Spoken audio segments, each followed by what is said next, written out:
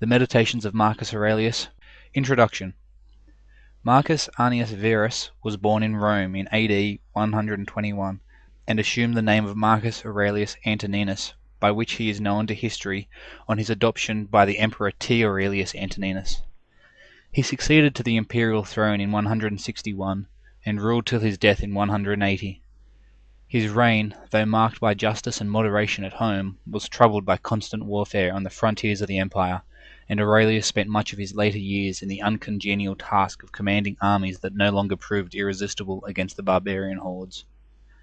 M. Aurelius was educated by the orator Fronto, but turned aside from rhetoric to study of the stoic philosophy, of which he was the last distinguished representative.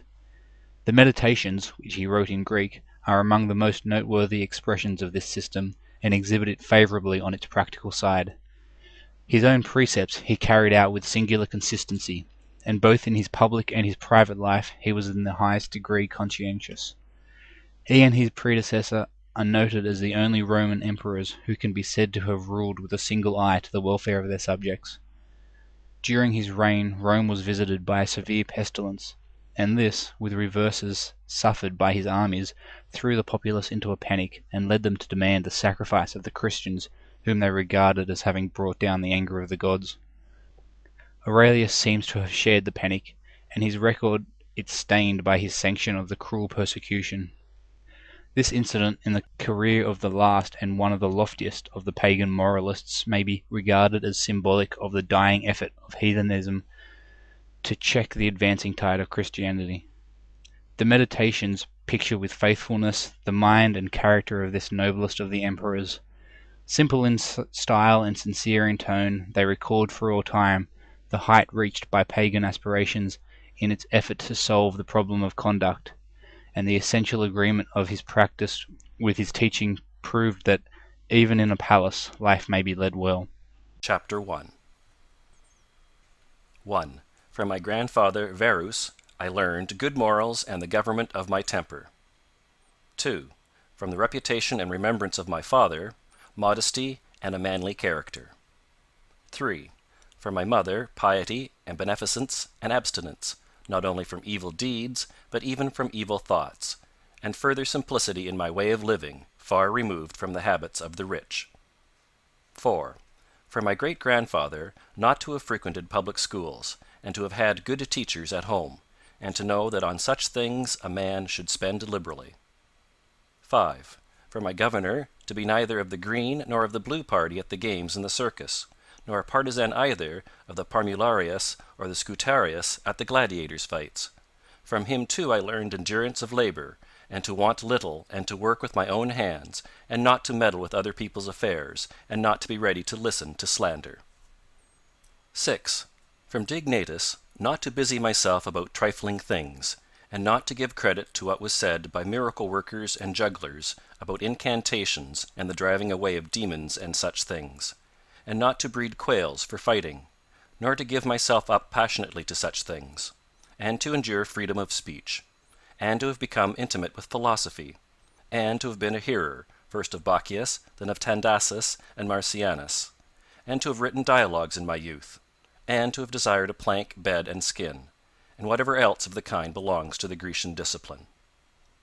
From Rusticus I received the impression that my character required improvement and discipline, and from him I learned not to be led astray to sophistic emulation, nor to writing on speculative matters, nor to delivering little hortatory orations, nor to showing myself off as a man who practices much discipline, or does benevolent acts in order to make a display, and to abstain from rhetoric, and poetry, and fine writing, and not to walk about in the house in my outdoor dress, nor to do other things of the kind, and to write my letters with simplicity, like the letter which Rusticus wrote from Sinuessa to my mother, and with respect to those who have offended me by words, or done me wrong, to be easily disposed to be pacified and reconciled, as soon as they have shown a readiness to be reconciled, and to read carefully, and not to be satisfied with a superficial understanding of a book, nor hastily to give my assent to those who talk overmuch. And I am indebted to him for being acquainted with the discourses of Epictetus, which he communicated to me out of his own collection. 8. From Apollonius I learned freedom of will and undeviating steadiness of purpose, and to look to nothing else, not even for a moment, except to reason, and to be always the same in sharp pains, on the occasion of the loss of a child, and in long illness, and to see clearly in a living example that the same man can be both most resolute and yielding, and not peevish in giving his instruction, and to have had before my eyes a man who clearly considered his experience and his skill in expounding philosophical principles as the smallest of his merits. And from him I learned how to receive from friends what are esteemed favors, without being either humbled by them or letting them pass unnoticed. From Sextus, a benevolent disposition, and the example of a family governed in a fatherly manner, and the idea of living conformably to nature, and gravity without affectation, and to look carefully after the interests of friends, and to tolerate ignorant persons, and those who form opinions without consideration. He had the power of readily accommodating himself to all, so that intercourse with him was more agreeable than any flattery, and at the same time he was most highly venerated by those who associated with him, and he had the faculty both of discovering and ordering, in an intelligent and methodical way, the principles necessary for life, and he never showed anger or any other passion, but was entirely free from passion, and also most affectionate, and he could express approbation without noisy display, and he possessed much knowledge without ostentation. 10. From Alexander, the grammarian, to refrain from fault-finding, and not in a reproachful way to chide those who uttered any barbarous, or solecistic, or strange-sounding expression, but dexterously to introduce the very expression which ought to have been used, and in the way of answer or giving confirmation, or joining in an inquiry about the thing itself, not about the word, or by some other fit suggestion. 11. From Fronto the first I learned to observe what envy and duplicity and hypocrisy are in a tyrant, and that generally those among us who are called patricians are rather deficient in paternal affection.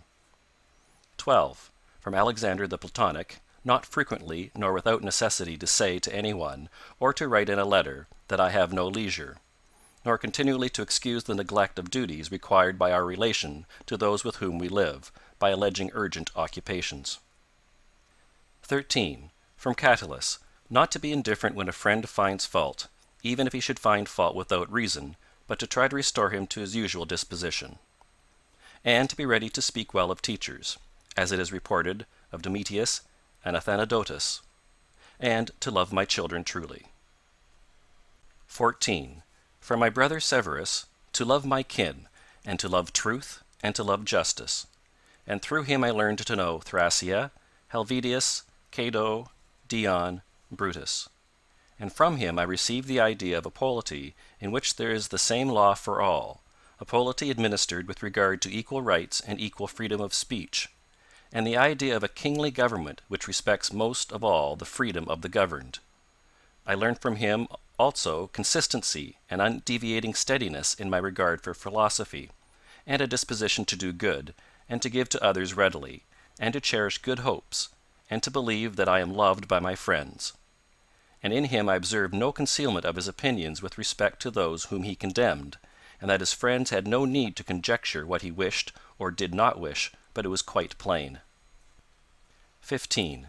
From Maximus I learned self-government, and not to be led aside by anything, and cheerfulness in all circumstances, as well as in illness, and a just admixture in the moral character of sweetness and dignity, and to do what was set before me without complaining.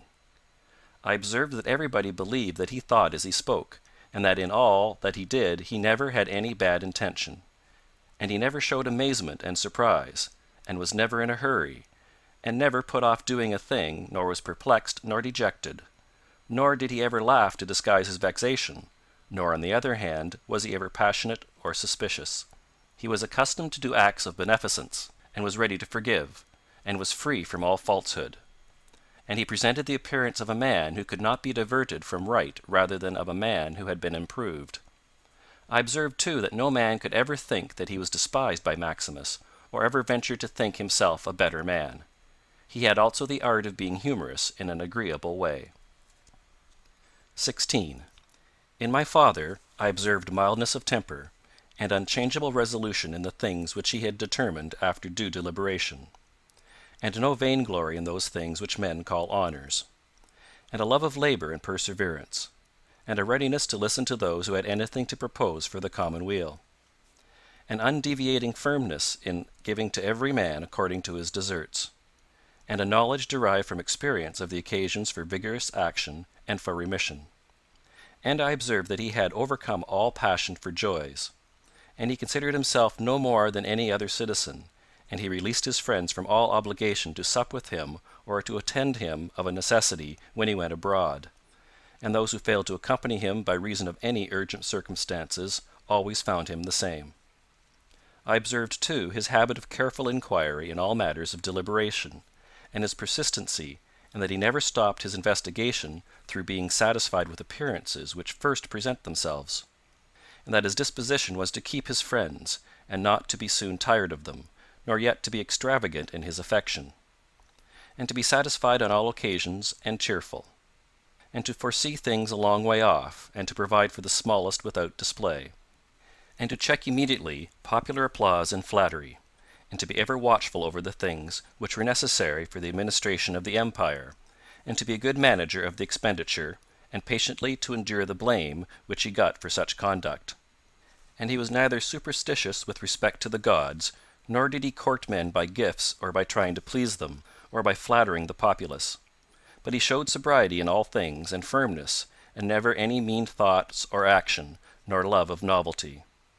And the things which conduce in any way to the commodity of life, and of which fortune gives an abundant supply, he used without arrogance and without excusing himself, so that when he had them he enjoyed them without affectation, and when he had them not he did not want them.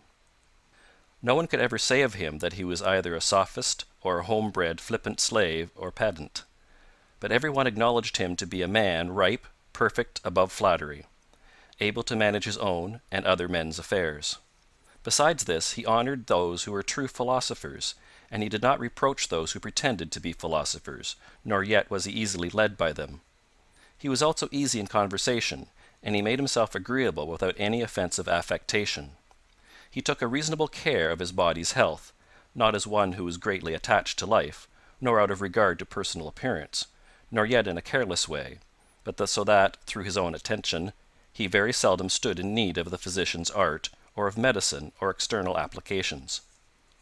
He was most ready to give way without envy to those who possessed any particular faculty, such as that of eloquence, or knowledge of the law, or of morals, or of anything else, and he gave them his help, that each might enjoy reputation according to his deserts. And he always acted conformably to the institutions of his country, without showing any affectation of doing so. Further, he was not fond of change, nor unsteady, but he loved to stay in the same places, and to employ himself about the same things, and after his paroxysms of headache he came immediately fresh and vigorous to his usual occupations. His secrets were not many, but very few and very rare, and these only about public matters, and he showed prudence and economy in the exhibition of the public spectacles and the construction of public buildings, his donations to the people, and in such things, for he was a man who looked to what ought to be done, not to the reputation which is got by a man's act. He did not take the bath at unseasonable hours. He was not fond of building houses, nor curious about what he eat, nor about the texture and color of his clothes, nor about the beauty of his slaves. His dress came from Laurium, his villa on the coast, and from Lanuvium generally. We know how he behaved to the toll collector at Tusculum, who asked his pardon, and such was all his behavior. There was in him nothing harsh, nor implacable, nor violent, nor, as one may say, anything carried to the sweating point. But he examined all things severally as if he had abundance of time, and without confusion, in an orderly way, vigorously and consistently. And that might be applied to him which is recorded of Socrates, that he was able both to abstain from and to enjoy those things which many are too weak to abstain from, and cannot enjoy without excess. But to be strong enough both to bear the one and to be sober in the other is the mark of a man who has a perfect and invincible soul, such as he showed in the illness of Maximus. 17. To the gods I am indebted for having good grandfathers, good parents, a good sister, good teachers, good associates, good kinsmen and friends, nearly everything good. Further, I owe it to the gods that I was not hurried into any offense against any of them, though I had a disposition which, if opportunity had offered, might have led me to do something of this kind. But, through their favour, there never was such a concurrence of circumstances as put me to the trial. Further, I am thankful to the gods that I was not longer brought up with my grandfather's concubine, and that I preserved the flower of my youth, and that I did not make proof of my virility before the proper season, but even deferred the time. That I was subjected to a ruler and a father who was able to take away all pride from me, and to bring me to the knowledge that it is possible for a man to live in a palace without wanting either guards, or embroidered dresses, or torches and statues, and such like show. But it is in such a man's power to bring himself very near to the fashion of a private person, without being for this reason either meaner in thought or more remiss in action, with respect to the things which must be done for the public interest in a manner that befits a ruler.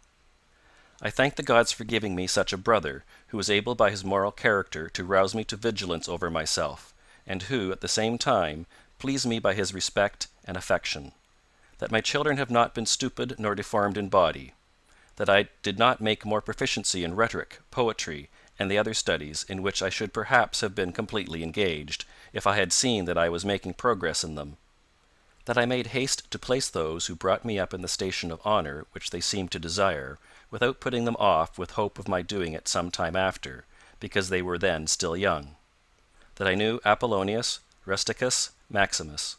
That I received clear and frequent impressions about living according to nature, and what kind of a life that is, so that, so far as depended on the gods, and their gifts and help, and inspirations, nothing hindered me from forthwith living according to nature, though I still fall short of it through my own fault, and through not observing the admonitions of the gods, and I may almost say their direct instructions.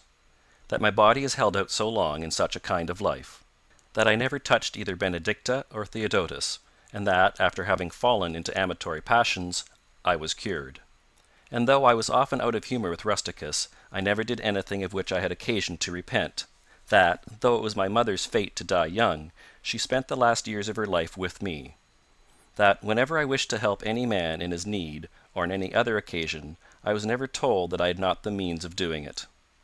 And that to myself the same necessity never happened, to receive anything from another. That I have such a wife, so obedient and so affectionate and so simple. That I had abundance of good masters for my children. And that remedies have been shown to me by dreams, both others and against blood-spitting and giddiness. And that, when I had an inclination to philosophy, I did not fall into the hands of any sophist, and that I did not waste my time on writers of histories, or in the resolution of syllogisms, or occupy myself about the investigation of appearances in the heavens, for all these things require the help of the gods and fortune.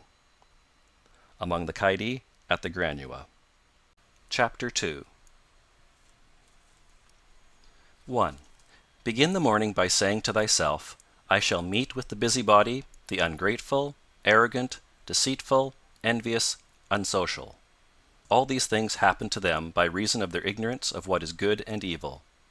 But I, who have seen the nature of the good that is beautiful, and of the bad that it is ugly, and the nature of him who does wrong, that it is akin to me, not only of the same blood or seed, but that it participates in the same intelligence and the same portion of the divinity, I can neither be injured by any of them, for no one can fix on me what is ugly, nor can I be angry with my kinsman, nor hate him. For we are made for cooperation, like feet, like hands, like eyelids, like the rows of the upper and lower teeth. To act against one another then is contrary to nature, and it is acting against one another to be vexed and to turn away. 2. Whatever this is that I am, it is a little flesh and breath, and the ruling part. Throw away thy books, no longer distract thyself. It is not allowed. But as if thou wast now dying, despise the flesh. It is blood and bones and a network, a conjecture of nerves, veins, and arteries. See the breath also, what kind of a thing it is. Air, and not always the same, but every moment sent out and again sucked in. The third then is the ruling part. Consider thus. Thou art an old man. No longer let this be a slave. No longer be pulled by the strings like a puppet to unsocial movements.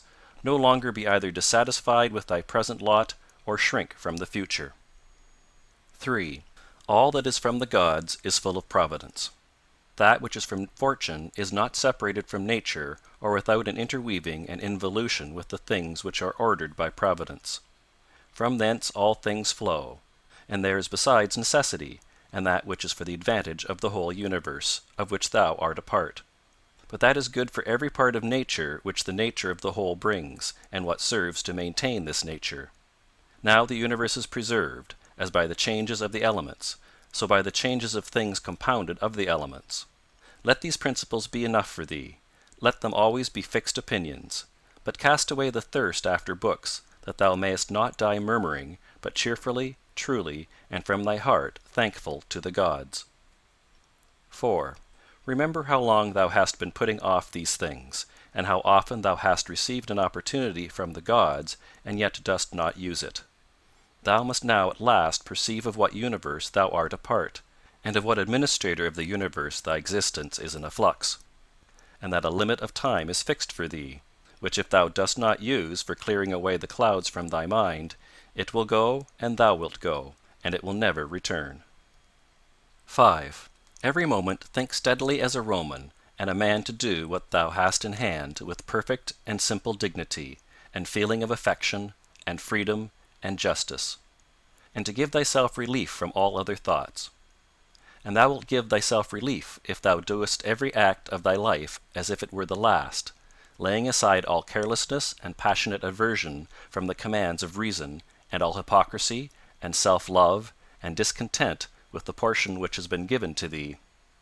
Thou seest how few the things are, the which if a man lays hold of, he is able to live a life which flows in quiet, and is like the existence of the gods.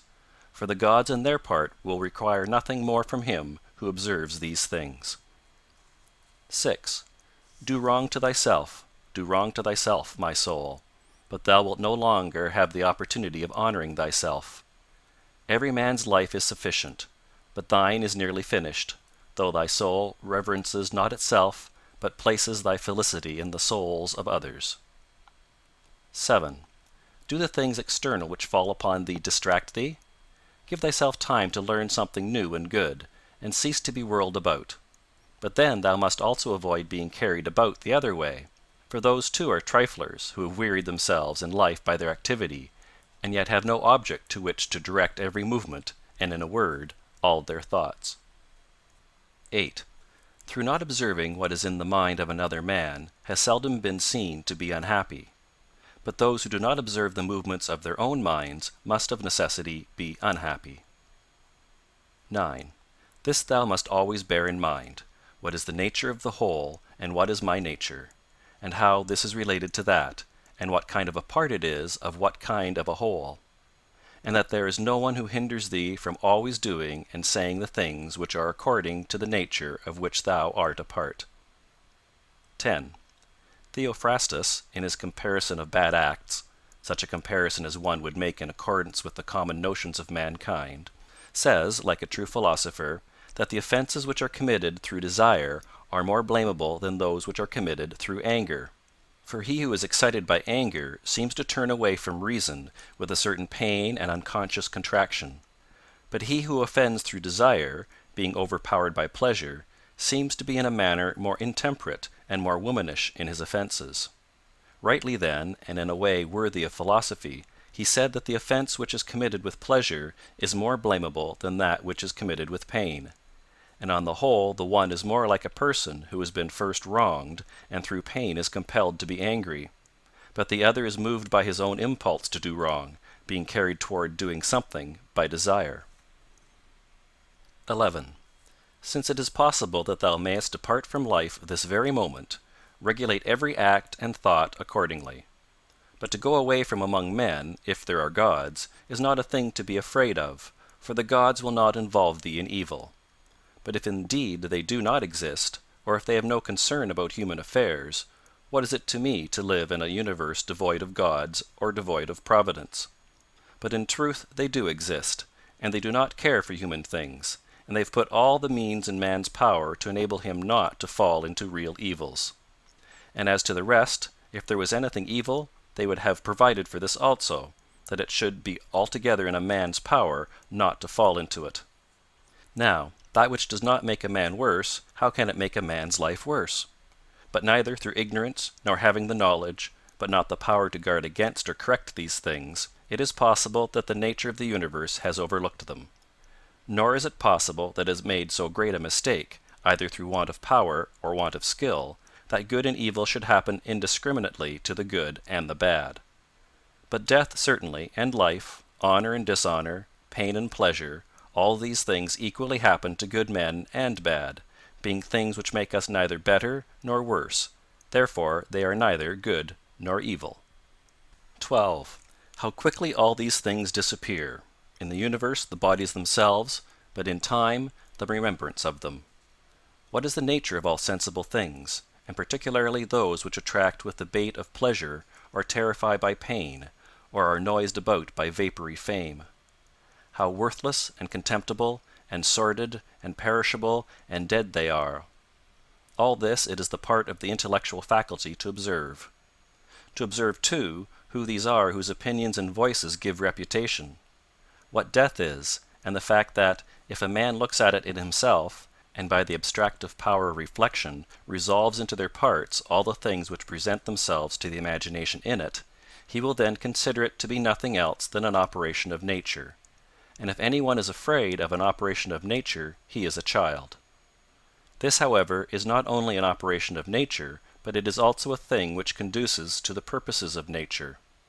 To observe, too, how man comes near to the Deity, and by what part of him, and when this part of man is so disposed.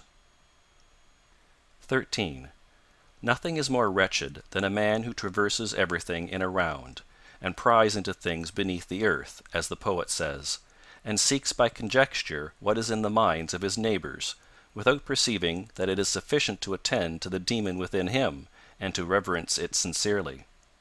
And reverence of the demon consists in keeping it pure from passion and thoughtlessness, and dissatisfaction with what comes from gods and men. For the things from gods merit veneration for their excellence, and the things from men should be dear to us by reason of kinship, and sometimes even, in a manner, they move our pity by reason of men's ignorance of good and bad, this defect being not less than that which deprives us of the power of distinguishing things that are white and black. 14. Though thou shouldest be going to live 3,000 years, and as many times 10,000 years, still remember that no man loses any other life than this which he now lives, nor lives any other than this which he now loses. The longest and shortest are thus brought to the same, for the present is the same to all, though that which perishes is not the same, and so that which is lost appears to be a mere moment. For a man cannot lose either the past or the future, for what a man has not, how can anyone take this from him? These two things then thou must bear in mind, the one, that all things from eternity are of like forms and come round in a circle, and that it makes no difference whether a man shall see the same things during 100 years or 200, or an infinite time. And the second, that the longest liver and he who will die soonest lose just the same. For the present is the only thing of which a man can be deprived. If it is true that this is the only thing which he has, and that a man cannot lose a thing if he has it not. 15. Remember that all is opinion. For what was said by the cynic Monimus is manifest, and manifest too is the use of what was said, if a man receives what may be got out of it as far as it is true. 16. The soul of man does violence to itself, first of all when it becomes as abscess, and, as it were, a tumor on the universe, so far as it can. For to be vexed at anything which happens is a separation of ourselves from nature, in some part of which the natures of all other things are contained. In the next place, the soul does violence to itself when it turns away from any man, or even moves towards him with the intention of injuring, such as are the souls of those who are angry. In the third place, the soul does violence to itself when it is overpowered by pleasure or by pain. Fourthly, when it plays a part, and does or says anything insincerely and untruly. Fifthly, when it allows any act of its own and any movement to be without an aim, and does anything thoughtlessly and without considering what it is, being right that even the smallest things be done with reference to an end. And the end of rational animals is to follow the reason and the law of the most ancient city and polity. 17. Of human life the time is a point, and the substance is in a flux, and the perception dull, and the composition of the whole body subject to putrefaction, and the soul of a whirl, and fortune hard to divine, and fame a thing devoid of judgment. And to say all in a word, everything which belongs to the body is a stream, and what belongs to the soul is a dream and vapor, and life is a warfare and a stranger's sojourn, and after fame is oblivion. What then is that which is able to conduct a man? One thing, and only one, philosophy. But this consists in keeping the demon within a man free from violence and unharmed, superior to pains and pleasures, doing nothing without a purpose, nor yet falsely and with hypocrisy, not feeling the need of another man's doing or not doing anything, and besides accepting all that happens and all that is allotted as coming from thence, wherever it is, from whence he himself came, and finally waiting for death with a cheerful mind, as being nothing else than a dissolution of the elements of which every living being is compounded. But if there is no harm to the elements themselves in each continually changing into another, why should a man have any apprehension about the change and dissolution of all the elements? For it is according to nature, and nothing is evil which is according to nature. Chapter 3. We ought to consider not only that our life is daily wasting away, and a smaller part of it is left, but another thing also must be taken into the account, that if a man should live longer, it is quite uncertain whether the understanding will still continue sufficient for the comprehension of things, and retain the power of contemplation which strives to acquire the knowledge of the divine and the human.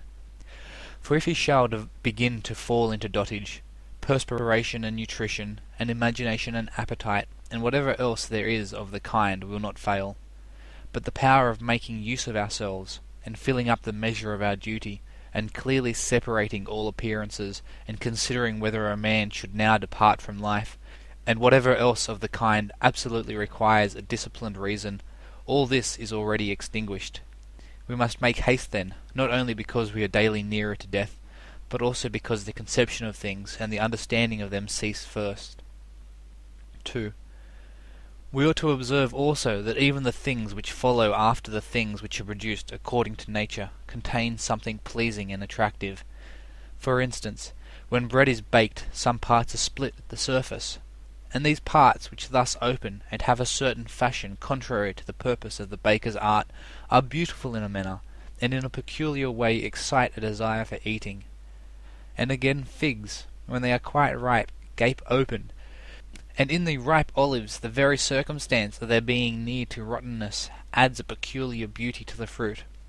And the ears of corn bending down, and the lion's eyebrows, and the foam which flows from the mouth of wild boars, and many other things, though they are far from being beautiful, if a man should examine them severally, still, because they are consequent upon the things which are formed by nature, help to adorn them, and they please the mind, so that if a man should have a feeling and a deeper insight with respect to the things which are produced in the universe, there is hardly one of those which follow by way of consequence which will not seem to him to be in a manner disposed so as to give pleasure.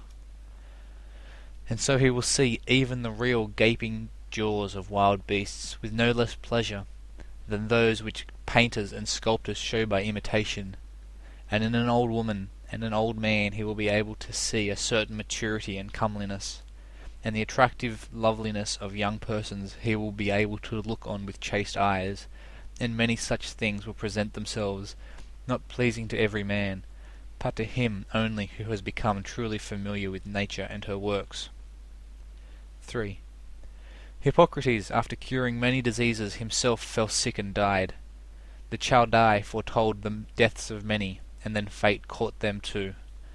Alexander and Pompeius and Caius Caesar, after so often completely destroying whole cities, and in battle cutting to pieces many tens of thousands of cavalry and infantry, themselves too at last departed from life.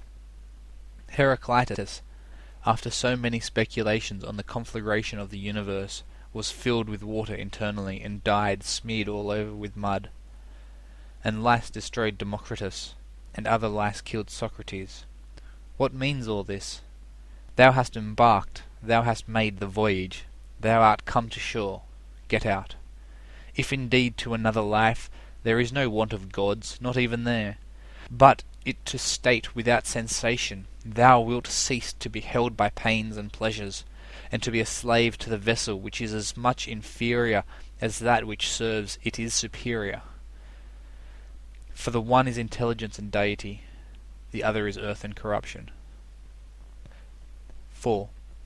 Do not waste the remainder of thy life in thoughts about others, when thou dost not refer thy thoughts to some object of common utility, for thou losest the opportunity of doing something else when thou hast such thoughts as these. What is such a person doing, and why, and what is he saying, and what is he thinking of, and what is he contriving, and whatever else of the kind makes us wander away from the observation of our own ruling power.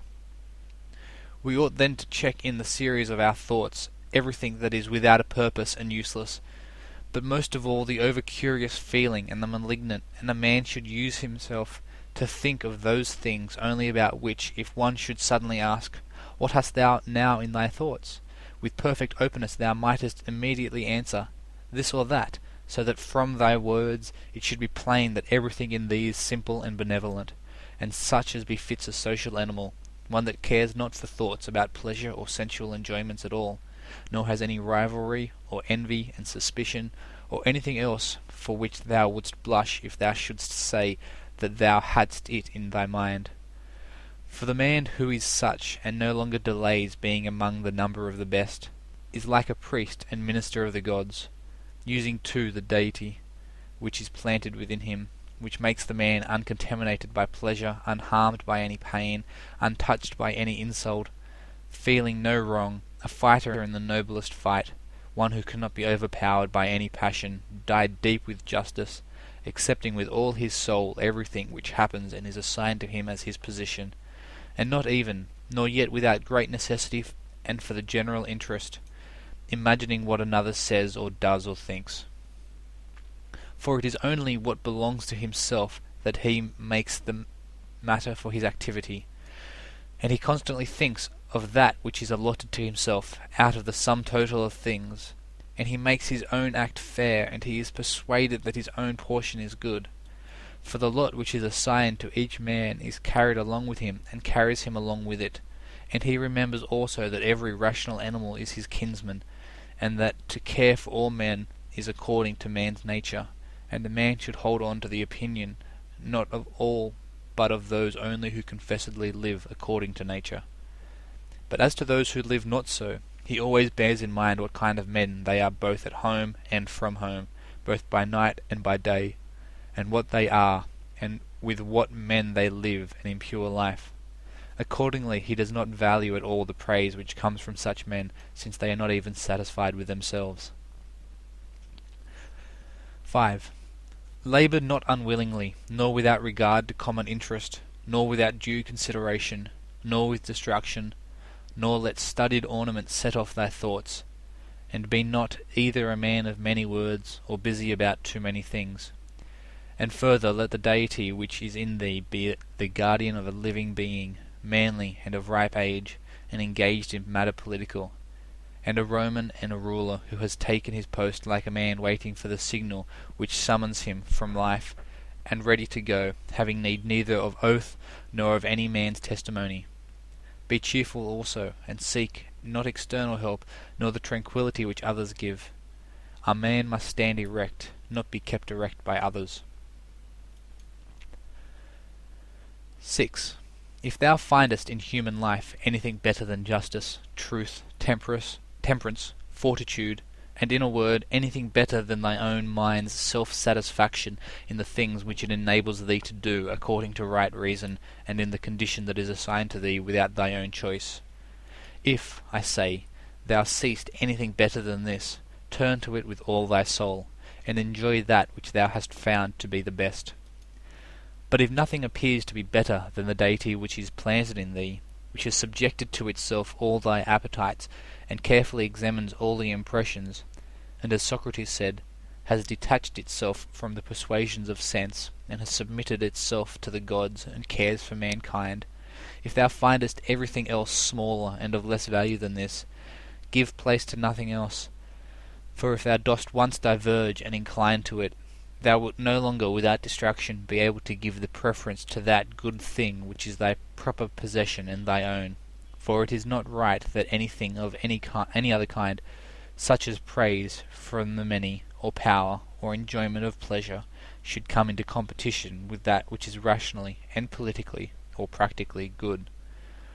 All these things, even though they may seem to adapt themselves to the better things, in a small degree, obtain the superiority all at once and carry us away. But do thou, I say, simply and freely choose the better and hold to it. But that which is useful is better.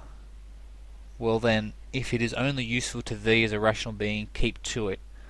But if it is only useful to thee as an animal, say so, and maintain thy judgment without arrogance. Only take care that thou makest the inquiry by a sure method. 7. Never value anything as profitable to thyself which shall compel thee to break thy promise. To lose thy self-respect, to hate any man, to suspect, to curse, to act the hypocrite, to desire anything which needs walls and curtains. For he who has preferred to everything else his own intelligence and demon and the worship of its excellence, acts no tragic part, does not groan, will not need either solitude or much company. And what is chief of all, he will live without either pursuing or flying from death. But whether for a longer or a shorter time he shall have the soul enclosed in the body, he cares not at all.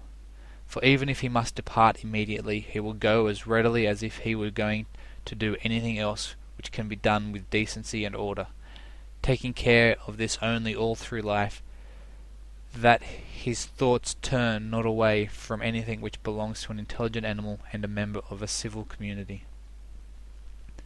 8. In the mind of one who is chastened and purified, thou wilt find no corrupt matter, no impurity, nor any sore-skinned over. Nor is his life incomplete when fate overtakes him, as one may say of an actor who leaves the stage before ending and finishing the play. Besides, there is in him nothing servile, nor affected, nor too closely bound to other things, nor yet detached from other things. Nothing worthy of blame, nothing which seeks a hiding place. 9. Reverence the faculty which produces opinion. On this faculty it entirely depends whether there shall exist in thy ruling part any opinion inconsistent with nature and the constitution of the rational animal. And this faculty promises freedom from hasty judgment, and friendship towards men, and obedience to the gods. 10. Throwing away then all things, hold to these only which are few, and besides bear in mind that every man lives only his present time, which is an indivisible point, and that all the rest of his life is either past or it is uncertain. Short then is the time which every man lives, and small the nook of the earth where he lives, and short too the longest posthumous fame, and even this only continued by a succession of poor human beings who will very soon die, and who know not even themselves, much less him who died long ago. 11. To the aids which have been mentioned, let this one still be added. Make for thyself a definition or description of the thing which is presented to thee, so as to see distinctly what kind of a thing it is in its substance, in its nudity, in its complete entirety, and tell thyself its proper name, and the names of the things of which it has been compounded, and into which it will be resolved. For nothing is so productive of elevation of mind as to be able to examine methodically and truly every object which is presented to thee in life, and always to look at things so as to see at the same time what kind of universe this is, and what kind of use everything performs in it, and what value everything has with reference to the whole, and what with reference to man, who is a citizen of the highest city, of which all other cities are like families, what each thing is, and of what it is composed, and how long it is the nature of this thing to endure which now makes an impression on me, and what virtue I have need of with respect to it, such as gentleness, manliness, truth, fidelity, simplicity, contentment, and the rest. Wherefore on every occasion a man should say, This comes from God, and this is according to the appointment and spinning of the thread of destiny, and such like coincidence and chance, and this is from one of the same stock, and a kinsman and partner, one who knows not, however, what is according to his nature. But I know, for this reason, I behave towards him according to the natural law of fellowship, with benevolence and justice. At the same time, however, in things indifferent, I attempt to ascertain the value of each. 12. If thou workest at that which is before thee, following right reason seriously, vigorously, calmly, without allowing anything else to distract thee, but keeping thy divine part pure, as if thou shouldst be bound to give it back immediately. If thou holdest to this, expecting nothing, fearing nothing, but satisfied with thy present activity according to nature, and with heroic truth in every word and sound which thou utterest, thou wilt live happy, and there is no man who is able to prevent this. 13. As physicians have always their instruments and knives ready for cases which suddenly require their skill, so do thou have principles ready for the understanding of things divine and human, and doing everything, even the smallest, with a recollection of the bond which unites the divine and human to one another. For neither wilt thou do anything well which pertains to man without at the same time having a reference to things divine, nor the contrary. 14. No longer wander at hazard, for neither wilt thou read thy own memoirs, nor the acts of the ancient Romans and the Hellenes, and the selections from books which thou wast reserving for thy old age. Hasten then to the end which thou hast before thee, and throwing away idle hopes, come to thy own aid, if thou carest at all for thyself, while it is in thy power. 15. They know not how many things are signified by the words stealing, sowing, buying, keeping quiet, seeing what ought to be done, for this is not affected by the eyes, but by another kind of vision. 16. Body, soul, intelligence. To the body belong sensations, to the soul appetites, to the intelligence principles. To receive the impressions of forms by means of appearances belongs even to animals. To be pulled by the strings of desires belongs both to wild beasts and to men, who have made themselves into women. And to a Phalaris and a Nero, and to have the intelligence that guides to the things which appear suitable belongs also to those who do not believe in the gods, and who betray their country, and do their impure deeds when they have shut the doors. If then everything else is common to all that I have mentioned, there remains that which is peculiar to the good man, to be pleased and content with what happens, and with the thread which is spun for him, and not to defile the divinity which is planted in his breast, nor disturb it by a crowd of images, but to preserve it tranquil, following it obediently as a god, neither saying anything contrary to the truth, nor doing anything contrary to justice. And if all men refuse to believe that he lives a simple, modest, and contented life, he is neither angry with any of them, nor does he deviate from the way which leads to the end of life, to which a man ought to come pure, tranquil, ready to depart, and without any compulsion perfectly reconciled to his lot. Chapter 4. That which rules within, when it is according to nature, is so affected with respect to the events which happen, that it always easily adapts itself to that which is possible and is presented to it, for it requires no definite material, but it moves towards its purpose, under certain conditions, however, and it makes a material for itself out of that which opposes it, as fire lays hold of what falls into it, but which a small light would have been extinguished. But when the fire is strong, it soon appropriates to itself the matter which is heaped on it, and consumes it, and rises higher by means of this very material. Let no act be done without a purpose, nor otherwise than according to the perfect principles of art. Men seek retreats for themselves, houses in the country, seashores, and the mountains, and thou too art wont to desire such things very much. But this is altogether a mark of the most common sort of men, for it is in thy power whenever thou shalt choose to retire into thyself, for nowhere, either with more quiet or more freedom from trouble, does a man retire than into his own soul, particularly when he has within him such thoughts that by looking into them he is immediately in perfect tranquility. And I affirm that tranquility is nothing else than the good ordering of the mind. Constantly, then, give to thyself this retreat, and renew thyself, and let thy principles be brief and fundamental, which, as soon as thou shalt recur to them, will be sufficient to cleanse the soul completely, and to send thee back free from all discontent with the things to which thou returnest. For with what art thou discontented? With the badness of men? Recall to thy mind this conclusion, that rational animals exist for one another, and that to endure is a part of justice, and that men do wrong involuntarily. And consider how many already, after mutual enmity, suspicion, hatred, and fighting, have been stretched dead, reduced to ashes, and be quiet at last. But perhaps thou art dissatisfied with that which is assigned to thee out of the universe. Recall to thy recollection this alternative: either there is providence or atoms, fortuitous concurrence of things. Or remember the arguments by which it has been proved that the world is a kind of political community, and be quiet at last. But perhaps corporeal things will still fasten upon thee.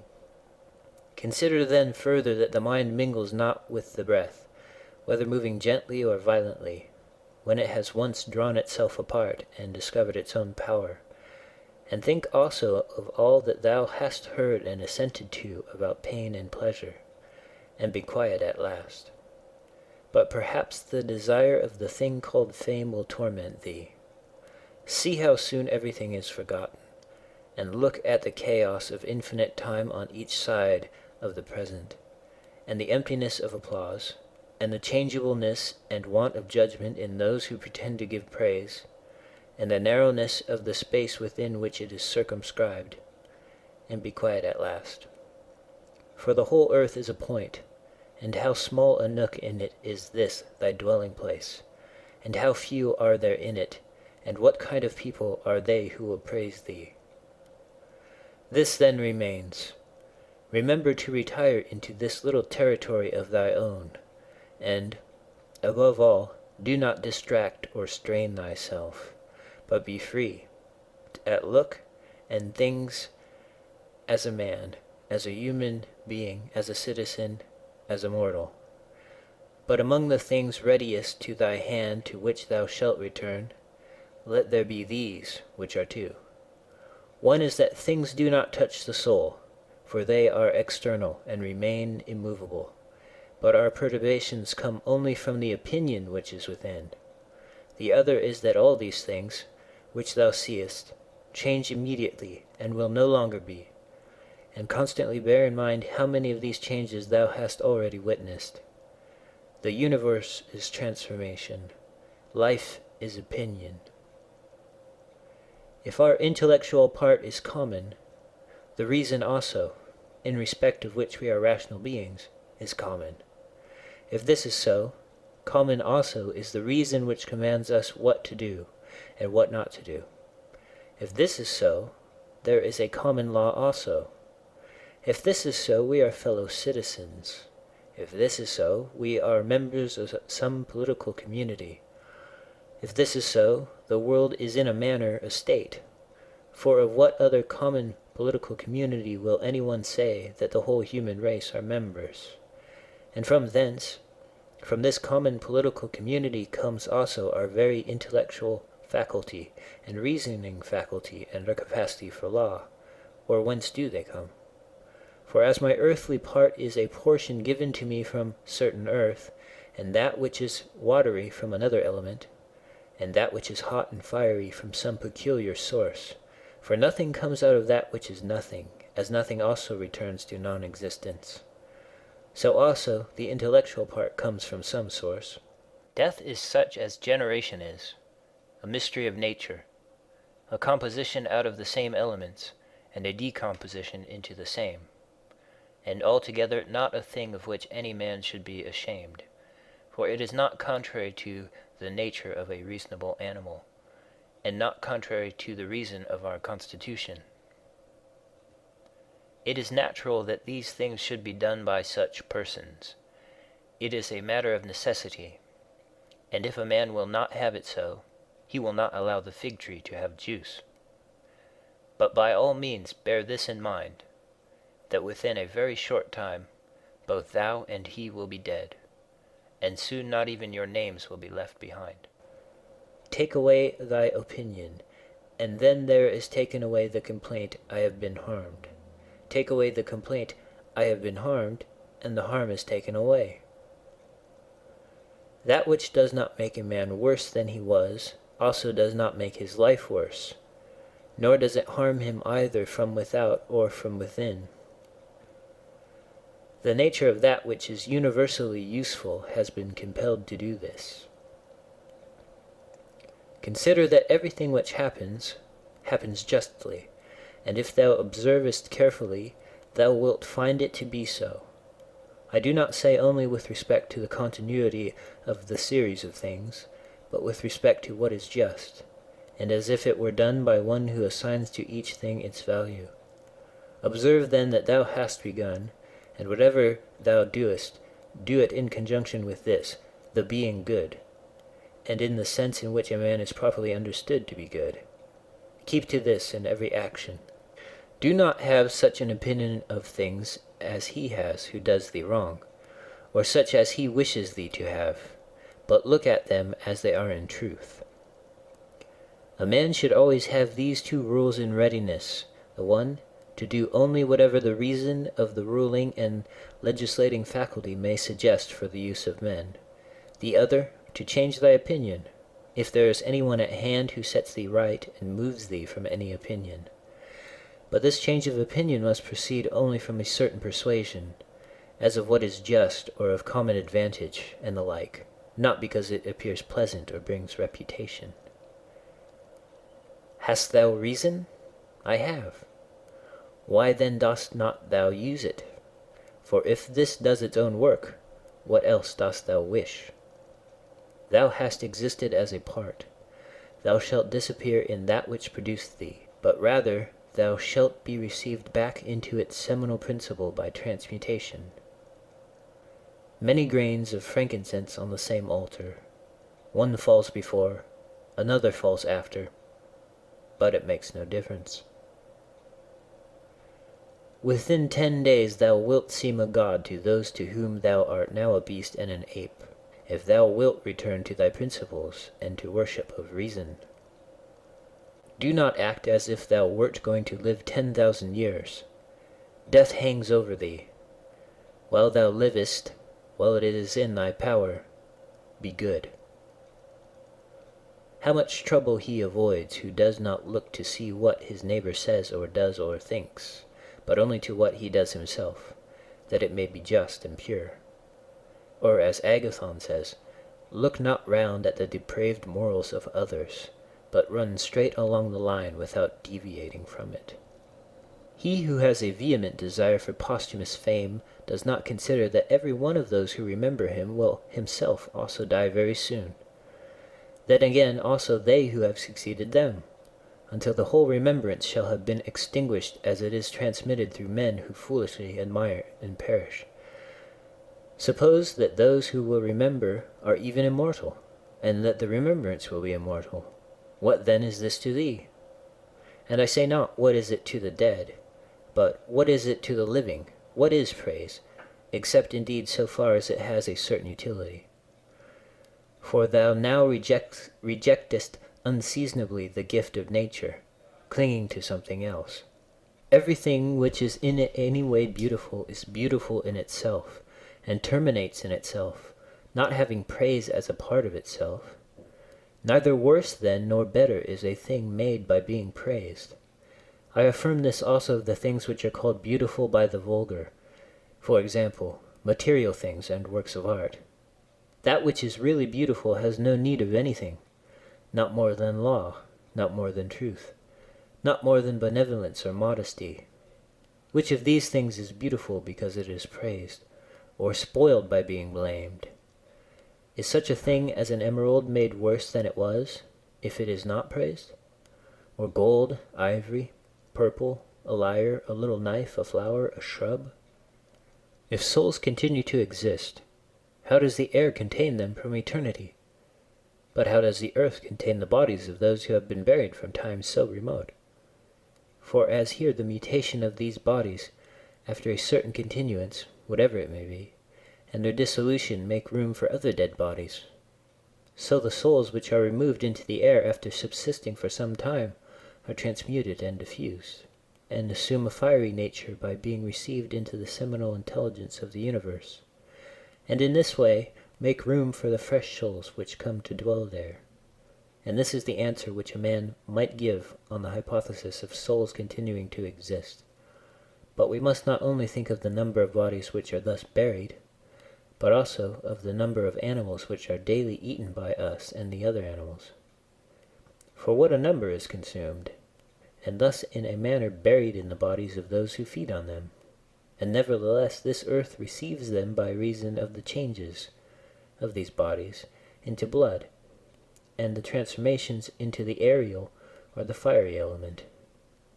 What is the investigation into the truth of the matter? The division into that which is material, and that which is the cause of form, the formal. Do not be whirled about, but in every movement have respect to justice, and on the occasion of every impression maintain the faculty of comprehension or understanding. Everything harmonizes with me which is harmonious to thee, O universe. Nothing for me is too early nor too late, which is in due time for thee. Everything is fruit to me which thy seasons bring, O nature. From thee are all things, in thee are all things, to thee all things return. The poet says, dear city of sea crops, and wilt not thou say, dear city of Zeus? Occupy thyself with few things, says the philosopher, if thou wouldst be tranquil. But consider if it would not be better to say, do what is necessary, and whatever the reason of the animal which is naturally social requires, and as it requires. For this brings not only the tranquility which comes from doing well, but also that which comes from doing few things. For the greatest part of what we say and do being unnecessary, if a man takes this away, he will have more leisure and less uneasiness. Accordingly, on every occasion a man should ask himself, is this one of the unnecessary things? Now a man should take away not only unnecessary acts, but also unnecessary thoughts, for thus superfluous acts will not follow after. Try how the life of a good man suits thee, the life of him who is satisfied with his portion out of the whole, and satisfied with his own just acts and benevolent disposition. Hast thou seen those things? Look also at these. Do not disturb thyself. Make thyself all simplicity. Does anyone do wrong? It is to himself that he does wrong. Has anything happened to thee? Well, out of the universe from the beginning everything which happens has been apportioned and spun out to thee. In a word, thy life is short. Thou must turn to profit the present by the aid of reason and justice. Be sober in thy relaxation. Either it is a well-arranged universe or a chaos huddled together, but still a universe. But can a certain order subsist in thee and disorder in all? And this, too, when all things are so separated and diffused and sympathetic. A black character, a womanish character, a stubborn character, bestial, childish, animal, stupid, counterfeit, scurrilous, fraudulent, tyrannical. If he is a stranger to the universe who does not know what is in it, no less is he a stranger who does not know what is going on in it. He is a runaway, who flies from social reason. He is blind, who shuts the eyes of the understanding. He is poor, who has need of another, and has not from himself all things which are useful for life. He is an abscess on the universe, who withdraws and separates himself from the reason of our common nature, through being displeased with the things which happen. For the same nature produces this, and has produced thee too. He is a piece rent asunder from the state, who tears his own soul from that of reasonable animals, which is one. The one is a philosopher without a tunic, and the other without a book. Here is another half-naked. Bread I have not, he says, and I abide by reason, and I do not get the means of living out of my learning, and I abide by my reason. Love the art, poor as it may be, which thou hast learned, and be content with it, and pass through the rest of life like one who has entrusted to the gods with his whole soul all that he has, making himself neither the tyrant nor the slave of any man. Consider, for example, the times of Vespasian. Thou wilt see all these things, people marrying, bringing up children, sick, dying, warring, feasting, trafficking, cultivating the ground, flattering, obstinately arrogant, suspecting, plotting, wishing for some to die, grumbling about the present, loving, heaping up treasure, desiring consulship, kingly power. Well, then, that life of these people no longer exists at all. Again, remove to the time of Trajan. Again, all is the same. Their life too is gone. In like manner view also the other epochs of time and of whole nations, and see how many after great efforts soon fell and were resolved into the elements. But chiefly thou shouldst think of those whom thou hast thyself known distracting themselves about idle things, neglecting to do what was in accordance with their proper constitution, and to hold firmly to this, and to be content with it. And herein it is necessary to remember that the attention given to everything has its proper value and proportion. For thus thou wilt not be dissatisfied if thou appliest thyself to smaller matters no further than is fit. The words which were formerly familiar are now antiquated. So also the names of those who were famed of old are now in a manner antiquated. Camillus, Caeso, Valesius, Leonatus, and a little after also Scipio and Cato, then Augustus, then also Hadrianus and Antoninus. For all things soon pass away and become a mere tale, and complete oblivion soon buries them. And I say this of those who have shown in a wondrous way. For the rest, as soon as they have breathed out their breath, they are gone, and no man speaks of them. And to conclude the matter, what is even an eternal remembrance? A mere nothing. What, then, is that about which we ought to employ our serious pains? This one thing: thoughts just, and acts social, and words which never lie, and a disposition which gladly accepts all that happens as necessary, as usual, as flowing from a principle and a source of the same kind. Willingly give thyself up to Clotho, one of the Fates, allowing her to spin thy thread into whatever things she pleases. Everything is only for a day, both that which remembers and that which is remembered. Observe constantly that all things take place by change, and accustom thyself to consider that the nature of the universe loves nothing so much as to change the things which are, and to make new things like them. For everything that exists is in a manner the seed of that which will be, but thou art thinking only of seeds which are cast into the earth or into a womb. But this is a very vulgar notion. Thou wilt soon die, and thou art not yet simple, not free from perturbations, not without suspicion of being hurt by external things, nor kindly disposed toward all, nor dost thou yet place wisdom only in acting justly.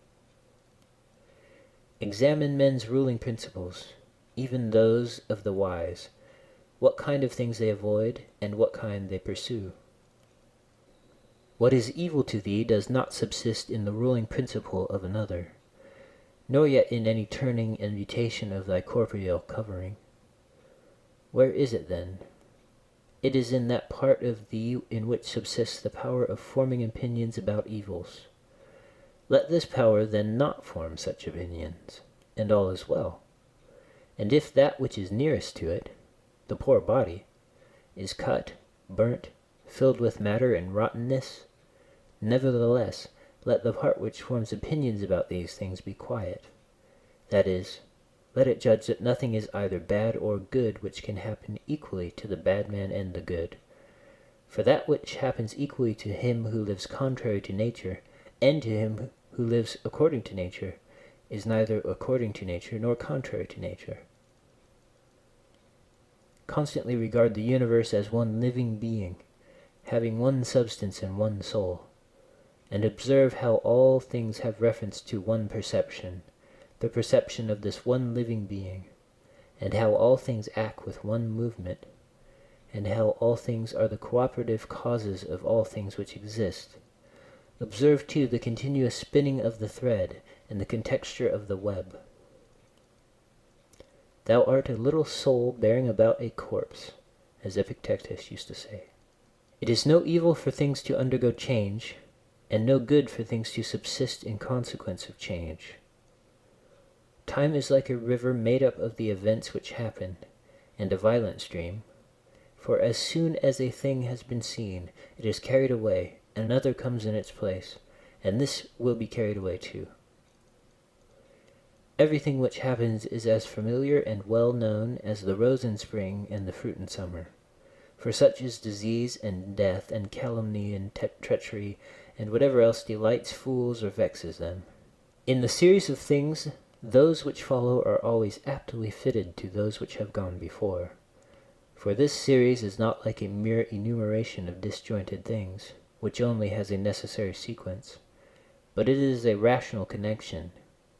And as all existing things are arranged together harmoniously, so the things which come into existence exhibit no mere succession, but a certain wonderful relationship. Always remember the saying of Heraclitus, that the death of earth is to become water, and the death of water is to become air, and the death of air is to become fire, and reversely. And think too of him who forgets whither the way leads, and that men quarrel with that with which they are most constantly in communion, the reason which governs the universe. And the things which they daily meet with seem to them strange, and consider that we ought not to act and speak as if we were asleep, for even in sleep we seem to act and speak, and that we ought not, like children who learn from their parents, simply to act and speak as we have been taught. If any god told thee that thou shalt die tomorrow, or certainly on the day after tomorrow, thou wouldst not care much whether it was on the third day or on the morrow, unless thou wast in the highest degree mean-spirited, for how small is the difference? So think, it is no great thing to die after as many years as thou canst name, rather than tomorrow. Think continually how many physicians are dead after often contracting their eyebrows over the sick, and how many astrologers after predicting with great pretensions the deaths of others, and how many philosophers after endless discourses on death or immortality, how many heroes after killing thousands, and how many tyrants who have used their power over men's lives with terrible insolence as if they were immortal, and how many cities are entirely dead, so to speak, Hellas and Pompeii and Herculaneum, and others innumerable. Add to the reckoning all whom thou hast known, one after another. One man, after burying another, has been laid out dead, and another buries him, and all this in a short time. To conclude, always observe how ephemeral and worthless human things are, and what was yesterday a little mucus, tomorrow will be a mummy or ashes. Pass then through this little space of time conformably to nature, and end thy journey in content, just as an olive falls off when it is ripe, blessing nature who produced it, and thanking the tree on which it grew. Be like the promontory against which the waves continually break, but it stands firm and tames the fury of the water around it. Unhappy am I because this has happened to me. Not so, but happy am I, though this has happened to me, because I continue free from pain, neither crushed by the present nor fearing the future. For such a thing as this might have happened to every man, but every man would not have continued free from pain on such an occasion. Why, then, is that rather a misfortune than this a good fortune? And dost thou in all cases call that a man's misfortune, which is not a deviation from man's nature? And does a thing seem to thee to be a deviation from man's nature, when it is not contrary to the will of man's nature? Well, thou knowest the will of nature. Will then this which has happened prevent thee from being just, magnanimous, temperate, prudent, secure against inconsiderate opinions and falsehoods? Will it prevent thee from having modesty, freedom, and everything else, by the presence of which man's nature obtains all that is its own? Remember, too, in every occasion which leads thee to vexation, to apply this principle, not that this is a misfortune, but that to bear it nobly is good fortune. It is a vulgar but still a useful help towards contempt of death, to pass in review those who have tenaciously stuck to life. What more then have they gained than those who have died early? Certainly they lie in their tombs somewhere at last. Cadicianus, Fabius Julianus Lepidus, or anyone else like them, who have carried out many to be buried, and then were carried out themselves. Altogether the interval is small between birth and death. And consider with how much trouble, and in company with what sort of people, and in what a feeble body this interval is laboriously passed. Do not then consider life a thing of any value. For look to the immensity of time behind thee, and to the time which is before thee, another boundless space. In this infinity, then, what is the difference between him who lives 3 days and him who lives 3 generations? Always run the short way, and the short way is the natural. Accordingly say and do everything in conformity with the soundest reason, for such a purpose frees a man from trouble, and warfare, and all artifice, and ostentatious display. Chapter 5. In the morning, when thou risest unwillingly, let this thought be present: I am rising to the work of a human being. Why then am I dissatisfied if I am going to do the things for which I exist, and for which I was brought into the world? Or have I been made for this, to lie in the bedclothes and keep myself warm? But this is more pleasant. Dost thou exist, then, to take thy pleasure, and not at all for action or exertion? Dost thou not see the little plants, the little birds, the ants, the spiders, the bees, working together to put in order their several parts of the universe? And art thou unwilling to do the work of a human being? And dost thou not make haste to do that which is according to thy nature? But it is necessary to take rest also. It is necessary. However, nature has fixed bounds to this too. She has fixed bounds both to eating and drinking, and yet thou goest beyond these bounds, beyond what is sufficient. Yet in thy acts it is not so, but thou stoppest short of what thou canst do. So thou lovest not thyself, for if thou didst, thou wouldst love thy nature and her will. But those who love their several arts exhaust themselves in working at them unwashed and without food. But thou valuest thine own nature less than the turner values the turning art, or the dancer the dancing art, or the lover of money values his money, or the vainglorious man his little glory. And such men, when they have a violent affection to a thing, choose neither to eat nor to sleep rather than to perfect the things which they care for. But are the acts which concern society more vile in thy eyes, and less worthy of thy labor? How easy it is to repel and to wipe away every impression which is troublesome or unsuitable, and immediately to be in all tranquility.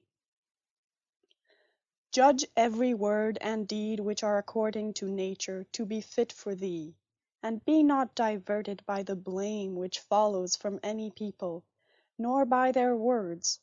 But if a thing is good to be done or said, do not consider it unworthy of thee.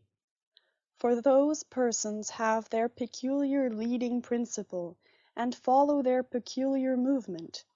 Which things do not thou regard, but go straight on, following thy own nature and the common nature, and the way of both is one.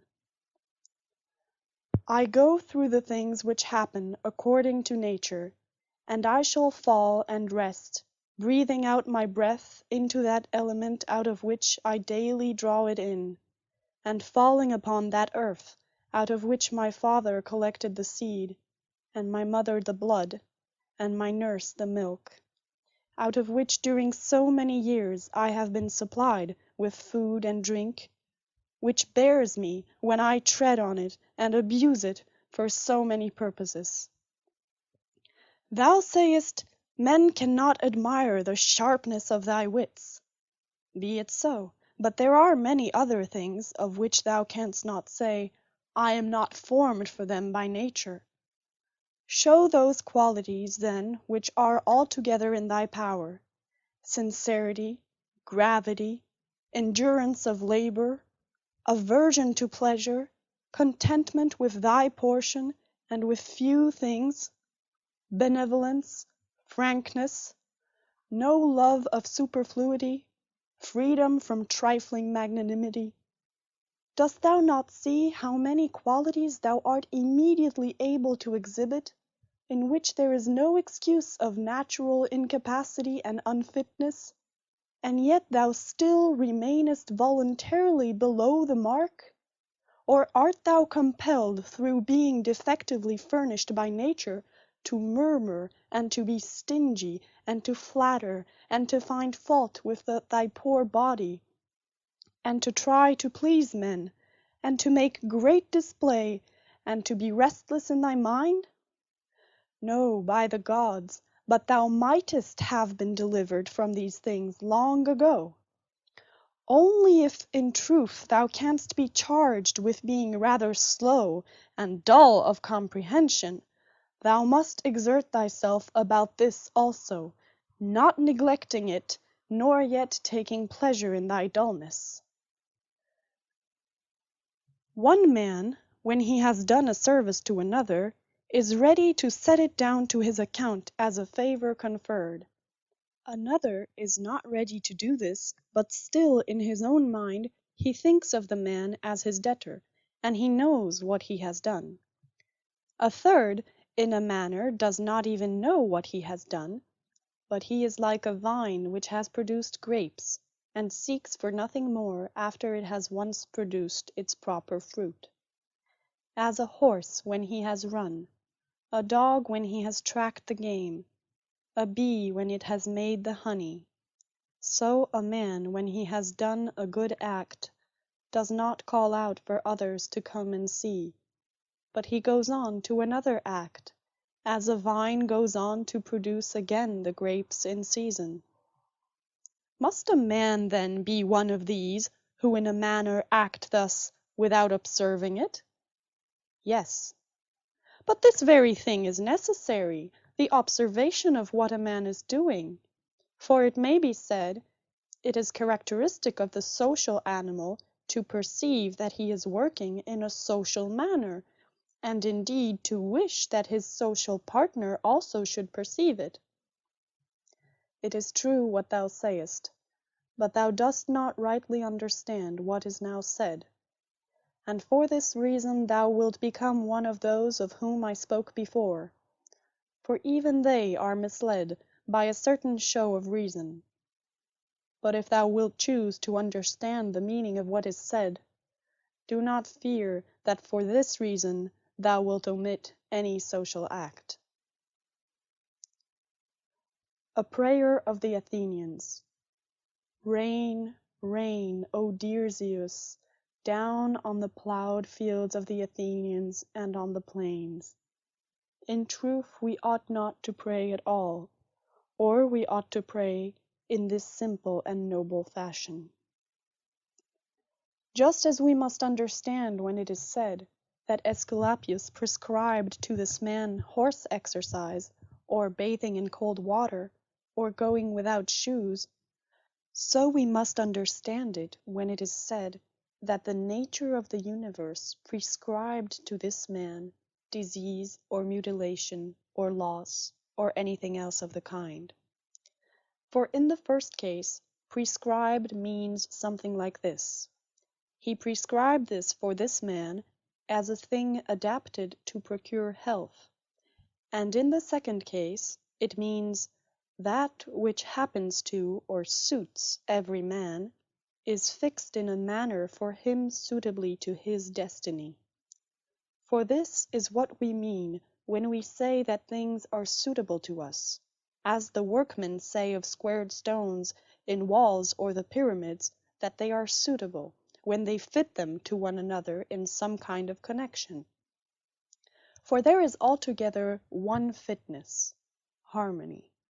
And as the universe is made up out of all bodies to be such a body as it is, so out of all existing causes, necessity, destiny, is made up to be such a cause as it is.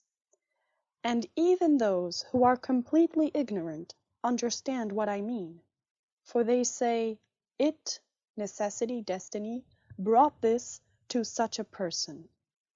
This then was brought, and this was prescribed to him. Let us then receive these things, as well as those which Aesculapius prescribes.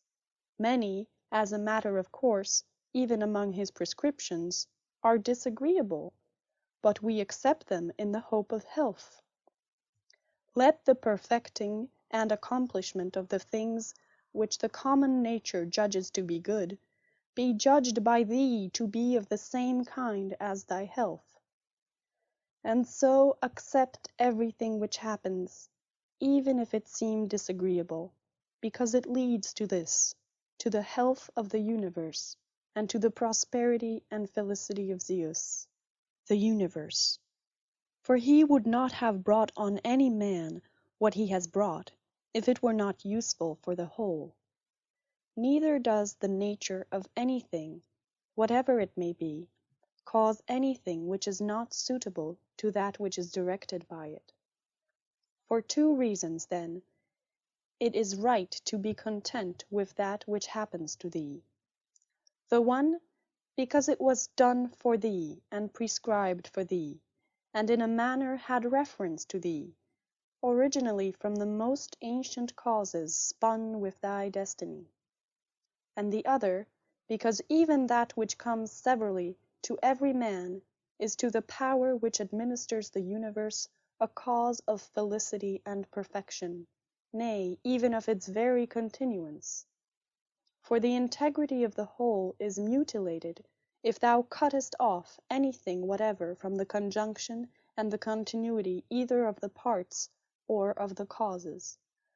And thou dost cut off, as far as it is in thy power, when thou art dissatisfied, and in a manner triest to put anything out of the way. Be not disgusted, nor discouraged, nor dissatisfied, if thou dost not succeed in doing everything according to right principles. But when thou hast failed, return back again, and be content if the greater part of what thou doest is consistent with man's nature. And love this to which thou returnest, and do not return to philosophy as if she were a master, but act like those who have sore eyes, and apply a bit of sponge and egg, or as another applies a plaster, or drenching with water. For thus thou wilt not fail to obey reason, and thou wilt repose in it.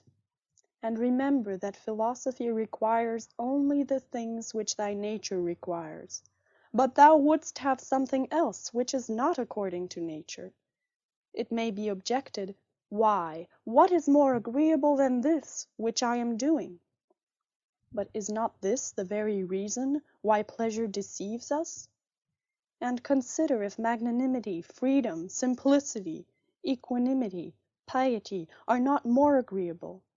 For what is more agreeable than wisdom itself, when thou thinkest of the security and the happy course of all things which depend on the faculty of understanding and knowledge?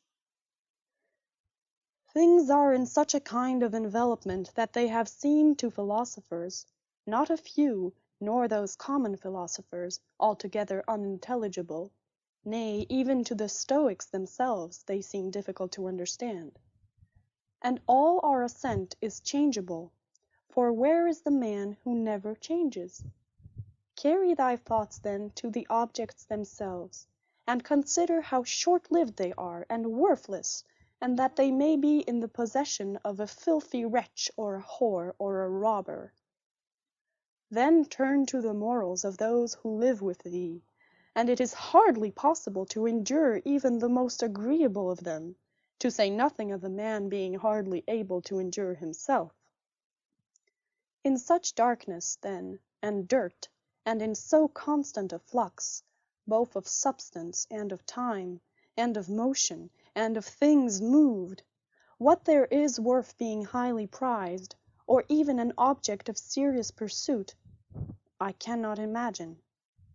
But on the contrary, it is a man's duty to comfort himself, and to wait for the natural dissolution, and not to be vexed at the delay, but to rest in these principles only: the one, that nothing will happen to me which is not conformable to the nature of the universe; and the other, that it is in my power never to act contrary to my God and demon, for there is no man who will compel me to do this.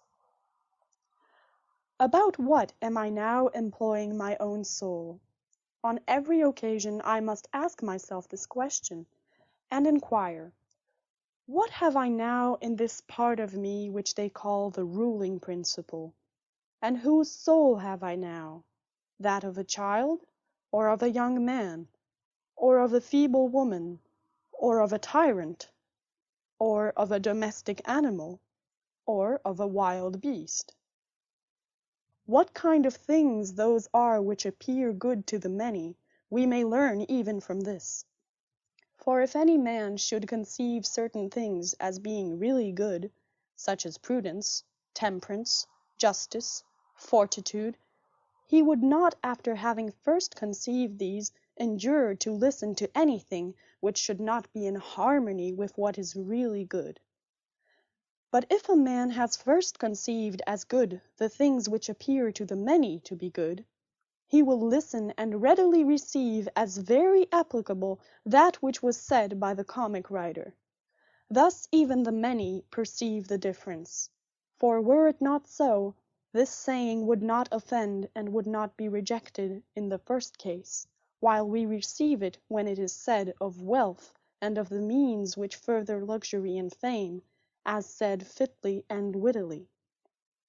Go on then and ask if we should value and think those things to be good, to which after their first conception in the mind the words of the comic writer might be aptly applied, that he who has them through pure abundance has not a place to ease himself in. I am composed of the formal and the material, and neither of them will perish into non-existence, as neither of them came into existence out of non-existence. Every part of me then will be reduced by change into some part of the universe, and that again will change into another part of the universe, and so on forever. And by consequence of such a change I too exist, and those who begot me, and so on forever in the other direction. For nothing hinders us from saying so, even if the universe is administered according to definite periods of revolution. Reason and the reasoning art, philosophy, are powers which are sufficient for themselves and for their own works. They move then from a first principle which is their own, and they make their way to the end which is proposed to them. And this is the reason why such acts are named katorthoseis, or right acts, which word signifies that they proceed by the right road. None of these things ought to be called a man's which do not belong to a man, as man. They are not required of a man, nor does man's nature promise them, nor are they the means of man's nature attaining its end. Neither then does the end of man lie in these things, nor yet that which aids to the accomplishment of this end, and that which aids toward this end is that which is good. Besides, If any of these things did belong to man, it would not be right for a man to despise them and to set himself against them, nor would a man be worthy of praise who showed that he did not want these things, nor would he who stinted himself in any of them be good, if indeed these things were good. But now the more of these things a man deprives himself of, or of other things like them, or even when he is deprived of any of them, the more patiently he endures the loss, just in the same degree he is a better man. Such as are thy habitual thoughts, such also will be the character of thy mind. For the soul is dyed by the thoughts. Dye it then with a continuous series of such thoughts as these. For instance, that where a man can live, there he can also live well. But he must live in a palace. Well then, he can also live well in a palace. And again, consider that for whatever purpose each thing has been constituted, for this it has been constituted, and toward this it is carried, and its end is in that toward which it is carried. And where the end is, there also is the advantage and the good of each thing. Now the good for the reasonable animal is society, for that we are made for society has been shown above. Is it not plain that the inferior exist for the sake of the superior? But the things which have life are superior to those which have not life, and of those which have life, the superior are those which have reason. To seek what is impossible is madness, and it is impossible that the bad should not do something of this kind. Nothing happens to any man which he is not formed by nature to bear. The same things happen to another, and either because he does not see that they have happened, or because he would show a great spirit, he is firm and remains unharmed. It is a shame, then, that ignorance and conceit should be stronger than wisdom. Things themselves touch not the soul, not in the least degree, nor have they admission to the soul, nor can they turn or move the soul. But the soul turns and moves itself alone, and whatever judgments it may think proper to make, such it makes for itself the things which present themselves to it. In one respect man is the nearest thing to me, so far as I must do good to men, and endure them. But so far as some men make themselves obstacles to my proper acts, man becomes to me one of the things which are indifferent, no less than the sun, or wind, or a wild beast. Now it is true that these may impede my action, but they are no impediments to my effects and disposition, which have the power of acting conditionally and changing. For the mind converts and changes every hindrance to its activity into an aid, and so that which is a hindrance is made a furtherance to an act, and that which is an obstacle on the road helps us on this road. Reverence that which is best in the universe, and this is that which makes use of all things and directs all things. And in like manner also reverence that which is best in thyself, and this is of the same kind as that. For in thyself also that which makes use of everything else is this, and thy life is directed by this. That which does no harm to the state does no harm to the citizen. In the case of every appearance of harm apply this rule: if the state is not harmed by this, neither am I harmed. But if the state is harmed, thou must not be angry with him who does harm to the state. Show him where his error is. Often think of the rapidity with which things pass by and disappear, both the things which are and the things which are produced. For substance is like a river in a continual flow, and the activities of things are in constant change, and the causes work in infinite varieties, and there is hardly anything which stands still. And consider this which is near to thee, this boundless abyss of the past and of the future, in which all things disappear. How then is he not a fool who is puffed up with such things, or plagued about them, or makes himself miserable? For they vex him only for a time, and a short time. Think of the universal substance, of which thou hast a very small portion, and of universal time, of which a short and indivisible interval has been assigned to thee, and of that which is fixed by destiny, and how small a part of it thou art. Does another do me wrong? Let him look to it. He has his own disposition, his own activity. I now have what the universal nature wills me to have, and I do what my nature now wills me to do. Let the part of thy soul which leads and governs be undisturbed by the movements in the flesh, whether of pleasure or of pain, and let it not unite with them, but let it circumscribe itself, and limit those effects to their parts. But when these effects rise up to the mind by virtue of that other sympathy that naturally exists in a body which is all one, then thou must not strive to resist the sensation, for it is natural, but let not the ruling part of itself add to the sensation the opinion that it is either good or bad. Live with the gods. And he does live with the gods who constantly shows to them that his own soul is satisfied with that which is assigned to him, and that it does all that the demon wishes, which Zeus have given to every man for his guardian and guide, a portion of himself. And this is every man's understanding and reason.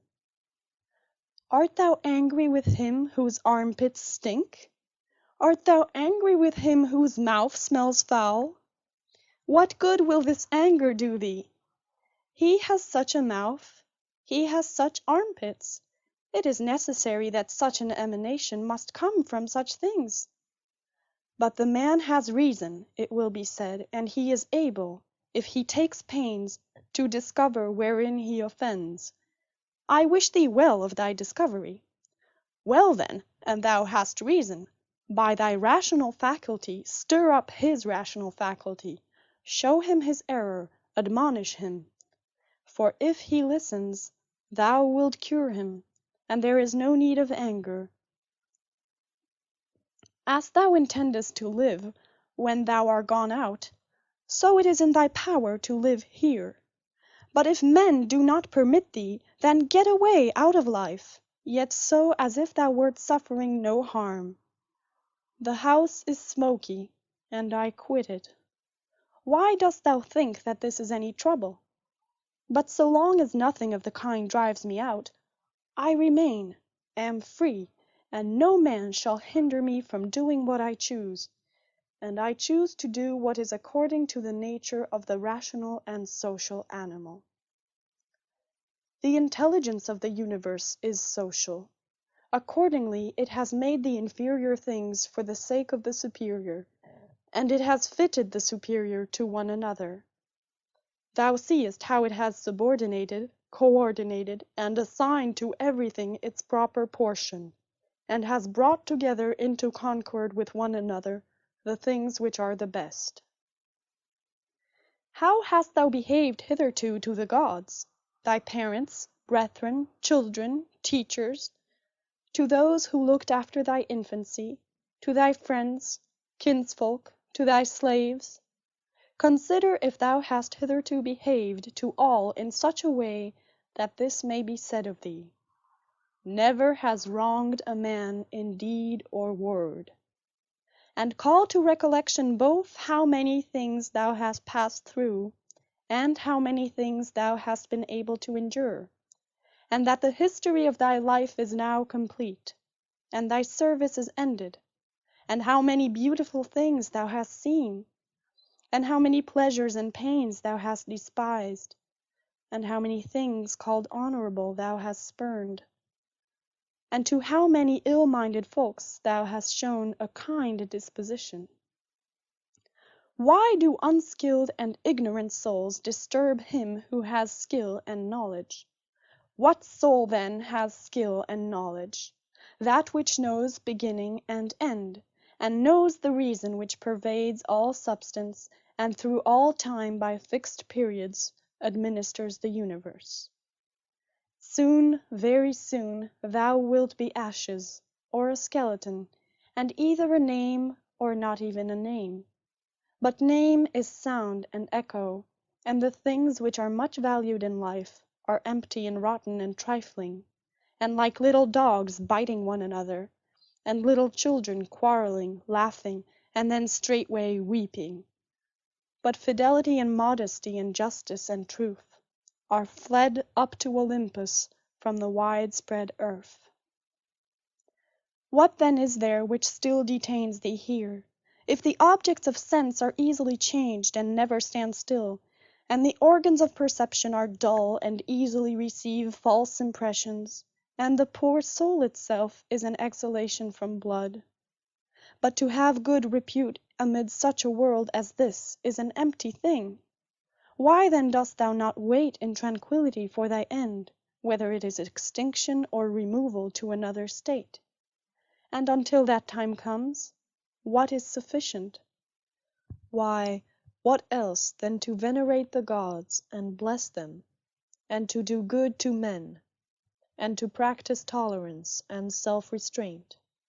But as to everything which is beyond the limits of the poor flesh and breath, to remember that this is neither thine nor in thy power. Thou canst pass thy life in an equable flow of happiness, if thou canst go by the right way, and think and act in the right way. These two things are common both to the soul of God and to the soul of man, and to the soul of every rational being, not to be hindered by another. And to hold good to consist in the disposition to justice and the practice of it, and in this to let thy desire find its termination. If this is neither my own badness, nor an effect of my own badness, and the commonwealth is not injured, why am I troubled about it? And what is the harm to the commonwealth? Do not be carried along inconsiderately by the appearance of things, but give help to all according to thy ability and their fitness. And if they should have sustained loss in matters which are indifferent, do not imagine this to be a damage, for it is a bad habit. But as the old man, when he went away, asked back his foster child's top, remembering that it was a top, so do thou in this case also. When thou art calling out on the rostra, hast thou forgotten, man, what these things are? Yes, but they are objects of great concern to these people. Wilt thou too then be made a fool for these things? I was once a fortunate man, but I lost it, I know not how. But fortunate means that a man has assigned to himself a good fortune, and a good fortune is good disposition of the soul, good emotions, good actions. Chapter 6.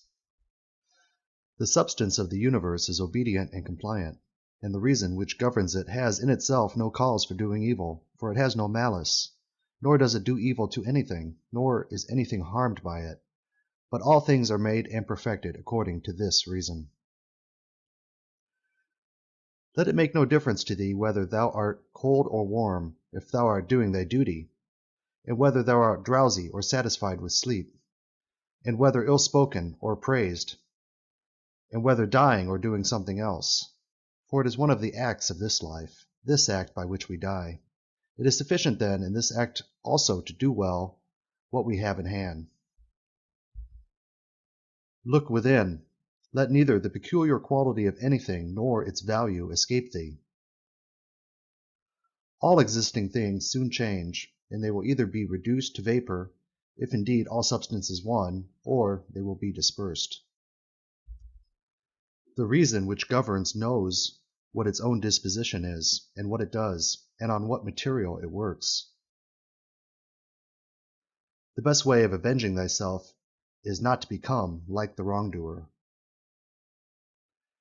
Take pleasure in one thing and rest in it, in passing from one social act to another social act, thinking of God. The ruling principle is that which rouses and turns itself, and while it makes itself such as it is, and such as it wills to be, it also makes everything which happens to appear itself to be such as it wills.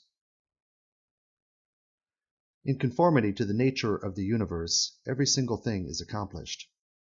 For certainly it is not in conformity to any other nature that each thing is accomplished, either a nature which externally comprehends this, or a nature which is comprehended within this nature, or a nature external and independent of this. The universe is either a confusion and a mutual involution of things, and a dispersion, or it is unity and order and providence.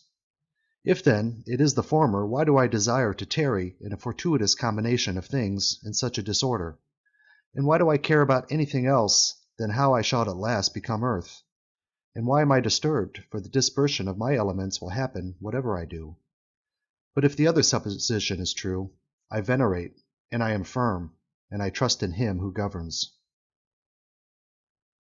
When thou hast been compelled by circumstances to be disturbed in a manner, quickly return to thyself, and do not continue out of tune longer than the compulsion lasts, for thou wilt have more mastery over the harmony by continually recurring to it. If thou hadst a stepmother and a mother at the same time, thou wouldst be dutiful to thy stepmother, but thou wouldst constantly return to thy mother. Let the court and philosophy now be to thee stepmother and mother.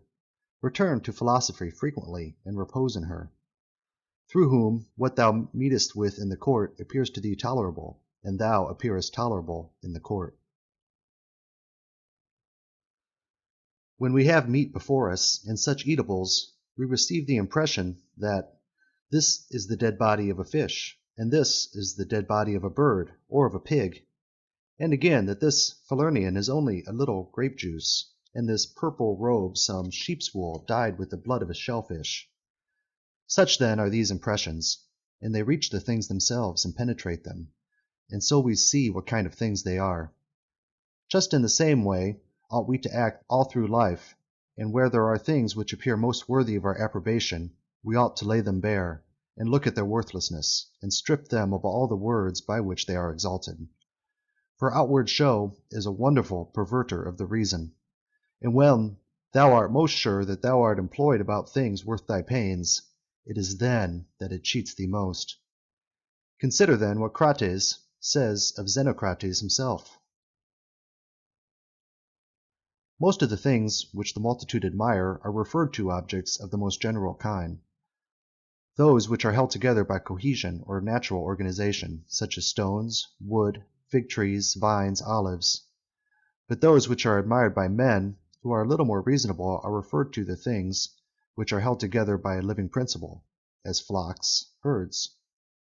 Those which are admired by men who are still more instructed are the things which are held together by a rational soul, not however a universal soul, but rational, so far as it is a soul skilled in some art, or expert in some other way, or simply rational so far as it possesses a number of slaves.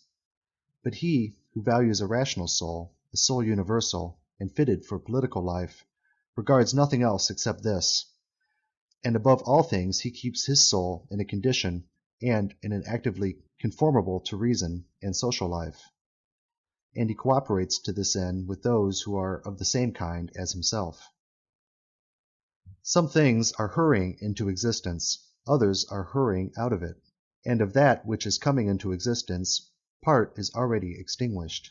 Motions and changes are continually renewing the world, such as the uninterrupted course of time is always renewing the infinite duration of ages. In this flowing stream, then, on which there is no abiding, what is there of the things which hurry by on which a man would set a high price? It would be just as if a man should fall in love with one of the sparrows which fly by, but it has already passed out of sight. Something of this kind is the very life of every man, like the exhalation of the blood and the respiration of the air. Such as it is to once have drawn in the air and to have given it back, which we do every moment, just the same is it with the whole respiratory power, which thou didst receive at thy birth yesterday, and the day before, to give it back to the elemental from which thou didst first draw it. Neither is transpiration, as in plants, a thing to be valued, nor respiration, as in domesticated animals and wild beasts, nor the receiving of impressions by the appearances of things, nor being moved by desires, as puppets by strings, nor assembling in herds, nor being nourished by food. For this is just like the act of separating and parting with the useless part of the food. What then is worth being valued? To be received with clapping of hands? No. Neither must we value the clapping of tongues, for the praise which comes from the many is the clapping of tongues. Suppose, then, that thou hast given up this worthless thing called fame. What remains that is worth valuing? This, in my opinion, to move thyself and to restrain thyself in conformity to thy proper constitution, to which end both all employments and arts lead. For every art aims at this, that the thing which has been made should be adapted to the work for which it has been made. And both the vine planter who looks after the vine, and the horse breaker, and he who trains the dog, seeks this end. But the education and the teaching of youth aim at something. And this, then, is the value of the education and the teaching. And if this is well, thou wilt not seek anything else. Wilt thou not cease to value many other things too? Then thou wilt neither be free nor sufficient for thy own happiness, nor without passion. For of necessity thou must be envious, jealous, and suspicious of those who can take away those things and plot against those who have that which is valued by thee. Of necessity a man must be altogether in a state of perturbation who wants any of these things, and besides he must often find fault with the gods.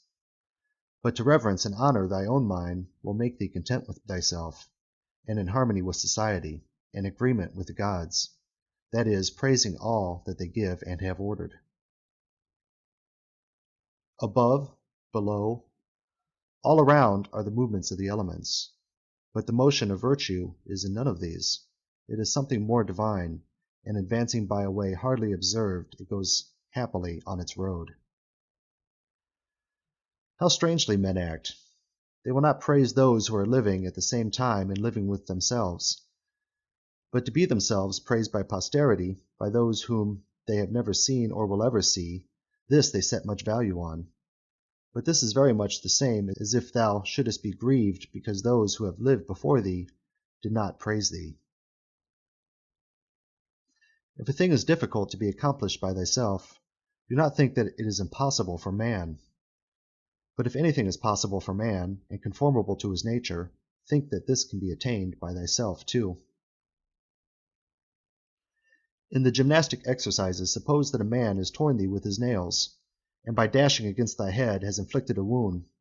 Well, we neither show any signs of vexation, nor are we offended, nor do we suspect him afterward as a treacherous fellow.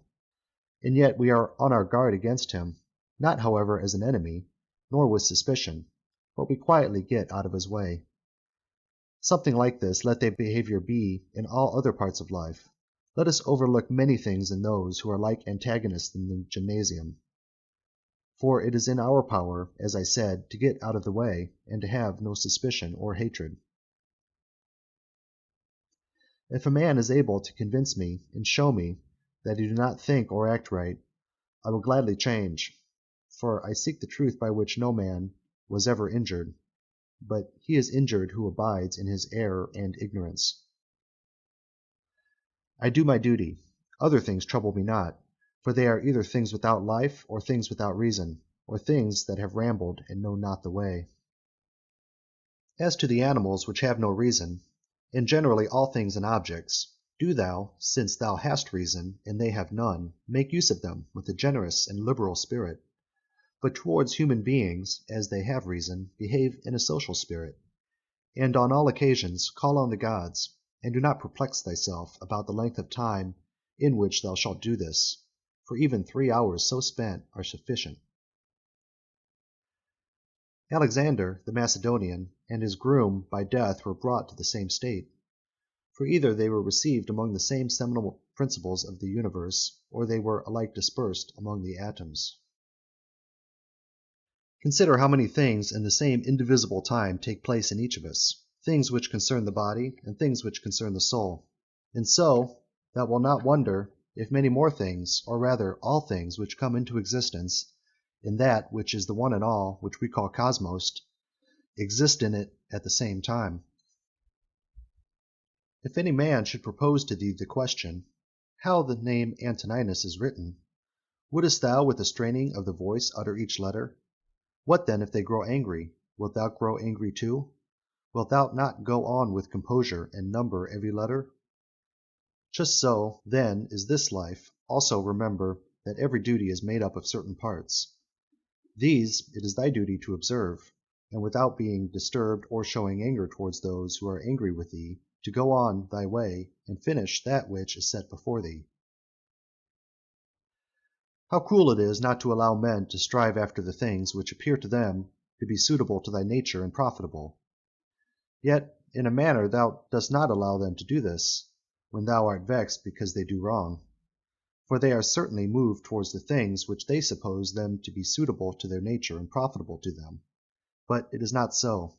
Teach them then, and show them without being angry.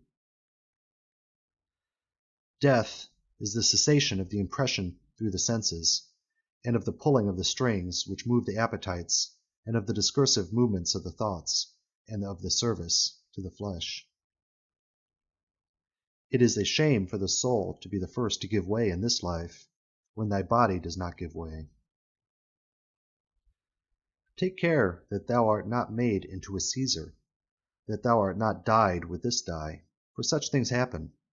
Keep thyself then simple, good, pure, serious, free from affectation, a friend of justice, a worshipper of the gods, kind, affectionate, strenuous in all proper acts. Strive to continue to be such as philosophy wished to make thee. Reverence the gods and help men. Short is life. There is only one fruit in this terrene life, a pious disposition and social acts. Do everything as a disciple of Antoninus. Remember his constancy in every act which was conformable to reason, and his evenness in all things, and his piety, and the serenity of his countenance, and his sweetness, and his disregard of empty fame, and his efforts to understand things, and how he would never let anything pass without having first most carefully examined it and clearly understood it, and how he bore with those who blamed him unjustly without blaming them in return, and how he did nothing in a hurry, and how he listened not to calumnies, and how exact an examiner of manners and actions he was, and not given to reproach people, nor timid, nor suspicious, nor a sophist.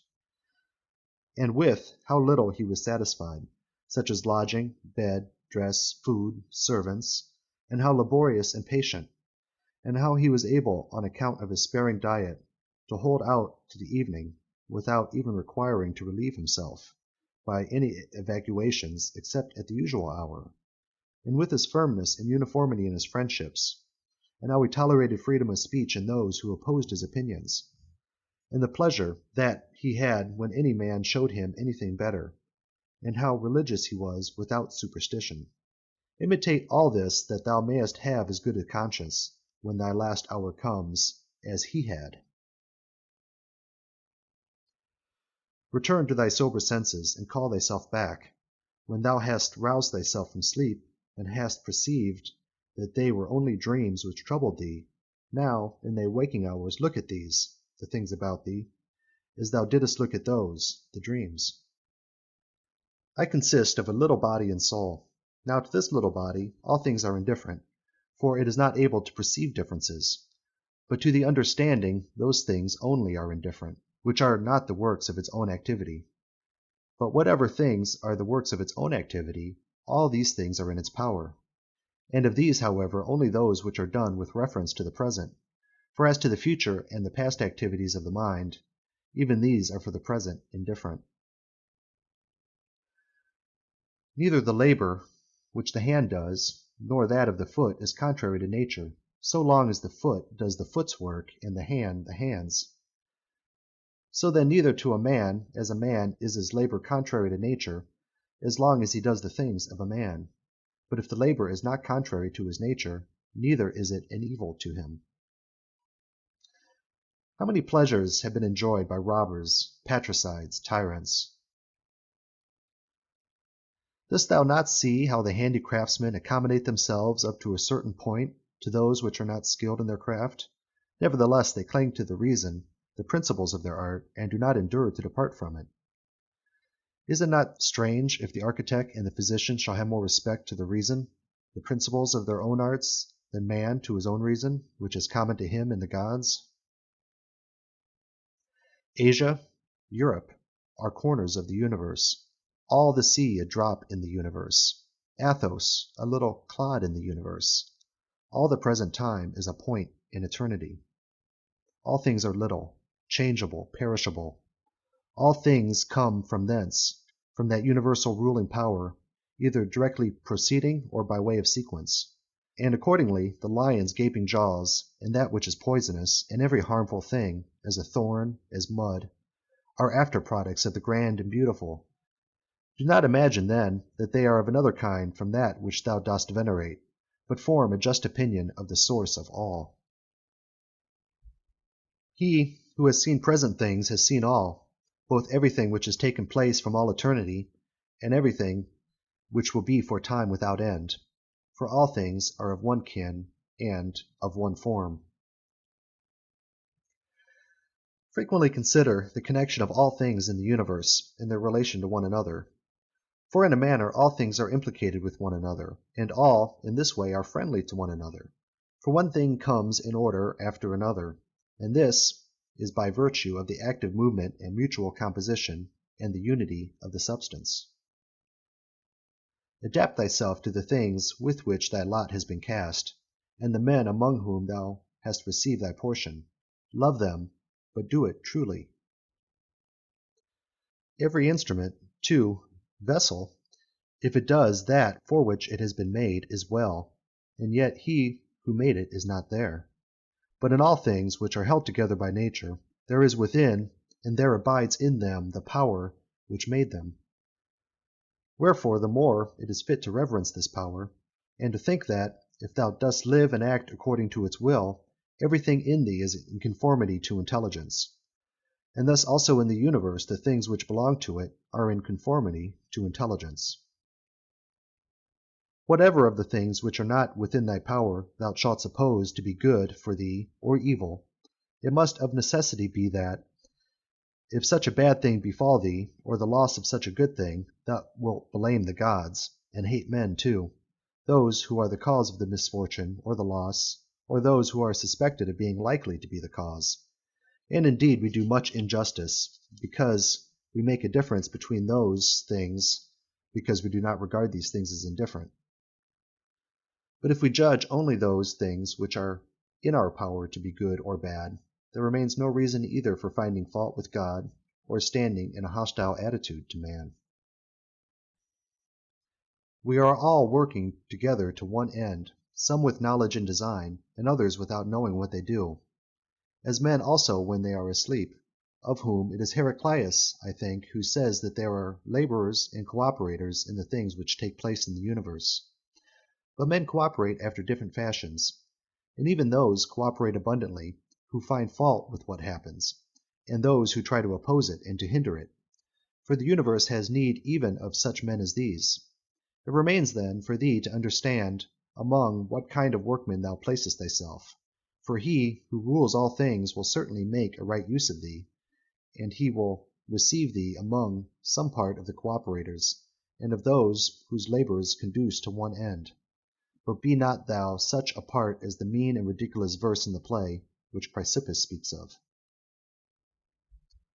Does the sun undertake to do the work of the rain, or Aesculapius the work of the fruit-bearer?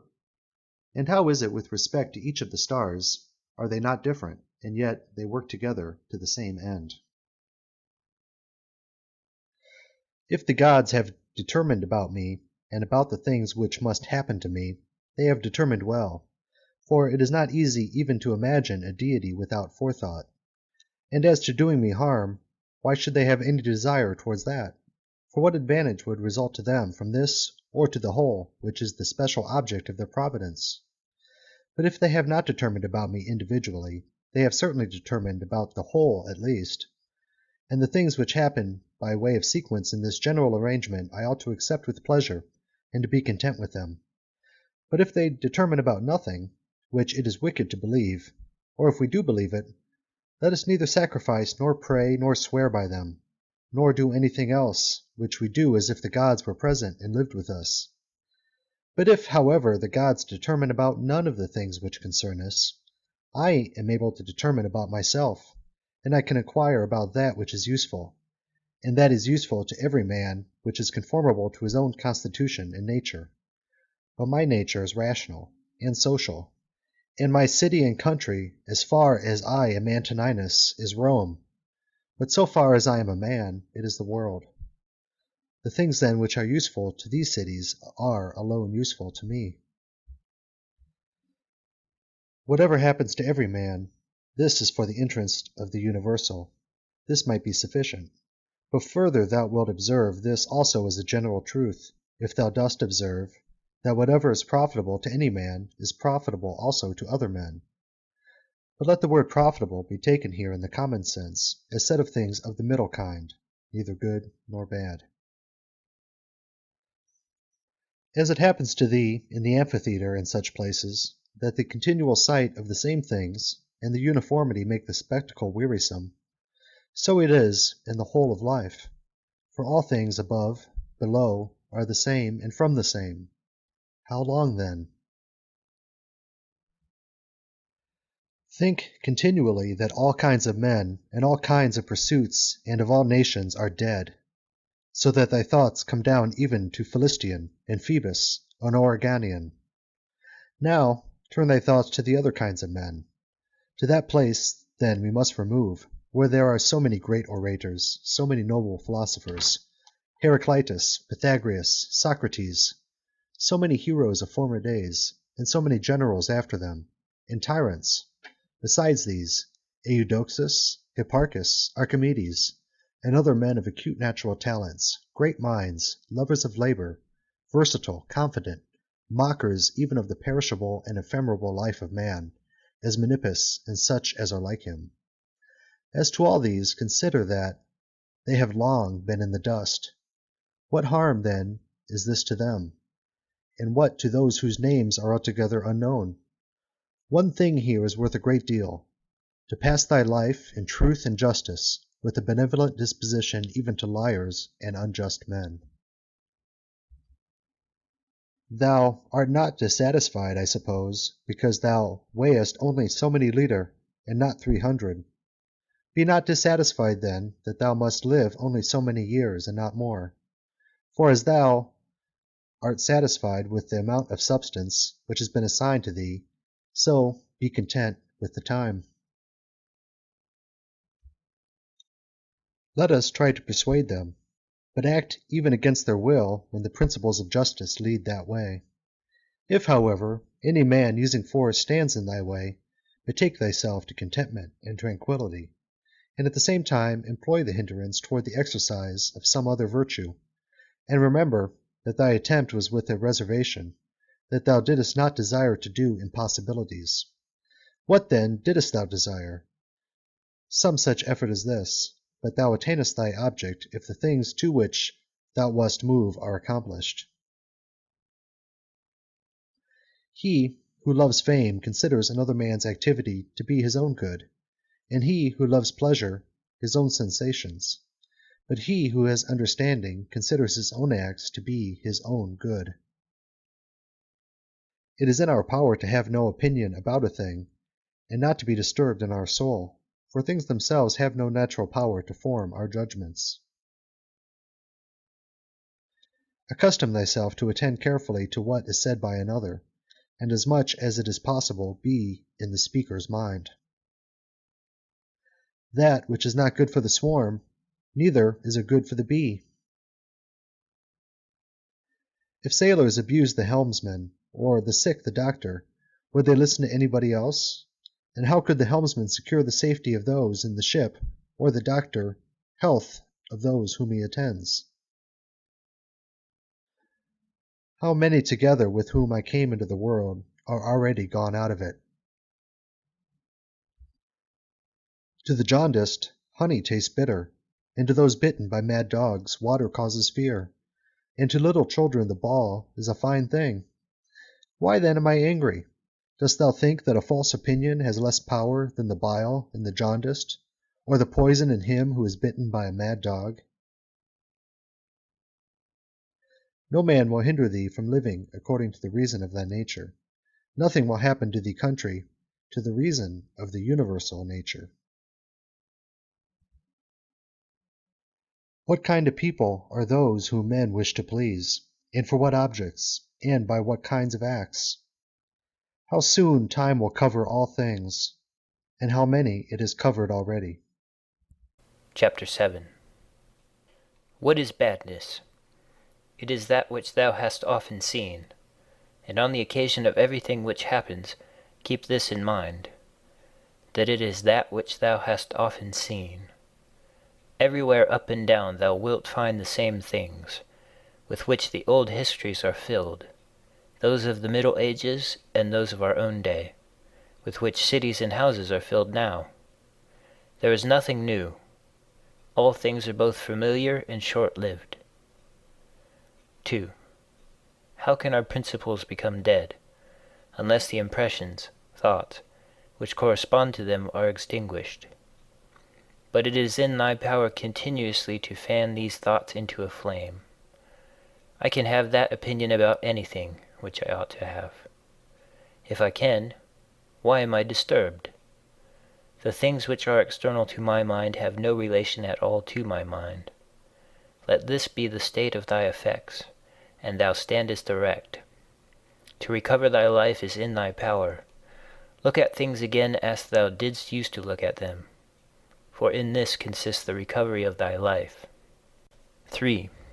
The idle business of show, plays on the stage, flocks of sheep, herds, exercises with spears, a bone to cast to little dogs, a bit of bread into fish ponds, laborings of ants and burden carrying, runnings about of frightened little mice, puppets pulled by strings, all alike. It is thy duty then in the midst of such things to show good humor, and not a proud air, to understand, however, that every man is worth just so much as the things are worth about which he busies himself. 4. In discourse thou must attend to what is said, and in every movement thou must observe what is doing, and in the one thou shouldst see immediately to what end it refers, but in the other watch carefully what is the thing signified. 5. Is my understanding sufficient for this or not? If it is sufficient, I use it for the work as an instrument given by the universal nature. But if it is not sufficient, then either I retire from the work and give way to him who is able to do it better, unless there be some reason why I ought not to do so, or I do it as well as I can, taking to help me the man who, with the aid of my ruling principle, can do what is now fit and useful for the general good. For whatsoever, either by myself or with another, I can do, ought to be directed to this only, to that which is useful and well suited to society. 6. How many after being celebrated by fame have been given up to oblivion, and how many who have celebrated the fame of others have long been dead?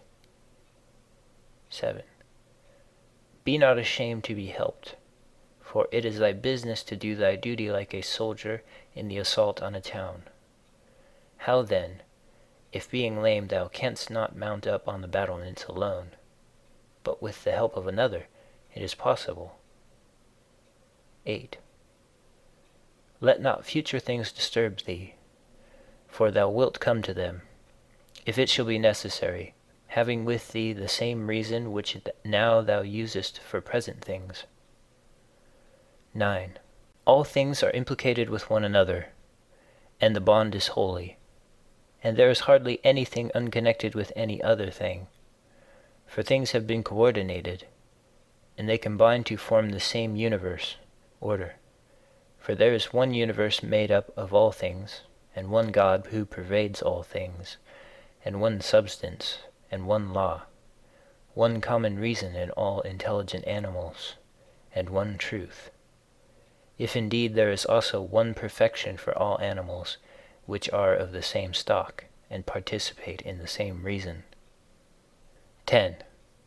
Everything material soon disappears in the substance of the whole, and everything formal, causal, is very soon taken back into the universal reason, and the memory of everything is very soon overwhelmed in time.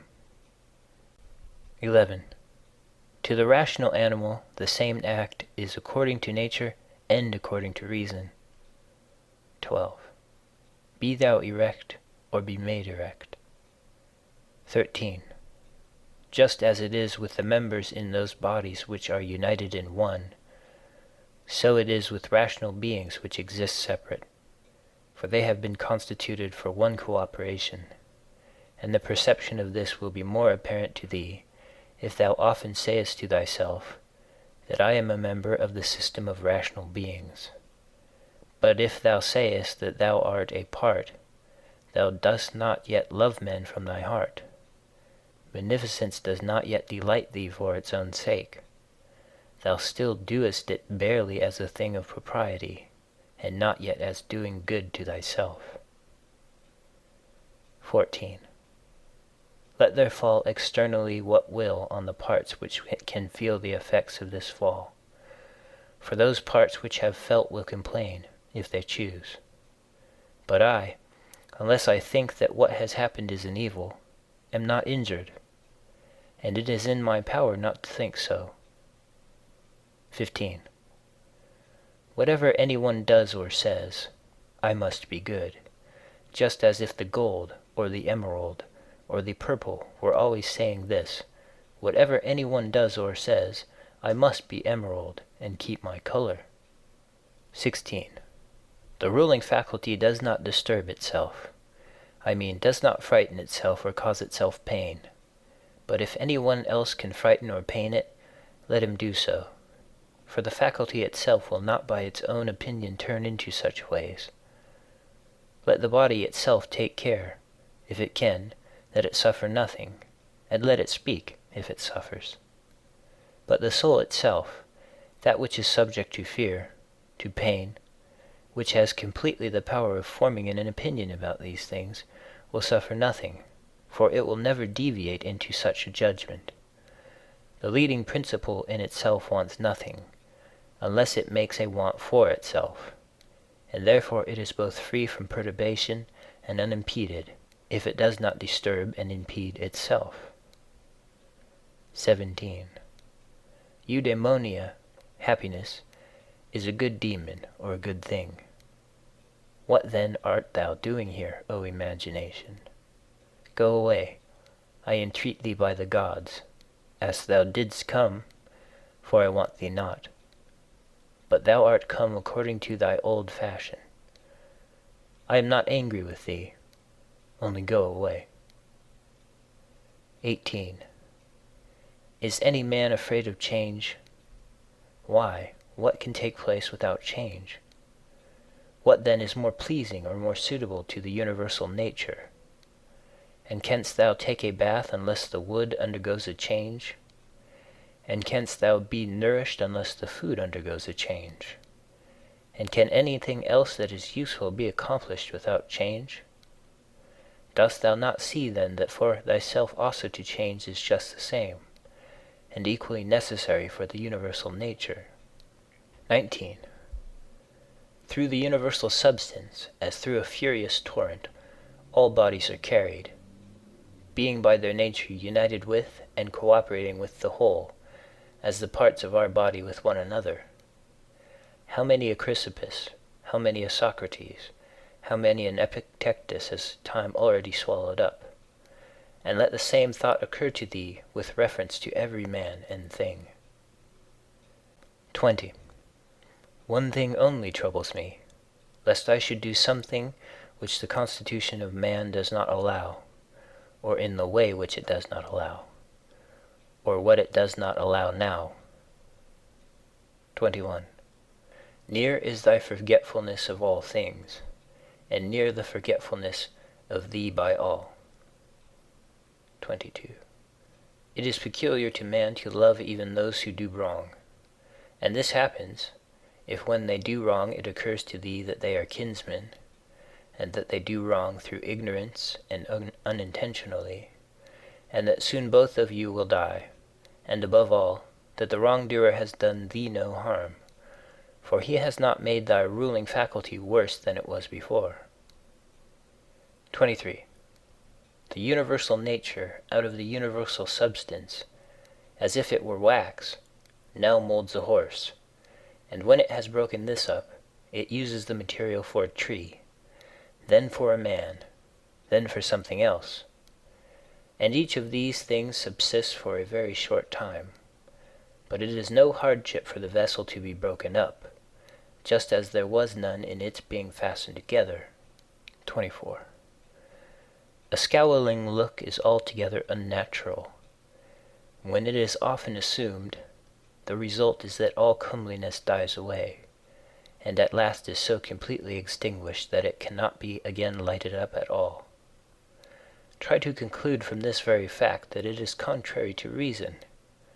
For if even the perception of doing wrong shall depart, what reason is there for living any longer? 25. Nature which governs the whole will soon change all things which thou seest, and out of their substance will make other things, and again other things from the substance of them, in order that the world may ever be new. 26. When a man has done thee any wrong, immediately consider with what opinion about good or evil he has done wrong. For when thou hast seen this, thou wilt pity him, and wilt neither wonder nor be angry. For either thou thyself thinkest the same thing to be good that he does, or another thing of the same kind. It is thy duty then to pardon him.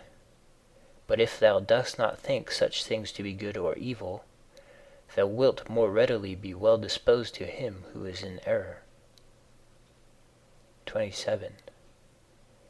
Think not so much of what thou hast not, as of what thou hast. But of the things which thou hast select the best, and then reflect how eagerly they would have been sought, if thou hadst them not. At the same time, however, take care that thou dost not, through being so pleased with them, accustom thyself to overvalue them, so as to be disturbed if ever thou shouldst not have them. 28. Retire into thyself. The rational principle which rules has this nature, that it is content with itself when it does what is just, and so secures tranquility. 29. Wipe out the imagination. Stop the pulling of the strings. Confine thyself to the present. Understand well what happens either to thee or to another. Divide and distribute every object into the causal, formal, and the material. Think of thy last hour. Let the wrong which is done by a man stay there where the wrong was done. 30. Direct thy attention to what is said. Let thy understanding enter into the things that are doing, and the things which do them. 31. Adorn thyself with simplicity and modesty, and with indifference toward the things which lie between virtue and vice. Love mankind. Follow God. The poet says that law rules all, and it is enough to remember that law rules all. 32. About death. Whether it is a dispersion or a resolution into atoms or annihilation, it is either extinction or change. 33. About pain. The pain which is intolerable carries us off, but that which lasts a long time is tolerable, and the mind maintains its own tranquility by retiring into itself, and the ruling faculty is not made worse. But the parts which are harmed by pain, let them, if they can, give their opinion about it. 34. About fame. Look at the minds of those who seek fame. Observe what they are, and what kind of things they avoid, and what kind of things they pursue. And consider that as the heaps of sand, piled on one another, hide the former sands, so in life the events which go before are soon covered by those which come after. 35. From Plato. The man who has an elevated mind and takes a view of all time and of all substance, dost thou suppose it possible for him to think that human life is anything great? It is not possible, he said. Such a man then will think that death also is no evil. Certainly not. 36. From Antisthenes. It is royal to do good and to be abused. 37. It is a base thing for the countenance to be obedient and to regulate and compose itself as the mind commands, and for the mind not to be regulated and composed by itself. 38. It is not right to vex ourselves at things, for they care not about it. 39. To the immortal gods and us give joy. 40. Life must be reaped like the ripe ears of corn. One man is born, another dies. 41. If gods care not for me and for my children, there is a reason for it. 42. For the good is with me, and the just. 43. No joining others in their wailing, no violent emotion. 44. From Plato. But I would make this man a sufficient answer, which is this: Thou sayest not well, if thou thinkest that a man who is good for anything at all ought to compute the hazard of life or death, and should not rather look to this only in all that he does, whether he is doing what is just or unjust, and the works of a good or a bad man. 45. For thus it is, men of Athens, in truth, wherever a man has placed himself thinking it the best place for him, or has been placed by a commander, there, in my opinion, he ought to stay, and to abide the hazard, taking nothing into the reckoning, either death or anything else, before the baseness of deserting his post. 46. But, my good friend, reflect whether that which is noble and good is not something different from saving and being saved. For as to a man living such or such a time, at least one who is really a man, consider if this is not a thing to be dismissed from the thoughts, and there must be no love of life. But as to these matters, a man must entrust them to the deity, and believe what the women say, that no man can escape his destiny, the next inquiry being how he may best live the time that he has to live. 47. Look round at the courses of the stars, as if thou wert going along with them, and constantly consider the changes of the elements into one another, for such thoughts purge away the filth of the terrene life. 48. This is a fine saying of Plato, that he who is discoursing about men should look also at earthly things as if he viewed them from some higher place, should look at them in their assemblies, armies, agricultural labors, marriages, treaties, births, deaths, noise of the courts of justice, desert places, various nations of barbarians, feasts, lamentations, markets, a mixture of all things, and an orderly combination of contraries. 49. Consider the past, such great changes of political supremacies. Thou mayest foresee also the things which will be, for they will certainly be of like form, and it is not possible that they should deviate from the order of the things which take place now. Accordingly, to have contemplated human life for 40 years is the same as to have contemplated it for 10,000 years. For what more wilt thou see? 50. That which has grown from the earth to the earth, but that which has sprung from heavenly seed back to the heavenly realms returns. This is either a dissolution of the mutual involution of the atoms, or a similar dispersion of the insentient elements. 51. With food and drinks and cunning magic arts, turning the channel's course to scape from death, the breeze which heaven has sent, we must endure, and toil without complaining. 52.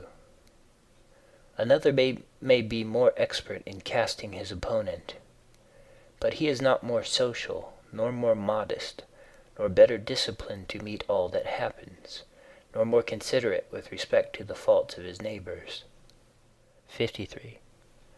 Where any work can be done conformably to the reason which is common to gods and men, there we have nothing to fear. For where we are able to get profits by means of the activity which is successful and proceeds according to our constitution, there no harm is to be suspected. 54. Everywhere and at all times it is in thy power piously to acquiesce in thy present condition, and to behave justly to those who are about thee, and to exert thy skill upon thy present thoughts, that nothing shall steal into them without being well examined. 55. Do not look around thee to discover other men's ruling principles, but look straight to this, to what nature leads thee, both the universal nature through the things which happen to thee, and thy own nature through the acts which must be done by thee. But every being ought to do that which is according to its constitution, and all other things have been constituted for the sake of rational beings, just as among irrational things the inferior for the sake of the superior, but the rational for the sake of one another. The prime principle, then, in man's constitution is the social, and the second is not to yield to the persuasions of the body, for it is the peculiar office of the rational and intelligent motion to circumscribe itself, and never to be overpowered either by the motion of the senses or of the appetites, for both are animal. But the intelligent motion claims superiority, and does not permit itself to be overpowered by the others, and with good reason, for it is formed by nature to use all of them. The third thing in the rational constitution is freedom from error and from deception. Let, then, the ruling principle holding fast to these things go straight on, and it has what is its own. 56. Consider thyself to be dead, and to have completed thy life up to the present time, and live according to nature the remainder which is allowed to thee. 57. Love that only which happens to thee and is spun with the thread of thy destiny, for what is more suitable? 58. In everything which happens, keep before thy eyes those to whom the same things happened, and how they were vexed, and treated them as strange things, and found fault with them. And now where are they? Nowhere. Why then dost thou too choose to act in the same way? And why dost thou not leave these agitations which are foreign to nature, and those who cause them, and those who are moved by them? And why art thou not altogether intent upon the right way of making use of the things which happen to thee? For then thou wilt use them well, and they will be a material for thee to work on. Only attend to thyself, and resolve to be a good man in every act which thou doest, and remember. 59. Look within. Within is the fountain of good, and it will ever bubble up, if thou wilt ever dig. 60. The body ought to be compact, and to show no irregularity either in motion or attitude. For what the mind shows in the face by maintaining in it the expression of intelligence and propriety, that ought to be required also in the whole body. But all these things should be observed without affectation. 61.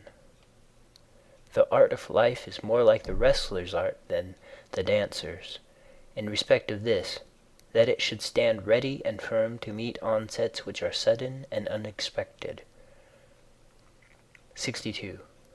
Constantly observe who those are whose approbation thou wishest to have, and what ruling principles they possess. For then thou wilt neither blame those who offend involuntarily, nor wilt thou want their approbation, if thou lookest to the sources of their opinions and appetites. 63. Every soul, the philosopher says, is involuntarily deprived of truth. Consequently, in the same way, it is deprived of justice and temperance and benevolence and everything of the kind. It is most necessary to bear this constantly in mind, for thus thou wilt be more gentle towards all. 64. In every pain let this thought be present, that there is no dishonor in it, nor does it make the governing intelligence worse, for it does not damage the intelligence either so far as the intelligence is rational or so far as it is social.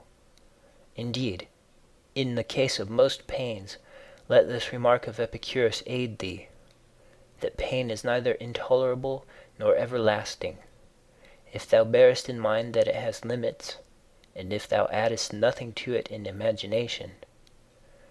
And remember this too, that we do not perceive that many things which are disagreeable to us are the same as pain, such as excessive drowsiness, and the being scorched by heat, and the having no appetite. When then thou art discontented about any of these things, say to thyself that thou art yielding to pain. 65. Take care not to feel towards the inhuman as they feel towards men. 66. How do we know if Teleologus was not superior in character to Socrates?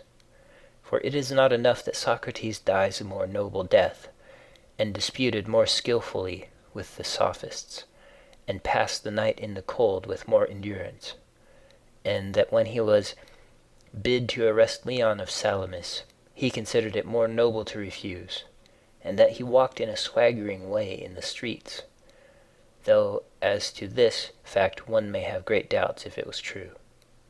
But we ought to inquire what kind of a soul it was that Socrates possessed, and if he was able to be content with being just towards men, and pious towards the gods, neither idly vexed on account of men's villainy, nor yet making himself a slave to any man's ignorance, nor receiving as strange anything that fell to his share out of the universal, nor enduring it as intolerable, nor allowing his understanding to sympathize with the effects of the miserable flesh.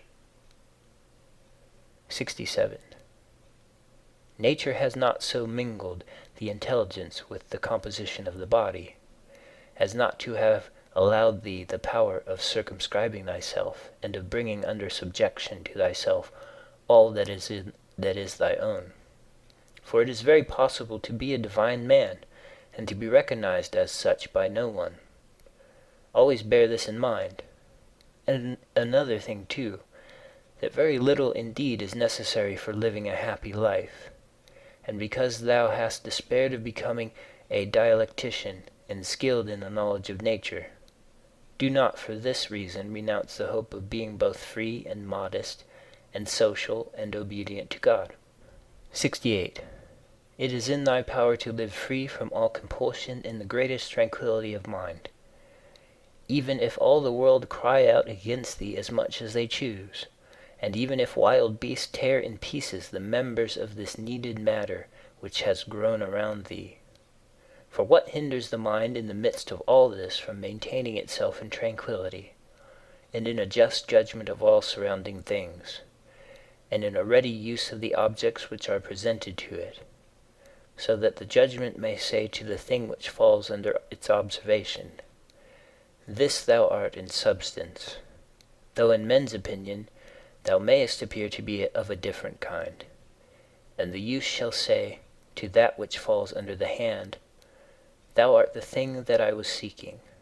For to me that which presents itself is always a material for virtue, both rational and political, and, in a word, for the exercise of art, which belongs to man or God. For everything which happens has a relationship either to God or man, and is neither new nor difficult to handle, but usual and apt matter to work on. 69. The perfection of moral character consists in this, in passing every day as the last, and in being neither violently excited, nor torpid, nor playing the hypocrite. 70.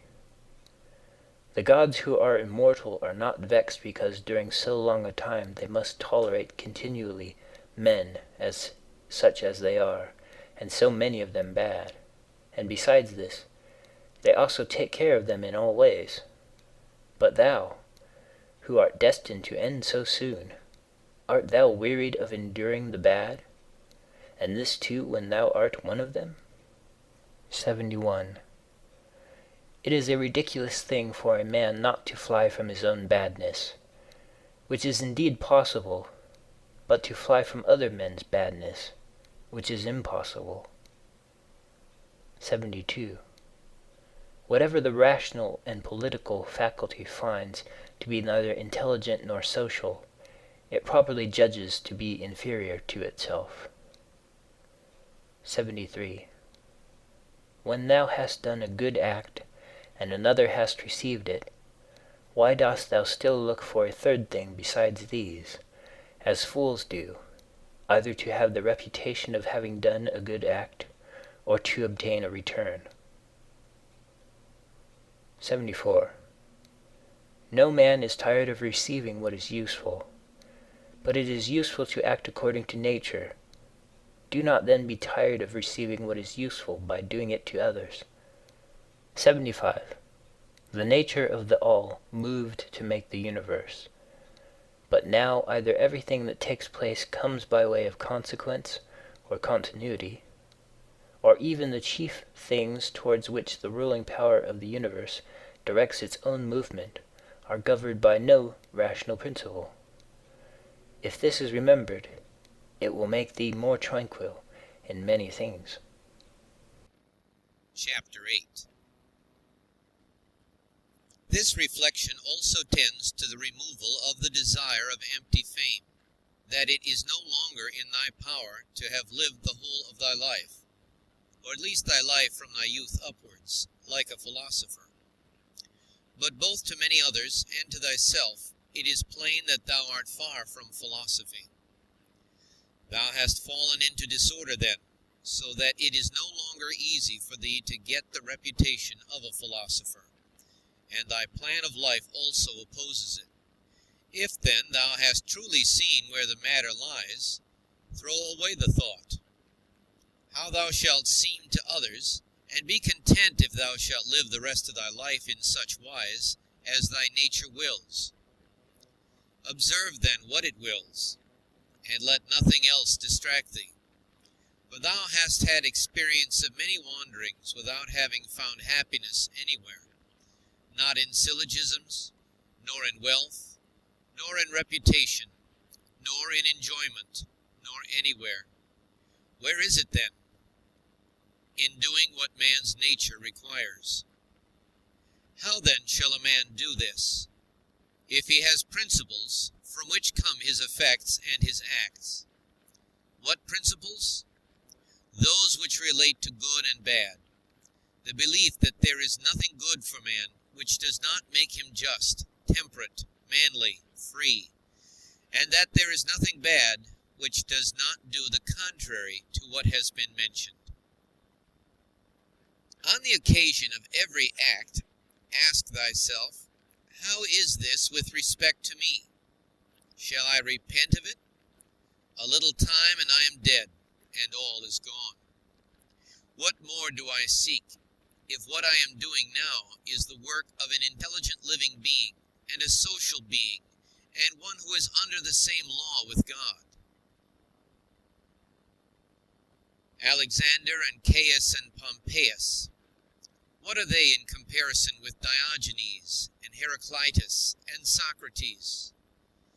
For they were acquainted with things, and their causes, forms, and their matter, and the ruling principles of these men were the same, or conformable to their pursuits. But as to the others, how many things had they to care for, and to how many things were they slaves? Consider that men will do the same things nevertheless, even though thou shouldst burst. This is the chief thing. Be not perturbed, for all things are according to the nature of the universal. And in a little time thou wilt be nobody and nowhere, like Hadrianus and Augustus. In the next place, having fixed thy eyes steadily on thy business, look at it. And at the same time, remembering that it is thy duty to be a good man, and what man's nature demands, do that without turning aside, and speak as it seems to thee most just. Only let it be with a good disposition, and with modesty, and without hypocrisy. The nature of the universal has this work to do, to remove to that place the things which are in this, to change them, to take them away hence, and to carry them there. All things are change, yet we need not fear anything new. All things are familiar to us, but the distribution of them still remains the same. Every nature is contented with itself when it goes on its way well, and a rational nature goes on its way well when in its thoughts it assents to nothing false or uncertain, and when it directs its movements to social acts only, and when it confines its desires and aversions to the things which are in its power, and when it is satisfied with everything that is assigned to it by the common nature. For of this common nature every particular nature is a part, as the nature of the leaf is a part of the nature of the plant, except that in the plant the nature of the leaf is part of a nature which has not perception or reason, and is subject to be impeded. But the nature of man is part of a nature which is not subject to impediments, and is intelligent and just, since it gives to everything in equal portions, and according to its worth, times, substance, cause, form, activity, and incident. But examined, not to discover that any one thing compared with any other single thing is equal in all respects, but by taking all the parts together of one thing, and comparing them with all the parts together of another. Thou hast not leisure, or ability, to read, but thou hast leisure, or ability, to check arrogance. Thou hast leisure to be superior to pleasure and pain. Thou hast leisure to be superior to love of fame, and not to be vexed at stupid and ungrateful people, nay, even to care for them.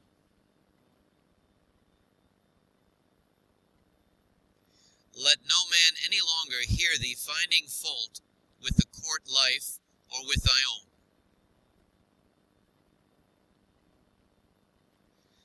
Repentance is a kind of self-reproof for having neglected something useful, but that which is good must be something useful, and the perfect good man should look after it. But no such man would ever repent of having refused any sensual pleasure. Pleasure, then, is neither good nor useful. This thing, what is it in itself, in its own constitution? What is its substance and material, and what its causal nature or form? And what is it doing in the world, and how long does it subsist?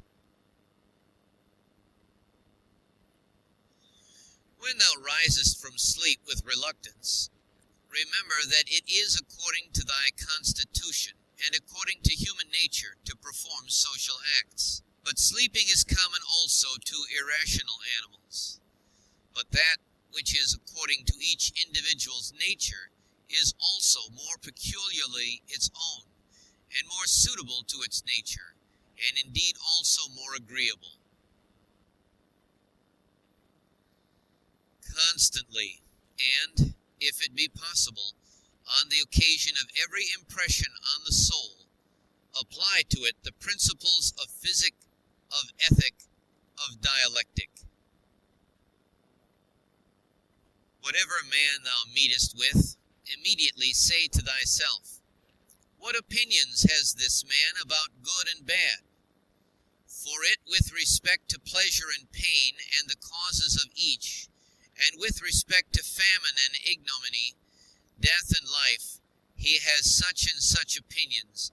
It will seem nothing wonderful or strange to me if he does such and such things, and I shall bear in mind that he is compelled to do so. Remember that as it is a shame to be surprised if the fig tree produces figs, so it is to be surprised if the world produces such and such things of which it is productive.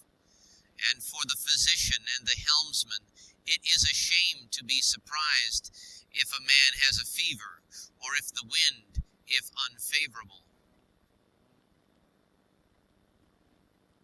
Remember that to change thy opinion and to follow him who corrects thy error is as consistent with freedom as it is to persist in thy error. For it is thy own, the activity which is exerted according to thy own movement and judgment, and indeed according to thy own understanding too. If a thing is in thy own power, why dost thou do it? But if it is in the power of another, whom dost thou blame? The atoms, chance, or the gods? Both are foolish. Thou must blame nobody. For if thou canst correct what is the cause, but if thou canst not do this, correct at least the thing itself. But if thou canst not do even this, of what use it to thee to find fault? For nothing should be done without a purpose. That which has died falls not out of the universe. If it stays here, it also changes here, and is dissolved into its proper parts, which are elements of the universe and of thyself. And these too change, and they murmur not. Everything exists for some end. A horse, a vine. Why dost thou wonder? Even the sun will say, I am for some purpose, and the rest of the gods will say the same. For what purpose then art thou? To enjoy pleasure? See if common sense allows this. Nature has had regard in everything no less to the end than to the beginning, and the continuance, just like the man who throws up a ball. What good is it then for the ball to be thrown up, or harm for it to come down, or even to have fallen? And what good is it to the bubble while it holds together, or what harm when it is burst? The same may be said of a light also. Turn it, the body, inside out, and see what kind of thing it is, and when it has grown old, what kind of thing it becomes, and when it is diseased. Short-lived are both the praiser and the praised, and the rememberer and the remembered. And all this in a nook of this part of the world, and not even here do all agree, no, not any one with himself, and the whole earth too is a point.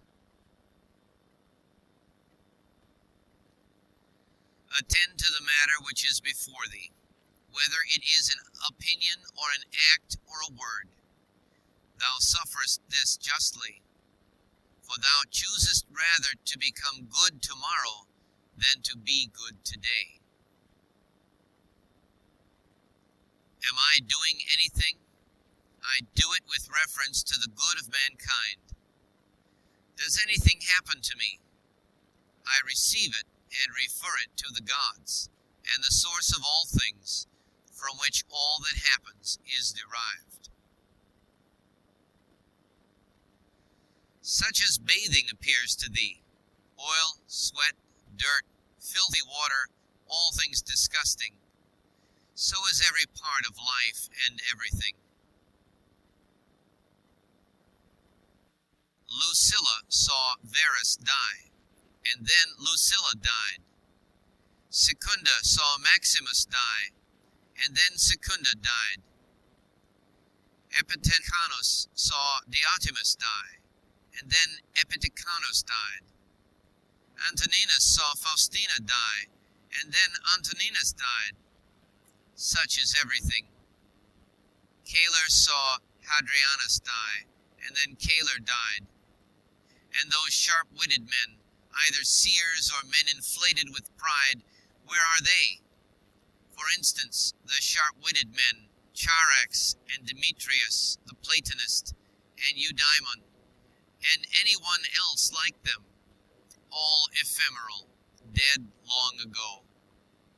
Some indeed have not been remembered even for a short time, and others have become the heroes of fables, and again others have disappeared even from fables.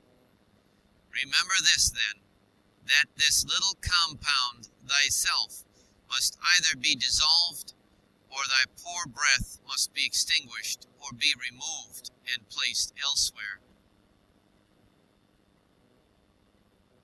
It is satisfaction to a man to do the proper works of a man.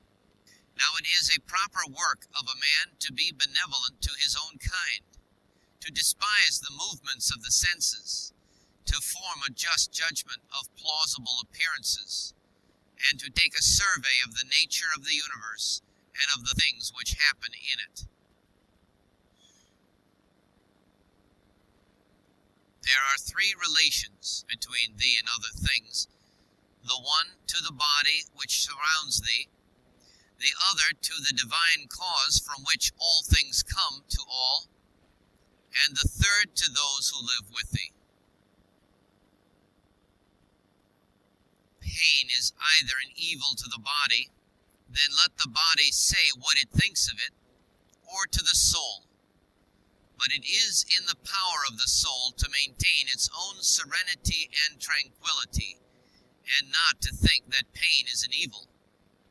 For every judgment and movement and desire and aversion is within, and no evil ascends so high. Wipe out thy imaginations by often saying to thyself, now it is in my power to let no badness be in this soul, nor desire, nor any perturbation at all.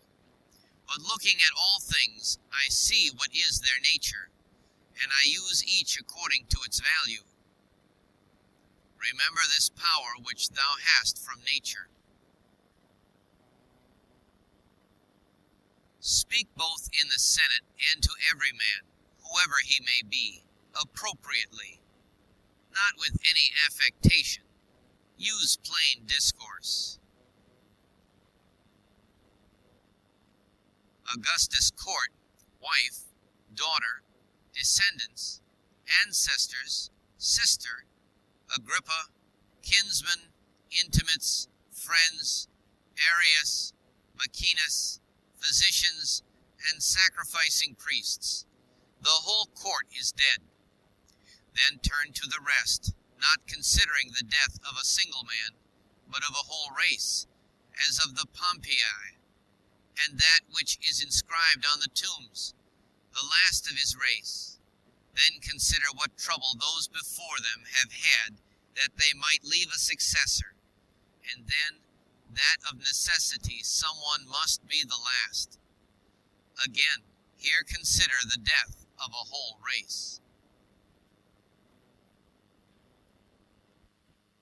It is thy duty to order thy life well in every single act, and if every act does its duty as far as is possible, be content, and no one is able to hinder thee, so that each act shall not do its duty. But something external will stand in the way. Nothing will stand in the way of thy acting justly and soberly and considerately, but perhaps some other active power will be hindered. Well, but by acquiescing in the hindrance, and by being content to transfer thy efforts to that which is allowed, another opportunity of action is immediately put before thee in place of that which was hindered, and one will adapt itself to this ordering of which we are speaking. Receive wealth or prosperity without arrogance, and be ready to let it go.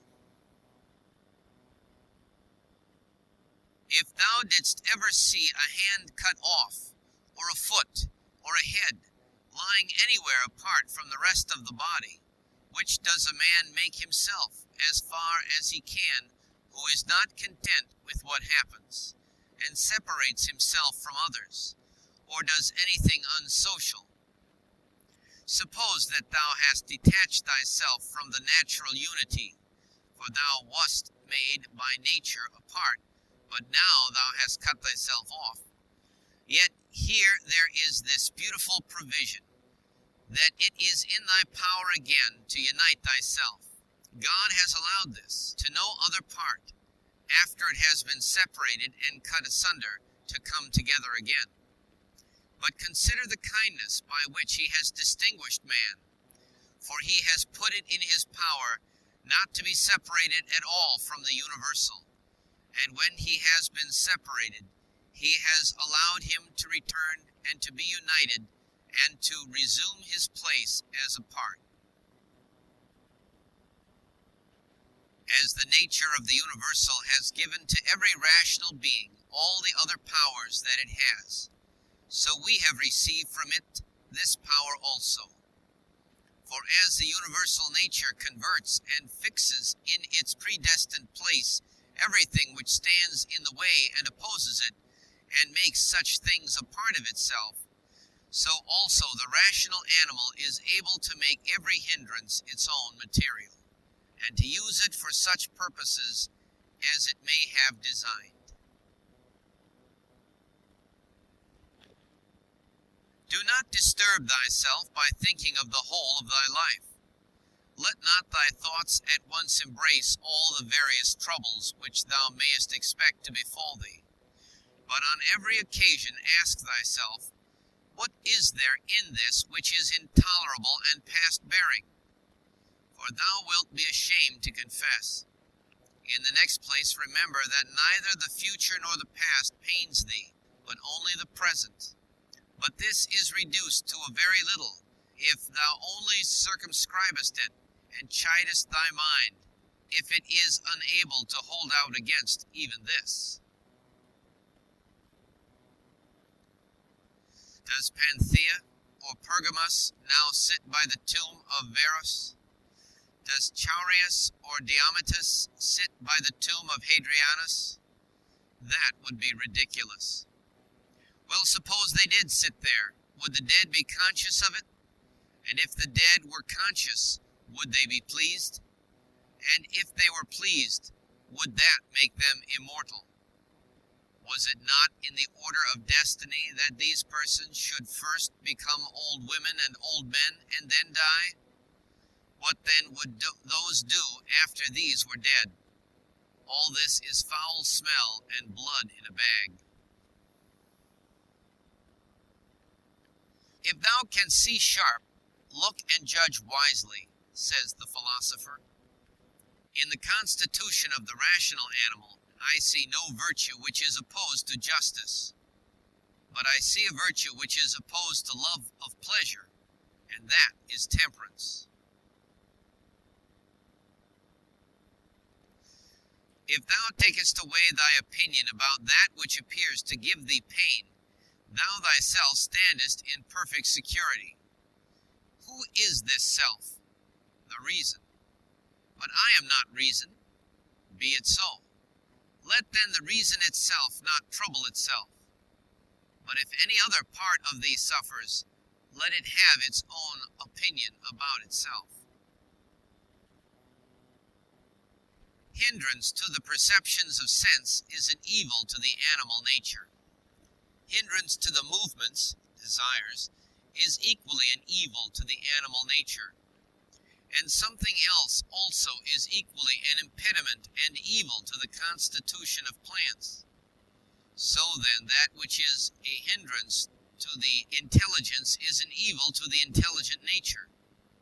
Apply all these things to thyself. Does pain or sensuous pleasure affect thee? The senses will look to that. Has any obstacle opposed thee in thy efforts toward an object? If indeed thou wast making this effort absolutely, unconditionally, or without any reservation, certainly this obstacle is an evil to thee, considered as a rational animal. But if thou takest into consideration the usual course of things, thou hast not yet been injured or even impeded. The things, however, which are proper to the understanding, no other man is used to impede. For neither fire, nor iron, nor tyrant, nor purse touches it in any way. When it has been made a sphere, it continues a sphere.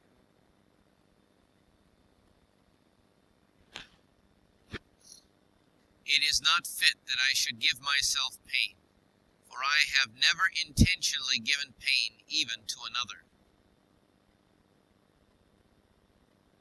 Different things delight different people, but it is my delight to keep the ruling faculty sound without turning either from any man or from any of the things which happen to men, but looking at and receiving all with welcome eyes and using everything according to its nature. See that thou secure this present time to thyself. For those who rather pursue posthumous fame do not consider that the men of aftertime will be exactly such as these whom they cannot bear now, and both are mortal.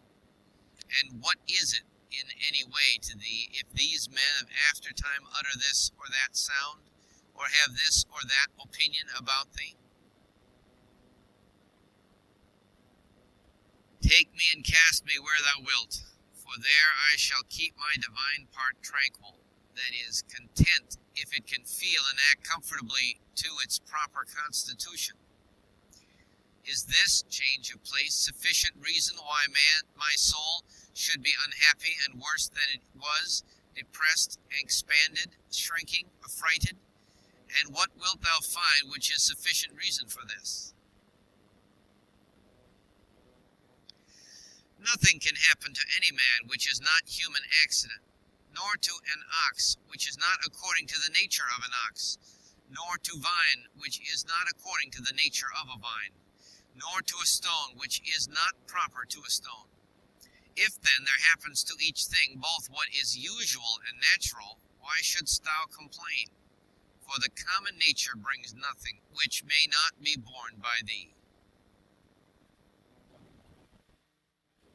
If thou art pained by any external thing, it is not this that disturbs thee, but by thy own judgment about it, and it is in thy power to wipe out this judgment now.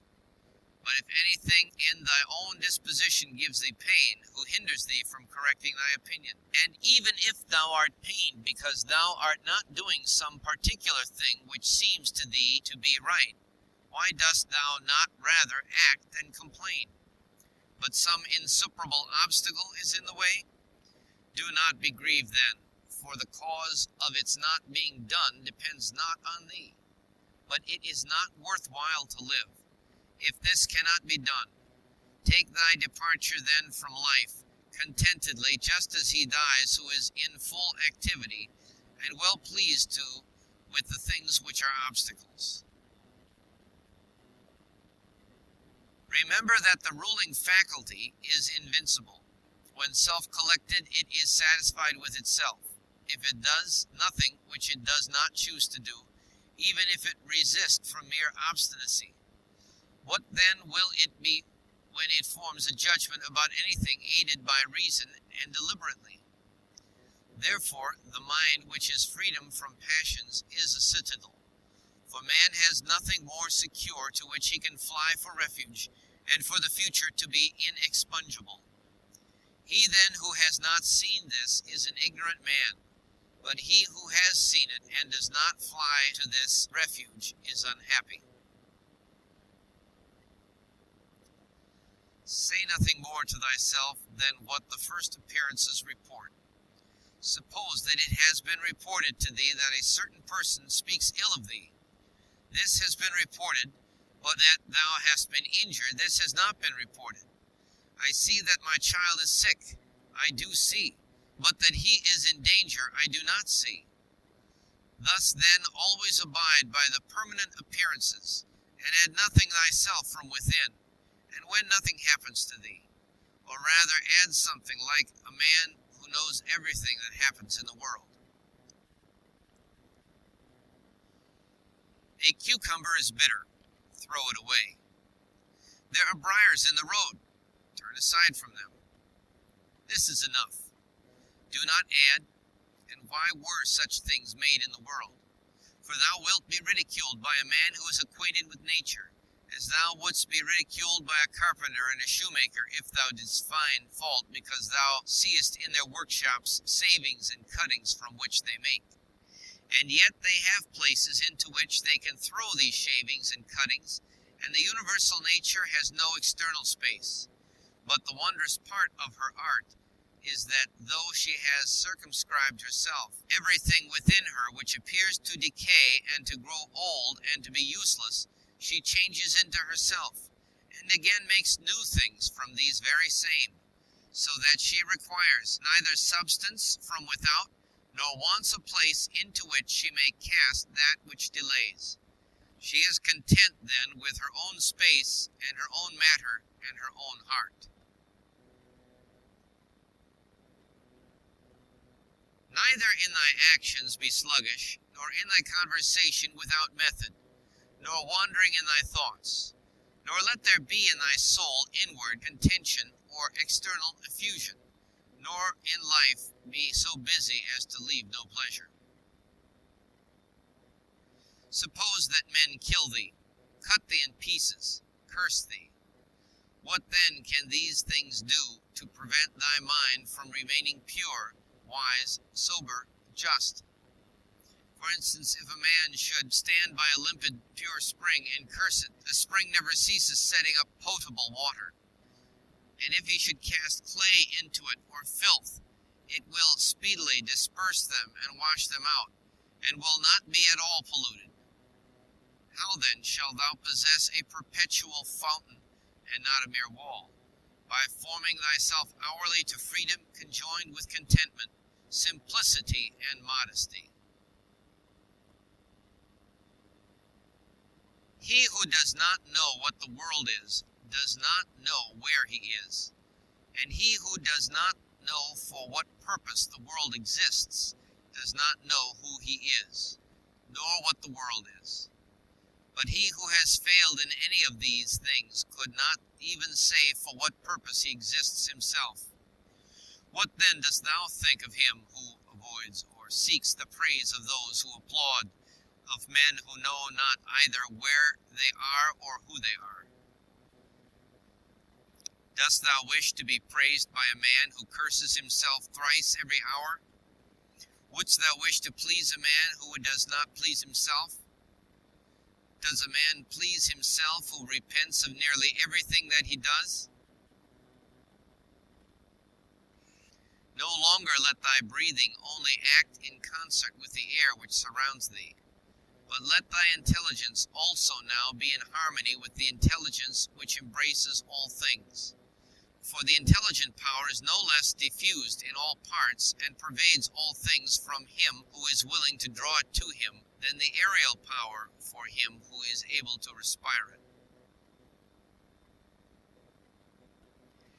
Generally, wickedness does no harm at all to the universe, and particularly the wickedness of one man does no harm or another. It is only harmful to him who has it in his power to be released from it as soon as he shall choose.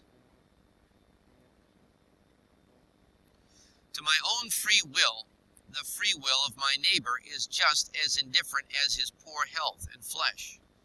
For though we are made especially for the sake of one another, still the ruling power of each of us has its own office, for otherwise my neighbor's wickedness would be my harm, which God has not willed, in order that my unhappiness might not depend on another. The sun appears to be poured down, and in all directions indeed it is diffused, yet it is not effused. For this diffusion is extension. Accordingly, its rays are called extensions, Greek, because they are extended, Greek. But one may judge what kind of a thing a ray is if he looks at the night's light passing through a narrow opening into a darkened room. For it is extended in a right line, and as it were is divided when it meets with any solid body which stands in the way and intercepts the air beyond. But there the light remains fixed and does not glide or fall. Such then ought to be the outpouring and affection of the understanding, and it should in no way be an effusion, but an extension. And it should make no violent or impetuous collision with the obstacles which are in its way, nor yet fall down, but be fixed and enlighten that which receives it. For a body will deprive itself of the illumination if it does not admit it. He who fears death either fears the loss of sensation or a different kind of sensation. But if thou shalt have no sensation, neither wilt thou feel any harm. And if thou shalt acquire another kind of sensation, thou wilt be a kind of living being who will not cease. Men exist for the sake of one another. Teach them then, or bear with them. In one way an arrow moves, in another way the mind. The mind indeed, both when it exercises caution and when it is employed about iniquity, moves straight onward not the less, and to its object. Enter into every man's ruling faculty, and also let every other man enter into thine. Chapter 9. He who acts unjustly acts impiously. For since the universal nature has made rational animals for the sake of one another, to help one another according to their deserts, but in no way to injure one another, he who transgresses her will is clearly guilty of impiety towards the highest divinity. And he too who lies is guilty of impiety to the same divinity. For the universal nature is the nature of things that are, and things that are have a relation to all things that come into existence. And further, this universal nature is named truth, and is the prime cause of all things that are true. He then who lies intentionally is guilty of impiety, inasmuch as he acts unjustly by deceiving. And he who also lies unintentionally, inasmuch as he is at variance with the universal nature, and inasmuch as he disturbs the order by fighting against the nature of the world, for he fights against it who is moved of himself to that which is contrary to truth, for he had received powers from nature through the neglect of which he is not able now to distinguish falsehood from truth. And indeed, he who pursues pleasure as good and avoids pain as evil is guilty of impiety. For of necessity such a man must often find fault with the universal nature, alleging that it assigns things to the bad and the good contrary to their deserts, because frequently the bad are in the enjoyment of pleasure, and possess the things which procure pleasure, but the good have pain for their share, and the things which cause pain. And further, he who is afraid of pain will sometimes also be afraid of some things which will happen in the world, and even this is impiety. And he who pursues pleasure will not abstain from injustice, and this is plainly impiety. Now, with respect to the things toward which the universal nature is equally affected, for it would not have made both unless it was equally affected towards both, towards these they who wish to follow nature should be of the same mind with it, and equally affected. With respect to pain, then, and pleasure, or death and life, or honor and dishonor, which the universal nature employs equally, whoever is not equally affected is manifestly acting impiously. And I say that the universal nature employs them equally, instead of saying that they happen alike to those who are produced in continuous series, and to those who come after them by virtue of a certain original movement of providence, according to which it moved from a certain being to this ordering of things, having conceived certain principles of the things which were to be, and having determined powers productive of beings and of changes and of such like successions.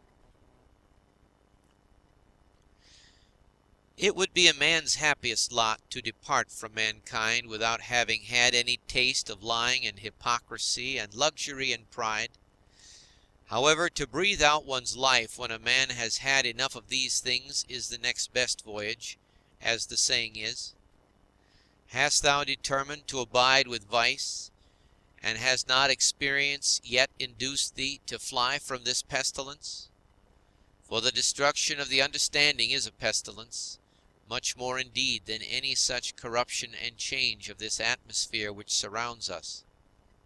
For this corruption is a pestilence of animals, so far as they are animals, but the other is a pestilence of men, so far as they are men. Do not despise death, but be well content with it, since this too is one of those things which nature wills. For such as it is to be young and to grow old, and to increase and to reach maturity, and to have teeth and beard and gray hairs, and to beget and be pregnant, and to bring forth, and all the other natural operations which the seasons of thy life bring, such also is dissolution. This, then, is consistent with the character of a reflecting man, to be neither careless nor impatient, nor contemptuous with respect to death, but to wait for it as one of the operations of nature.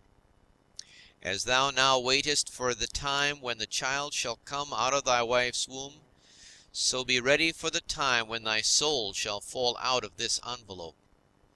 But if thou requirest also a vulgar kind of comfort which shall reach thy heart, thou wilt be made best reconciled to death by observing the objects from which thou art going to be removed, and the morals of those with whom thy soul will no longer be mingled.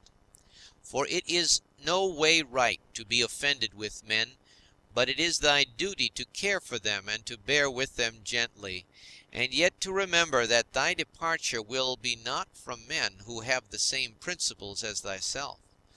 For this is the only thing, if there be any, which could draw us the contrary way and attach us to life, to be permitted to live with those who have the same principles as ourselves.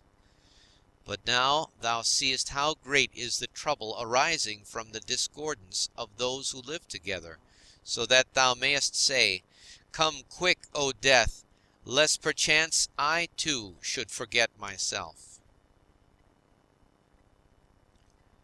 He who does wrong against himself. He who acts unjustly to himself, because he makes himself bad. He often acts unjustly who does not do a certain thing, not only he who does a certain thing. Thy present opinion, founded on understanding, and thy present conduct, directed to social good, and thy present disposition of contentment with everything which happens, that is enough.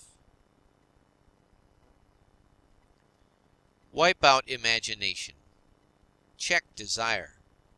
Extinguish appetite. Keep the ruling faculty in its own power. Among the animals which have not reason, one life is distributed. But among reasonable animals, one intelligent soul is distributed, just as there is one earth of all things which are of an earthly nature, and we see by one light and breathe one air, all of us that have the faculty of vision, and all that have life.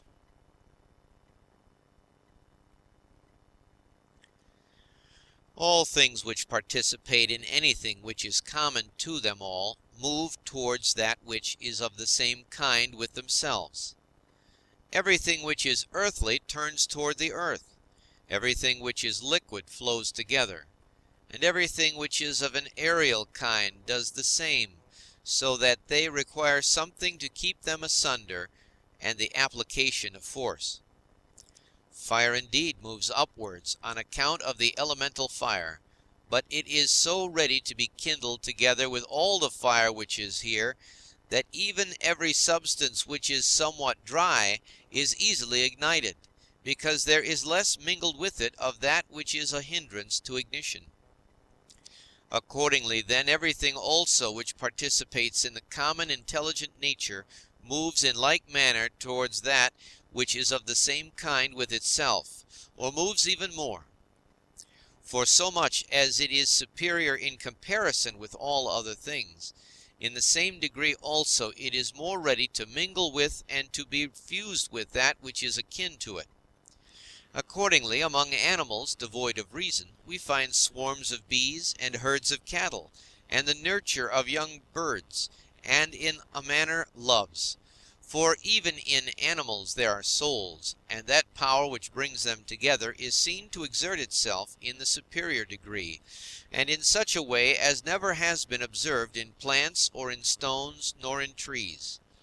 But in rational animals there are political communities and friendships, and families and meetings of people, and in wars, treaties, and armistices.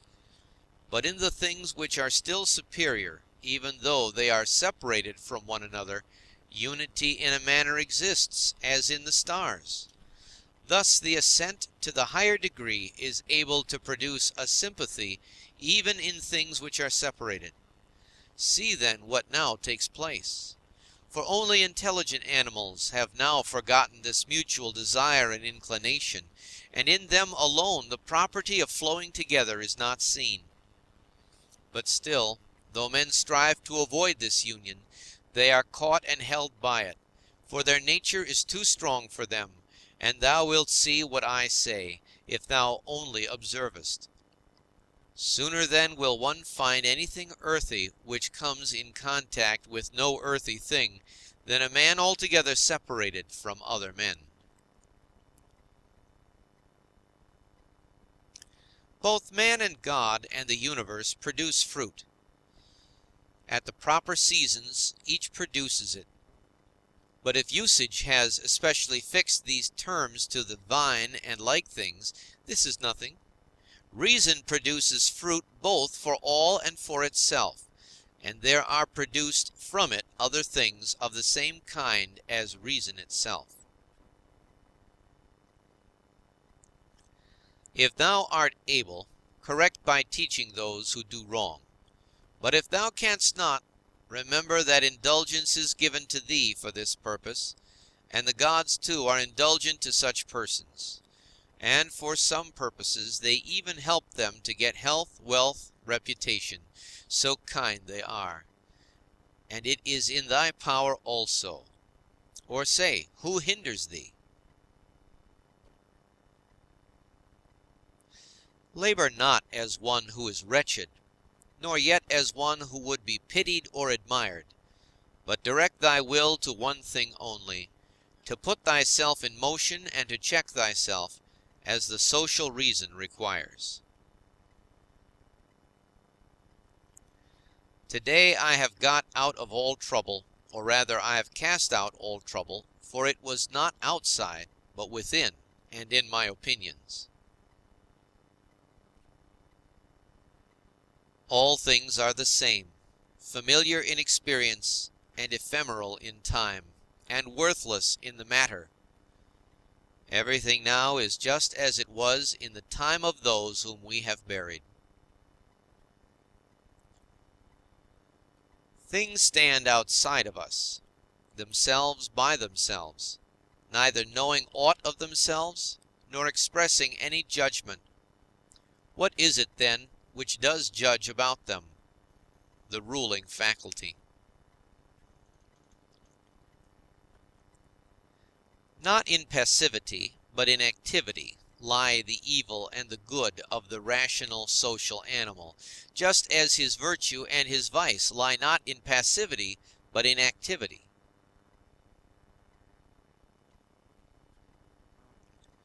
For the stone which has been thrown up, it is no evil to come down, nor indeed any good to have been carried up. Penetrate inwards into men's leading principles, and thou wilt see what judges thou art afraid of, and what kind of judges they are of themselves. All things are changing, and thou thyself art in continuous mutation, and in a manner in continuous destruction, and the whole universe too. It is thy duty to leave another man's wrongful act there where it is. Termination of activity, cessation from movement and opinion, and in a sense their death, is no evil. Turn thy thoughts now to the consideration of thy life as a child, as a youth, thy manhood, thy old age. For in these also every change was a death. Is anything to fear? Turn thy thoughts now to thy life under thy grandfather, then to thy life under thy mother, then to thy life under thy father. As thou findest many other differences and changes and terminations, ask thyself, is this anything to fear? In like manner, then, neither are the termination and cessation and change of thy whole life a thing to be afraid of. Hasten to examine thy own ruling faculty, and that of the universe, and that of thy neighbor. Thy own, that thou mayest make it just, and that of the universe, that thou mayest remember of what thou art a part, and that of thy neighbor, that thou mayest know whether he has acted ignorantly or with knowledge, and that thou mayest also consider that his ruling faculty is akin to thine.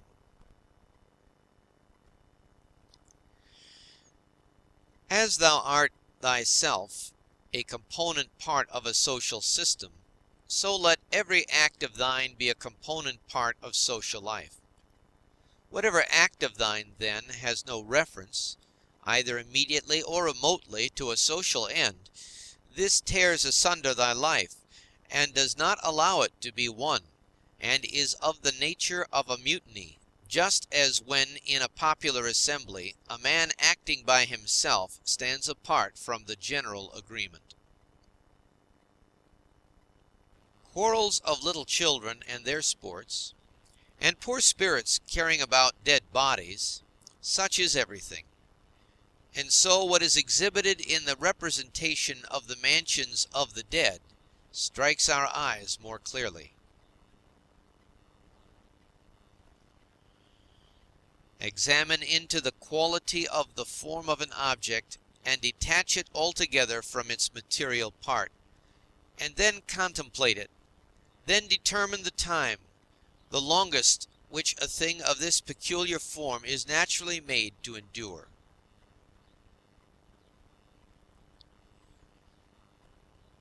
Thou hast endured infinite troubles through not being contented with thy ruling faculty, when it does the things which it is constituted by nature to do. But enough of this.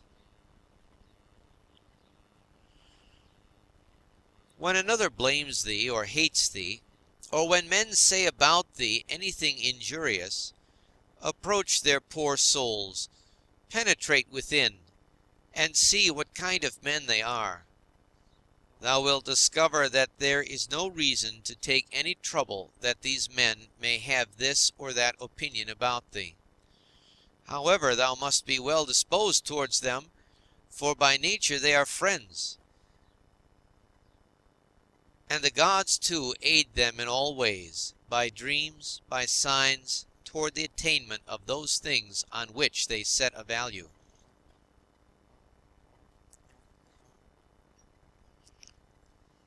The periodic movements of the universe are the same up and down from age to age.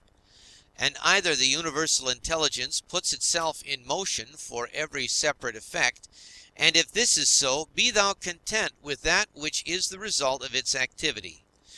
Or it puts itself in motion once, and everything else comes by way of sequence in a manner, or indivisible elements are the origin of all things.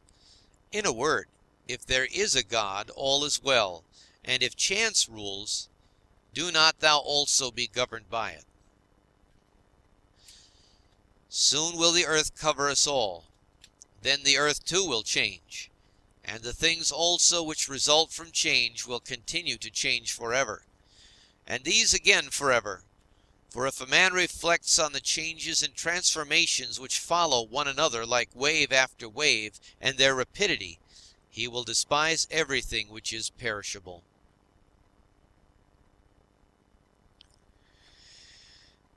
The universal cause is like a winter torrent. It carries everything along with it. But how worthless are all these poor people who are engaged in matters political, and, as they suppose, are playing the philosopher. All are drivellers. Well, then, man, do what nature now requires. Set thyself in motion, if it is in thy power, and do not look about thee to see if anyone will observe it, nor yet expect Plato's Republic. But be content if the smallest thing goes on well, and consider such an event to be no small matter. For who can change men's opinions? And without a change of opinions, what else is there than the slavery of men who groan while they pretend to obey? Come now and tell me of Alexander and Philippus and Demetrius and Phalerum. They themselves shall judge whether they discovered what the common nature required, and train themselves accordingly. But if they acted like tragedy heroes, no one has condemned me to imitate them. Simple and modest is the work of philosophy. Draw me not aside to insolence and pride. Look down from above on the countless herds of men and their countless solemnities, and the infinity varied voyagings into storms and calms, and the differences among those who are born, who live together and die. And consider too the life lived by others in olden time, and the life of those who will live after thee, and the life now lived among barbarous nations, and how many know not even thy name, and how many will soon forget it, and how they who perhaps now are praising thee will very soon blame thee, and that neither a posthumous name is of any value, nor reputation, nor anything else.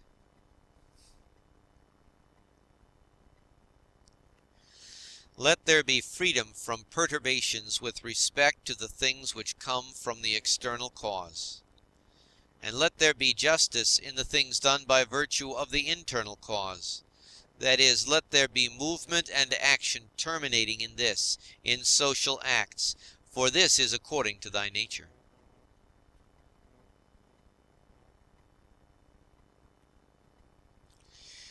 Thou canst remove out of the way many useless things among those which disturb thee, for they lie entirely in thy opinion.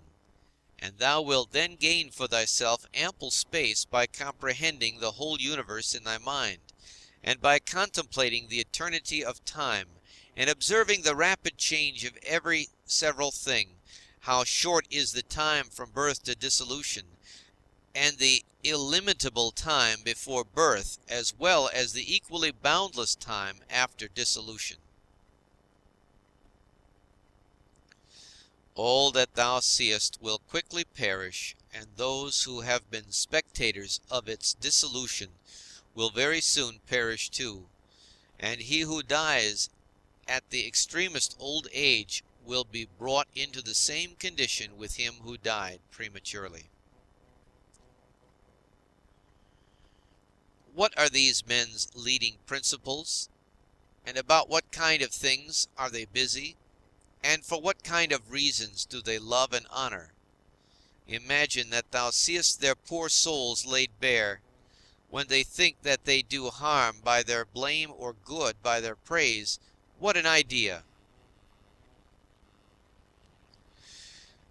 Loss is nothing else than change.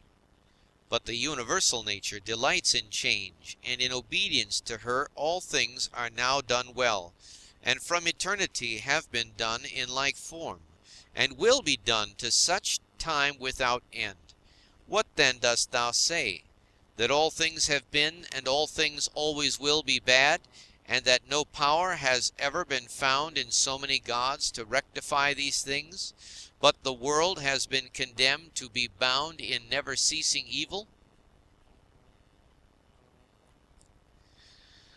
The rottenness of the matter which is the foundation of everything, water, dust, bones, filth, or again, marble rocks, the callosities of the earth, and gold and silver and sediments and garments, only bits of hair and purple dye, blood and everything else is of the same kind, and that which is of the nature of breath is also another thing of the same kind, changing from this to that. Enough of this wretched life, and murmurings, and apish tricks. Why art thou disturbed? What is there new in this? What unsettles thee? Is it the form of the thing? Look at it. Or is it the matter? Look at it. But besides these there is nothing. Toward the gods, then, now become at last more simple and better, it is the same whether we examine these things for 100 years or 3. If any man has done wrong, the harm is his own. But perhaps he has not done wrong.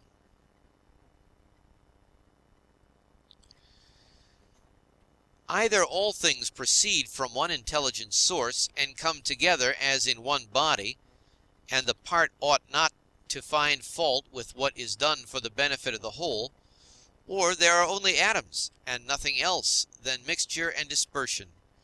Why then art thou disturbed?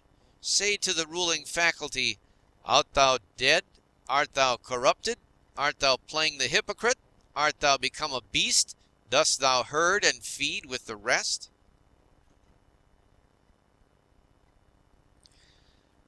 Either the gods have no power, or they have power. If then they have no power, why dost thou pray to them?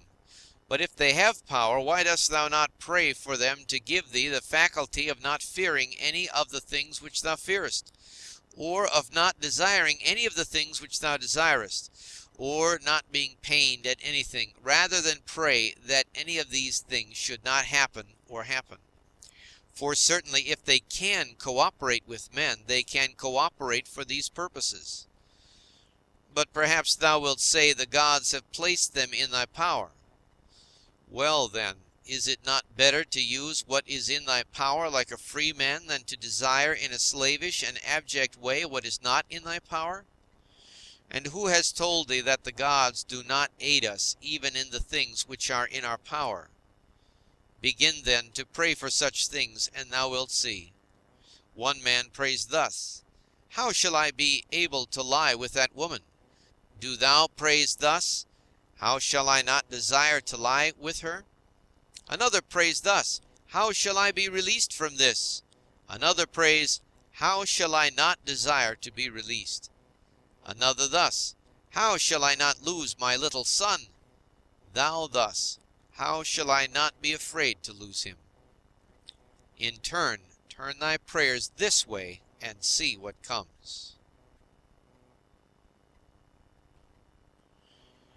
Epicurus says, "In my sickness, my conversation was not about my bodily sufferings, nor, says he, did I talk on such subjects to those who visited me, but I continued to discourse on the nature of things as before, keeping to this main point, how the mind, while participating in such movements as go on in the poor flesh, shall be free from perturbations and maintain its proper good.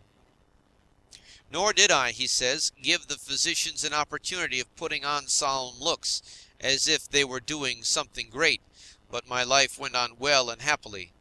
Do then the same that he did, both in sickness, if thou art sick, and in any other circumstances.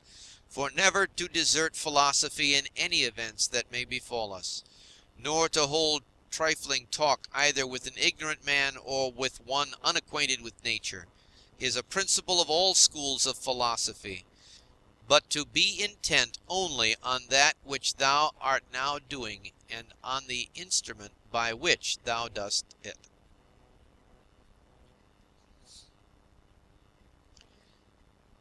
When thou art offended with any man's shameless conduct, immediately ask thyself, is it possible then that shameless men should not be in the world? It is not possible. Do then require what is impossible, for this man also is one of those shameless men who must of necessity be in the world. Let the same considerations be present to thy mind in the case of the knave and the faithless man, and of every man who does wrong in any way. For at the same time that thou dost remind thyself that it is impossible that such kind of men should not exist, thou wilt become more kindly disposed toward every one individually. It is useful to perceive this too, immediately when the occasion arises, that virtue nature has given to man to oppose to every wrongful act. For she has given to man, as an antidote against a stupid man, mildness, and against another kind of man some other power. And in all cases it is possible for thee to correct thy teaching the man who is gone astray. For every man who errs misses his object and is gone astray. Besides, wherein hast thou been injured? For thou wilt find that no one among those against whom thou art irritated has done anything by which thy mind could be made worse. But that which is evil to thee and harmful has its foundation only in the mind. And what harm is done, or what is there strange, if the man who has not been instructed does the acts of an uninstructed man? Consider whether thou shouldest not rather blame thyself, because thou didst not expect such a man to err in such a way. For thou hast means given thee by thy reason to suppose that it was likely that he would commit this error, and yet thou hast forgotten and art amazed that he has erred. But most of all, when thou blamest him as a father or ungrateful, turn thyself, for the fault is manifestly thy own. Whether thou didst trust that a man who had such a disposition would keep his promise, or when conferring thy kindness thou didst not confer it absolutely, nor yet in such a way as to have received from thy very act all the profit. For what more dost thou want when thou hast done a man a service?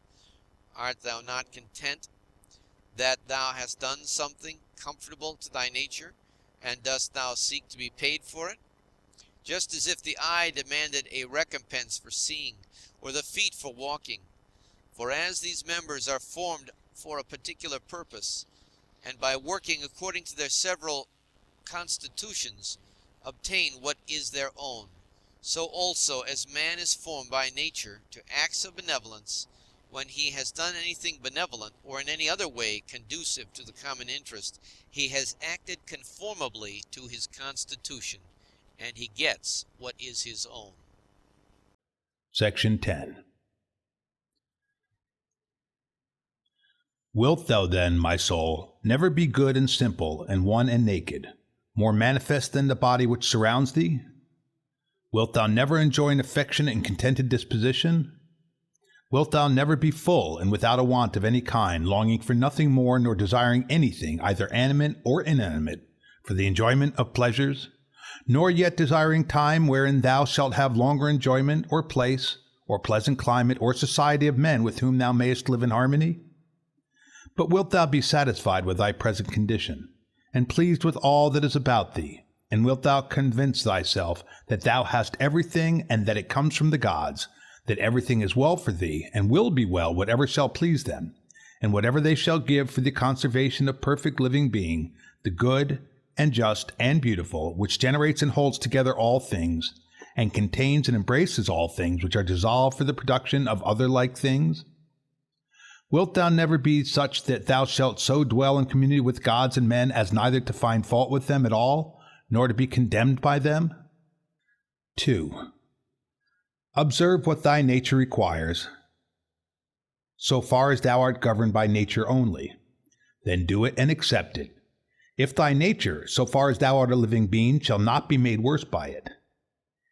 And next thou must observe what thy nature requires so far as thou art a living being.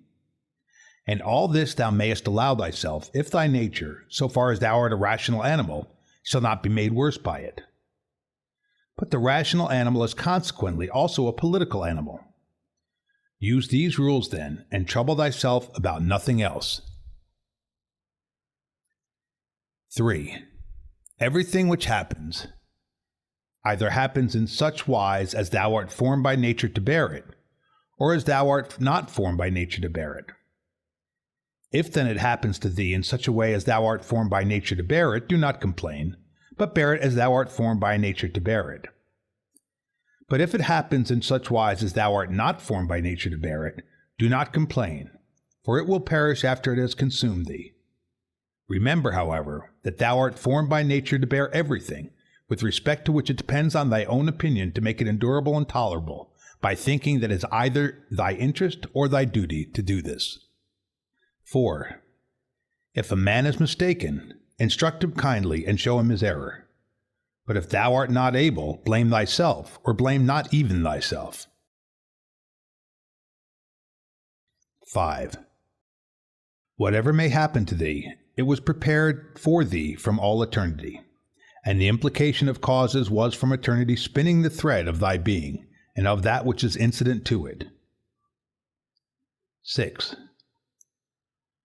Whether the universe is a concourse of atoms, or nature is a system, let this first be established, that I am part of the whole which is governed by nature. Next, I am in a manner intimately related to the parts which are of the same kind with myself. For remembering this, inasmuch as I am a part, I shall be discontented with none of the things which are assigned to me out of the whole. For nothing is injurious to the part, if it is for the advantage of the whole. For the whole contains nothing which is not for its advantage. And all natures indeed have this common principle, but the nature of the universe has this principle besides, that it cannot be compelled even by any external cause to generate anything harmful to itself. By remembering, then, that I am part of such a whole, I shall be content with everything that happens, and inasmuch as I am in a manner intimately related to the parts which are of the same kind with myself, I shall do nothing unsocial, but I shall rather direct myself to the things which are of the same kind with myself, and I shall turn all my efforts to the common interest, and divert them from the contrary. Now, if these things are done so, life must flow on happily, just as thou mayest observe that the life of a citizen is happy, who continues a course of action which is advantageous to his fellow citizens, and is content with whatever the state may assign to him. 7. The parts of the whole, everything I mean, which is naturally comprehended in the universe, must of necessity perish. But let this be understood in this sense, that they must undergo change. But if this is naturally both an evil and a necessity for the parts, the whole would not continue to exist in a good condition, the parts being subject to change and constituted so as to perish in various ways. For whether did nature herself design to do evil to the things which are parts of herself, and to make them subject to evil and of necessity fall into evil, or have such results happened without her knowing it? Both these suppositions indeed are incredible, but if a man should ever drop the term nature as an efficient power, and should speak of these things as natural, even then it would be ridiculous to affirm at the same time that the parts of the whole are in their nature subject to change, and at the same time to be surprised or vexed as if something were happening contrary to nature, particularly as the dissolution of things into those things of which each thing is composed. For there is either a dispersion of the elements out of which everything has been compounded, or a change from the solid to the earthy, and from the airy to the aerial, so that these parts are taken back into the universal reason, whether this at certain periods is consumed by fire or renewed by eternal changes. And do not imagine that the solid and the airy part belong to thee from time of generation. For all this received its accretion only yesterday, and the day before, as one may say, from the food and the air which is inspired. This, then, which have received the accretion, changes not that which thy mother brought forth. But suppose that this, which thy mother brought forth, implicates thee very much with the other part, which has the peculiar quality of change. This is nothing, in fact, in the way of objection to what is said. 8. When thou hast assumed those names, good, modest, true, rational, a man of equanimity and magnanimous, take care thou dost not change these names, and if thou should lose them, quickly return to them. And remember that the term rational was intended to signify a discriminating attention to every several thing and freedom from negligence, and that equanimity is the voluntary acceptance of the things which are assigned to thee by the common nature, and that magnanimity is the elevation of the intelligent part above the pleasurable or painful sensations of the flesh, and above that poor thing called fame, and death, and all such things. If, then, thou maintainest thyself in the possession of these names, without desiring to be called by these names by others, thou wilt be another person and wilt enter on to another life. For to continue to be such as thou hast hitherto been, and to be torn in pieces and defiled in such a life, is the character of a very stupid man, and one over-fond of his life, and like those half-devoured fighters with wild beasts, who, though covered with wounds and gore, still entreat to be kept to the following day, though they will be exposed in the same state to the same claws and bites. Therefore, fix thyself in the possession of these few names, and if thou art able to abide in them, abide as if thou wast removed to certain islands of the happy. But if thou shalt perceive that thou fallest out of them and dost not maintain thy hold, go courageously into some nook where thou shalt maintain them, or even depart at once from life, not in passion, but with simplicity and freedom and modesty, after doing this one laudable thing at least in thy life, to have gone out of it thus. In order, however, to the remembrance of these names, it will greatly help thee if thou rememberest the gods, and that they wish not to be flattered, but wish all reasonable beings to be made like themselves. And if thou rememberest that which does the work of a fig tree is a fig tree, and that which does the work of a dog is a dog, and that which does the work of a bee is a bee, and that which does the work of man is a man. 9. Mimi, war, astonishment, torpor, slavery will daily wipe out those holy principles of thine. How many things without studying nature dost thou imagine, and how many dost thou neglect? But it is thy duty so to look on and so to do everything, that at the same time the power of dealing with circumstances is perfect, and the contemplative faculty is exercised, and the confidence which comes from the knowledge of each several thing is maintained without showing it, by yet not concealed. For when wilt thou enjoy simplicity? When gravity, and when the knowledge of every several thing, both what is in substance and what place it has in the universe, and how long it is formed to exist, and of what things it is compounded, and to whom it can belong, and who are able both to give it and take it away? 10. A spider is proud when it has caught a fly, and another when he has caught a poor hare, and another when he has taken the little fish in the net, and another when he has taken wild boars, and another when he has taken bears, and another when he has taken sarmatians. Are not these robbers, if thou examinest their opinions? 11.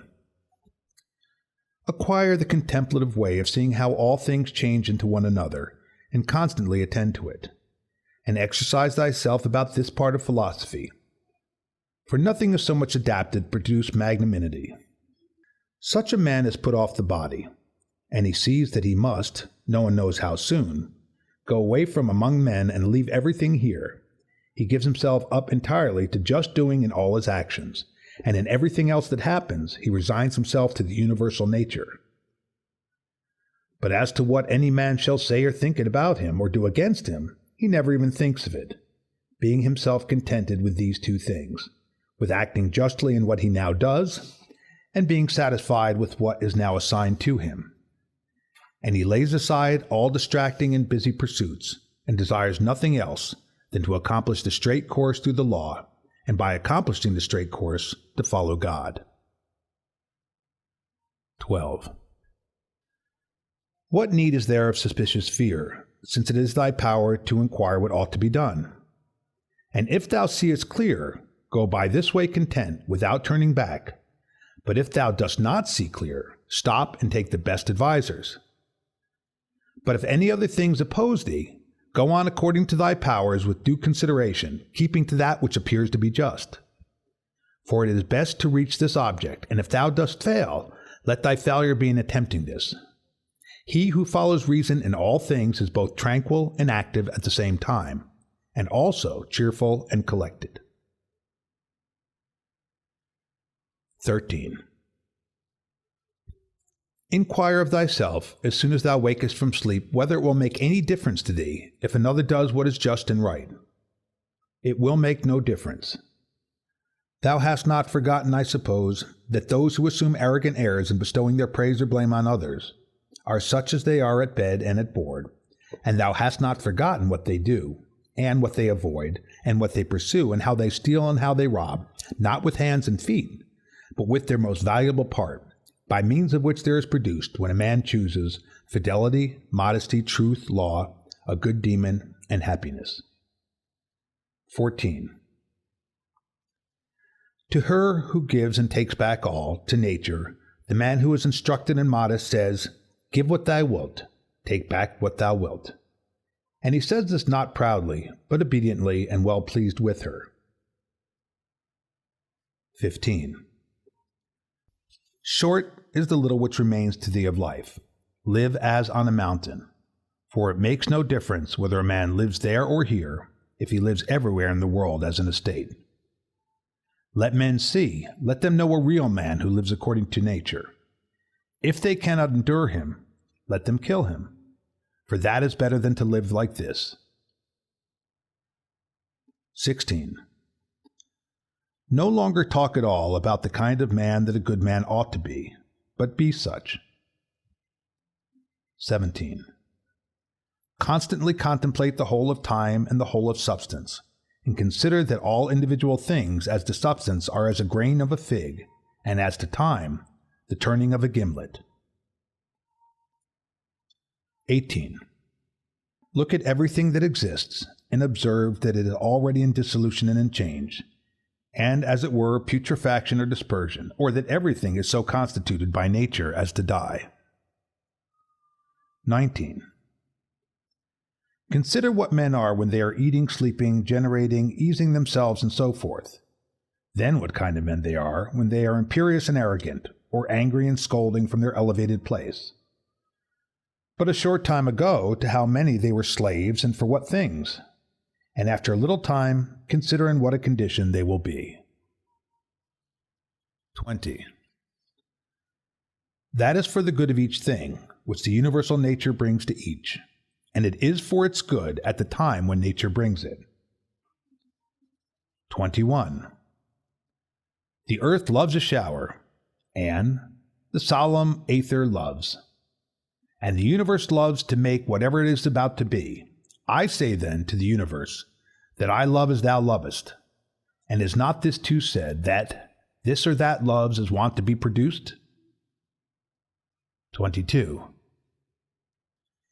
Either thou livest here, and hast already accustomed thyself to it, or thou art going away, and this was on thy own will, or thou art dying, and hast discharged thy duty. But besides these things there is nothing. Be of good cheer, then.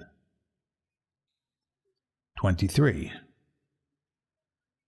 Let this always be plain to thee, that this piece of land is like any other, and that all things here are the same with things on top of a mountain, or on the seashore, or wherever thou choosest to be.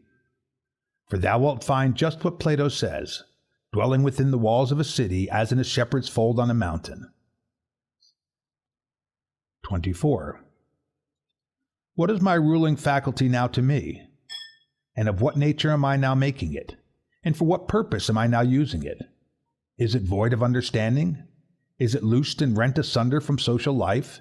Is it melted into and mixed with the poor flesh so as to move together with it? 25. He who flies from his master is a runaway, but the law is master, and he who breaks the law is a runaway. And he also who is grieved or angry or afraid is dissatisfied because something has been, or is, or shall be of the things which are appointed by him who rules all things. And he is law, and assigns to every man what is fit. He then who fears or is grieved or is angry is a runaway. 26. A man deposits seed in a womb and goes away, and then another cause takes it, and labors on it, and makes a child. What a thing from such a material! Again, the child passes food down the throat, and then another cause takes it and makes it perception and motion. And in fine life and strength and other things, how many and how strange! Observe then the things which are produced in such a hidden way, and see the power just as we see the power which carries things downwards and upwards, not with the eyes, but still no less plainly. 27. Constantly consider how all things such as they now are in time past also were, and consider that they will be the same again. And place before thy eyes entire dramas and stages of the same form, whatever thou hast learned from thy experience or from older history. For example, the whole court of Hadrianus, and the whole court of Antoninus, and the whole court of Philippus, Alexander, Croesus, for all those were dramas such as we see now, only with different actors. 28. Imagine every man who is grieved at anything or discontented to be like a pig which is sacrificed and kicks and screams. Like this pig also is he who on his bed in silence laments the bonds in which we are held, and consider that only to the rational animal is it given to follow voluntarily what happens, but simply to follow is a necessity imposed on all. 29. Severally on the occasion of everything that thou dost, pause and ask thyself if death is a dreadful thing because it deprives thee of this. 30.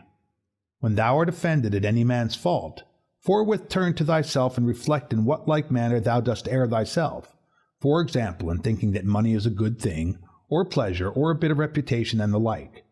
For by attending to this thou wilt quickly forget thy anger, if this consideration also is added, that the man is compelled, for what else could he do? Or, if thou art able, take away from him the compulsion. 31. When thou hast seen Satron the Socratic, think of Eutyches or Hymen. And when thou hast seen Euphrates, think of Eutychion or Sylvanus. And when thou hast seen Alciphron, think of Troipophorus. And when thou hast seen Xenophon, think of Crito of Severus. And when thou hast looked on thyself, think of any other Caesar, and, in the case of every one, do in like manner. Then let this thought be in thy mind. Where then are those men? Nowhere, or nobody knows where. For thus continuously thou wilt look at human things as smoke and nothing at all, especially if thou reflectest at the same time that what is once changed will never exist again in the infinite duration of time. But thou, in what a brief space of time is thy existence? And why art thou not content to pass through this short time in an orderly way? What matter and opportunity for thy activity art thou avoiding? For what else are all these things except exercises for the reason, when it has viewed carefully and by examination into their nature the things which happen in life? Persevere then until thou shalt have made these things thy own, as the stomach which is strengthened makes all things its own, as the blazing fire makes flame and brightness out of everything that is thrown into it.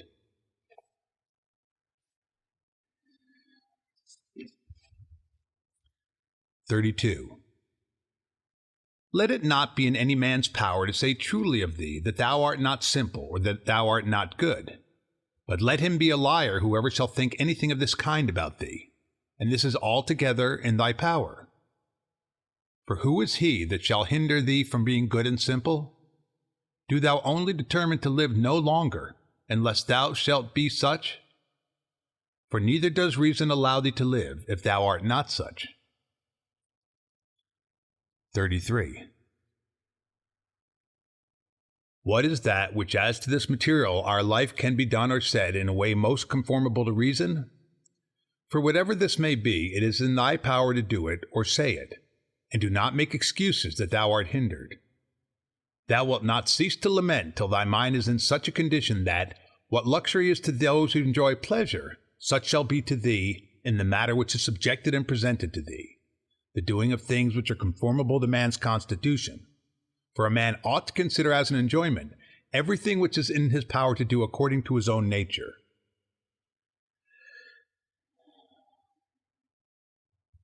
And it is in his power everywhere. Now, it is not given to a cylinder to move everywhere by its own motion, nor yet water, nor to fire, nor to anything else which is governed by nature of an irrational soul. For the things which check them and stand in the way are many. But intelligence and reason are able to go through everything that opposes them, and in such manner as they are formed by nature and as they choose. Place before thy eyes this facility with which the reason will be carried through all things, as fire upwards, as a stone downwards, as a cylinder down an inclined surface, and seek nothing further. For all other obstacles either affect the body only, which is a dead thing, or, except through opinion and the yielding of the reason itself, they do not crush nor do any harm of any kind, for if they did, he who felt it would immediately become bad. Now in the case of all things which have a certain constitution, whatever harm may happen to any of them, that which is so affected becomes consequently worse. But in the like case, a man becomes both better, if one may say so, and more worthy of praise by making a right use of these accidents. And finally, remember that nothing harms him who is really a citizen, which does not harm the state, nor yet does anything harm the state which does not harm law, and of these things which are called misfortunes, not one harms law. What then does not harm law does not harm either state or citizen. 34.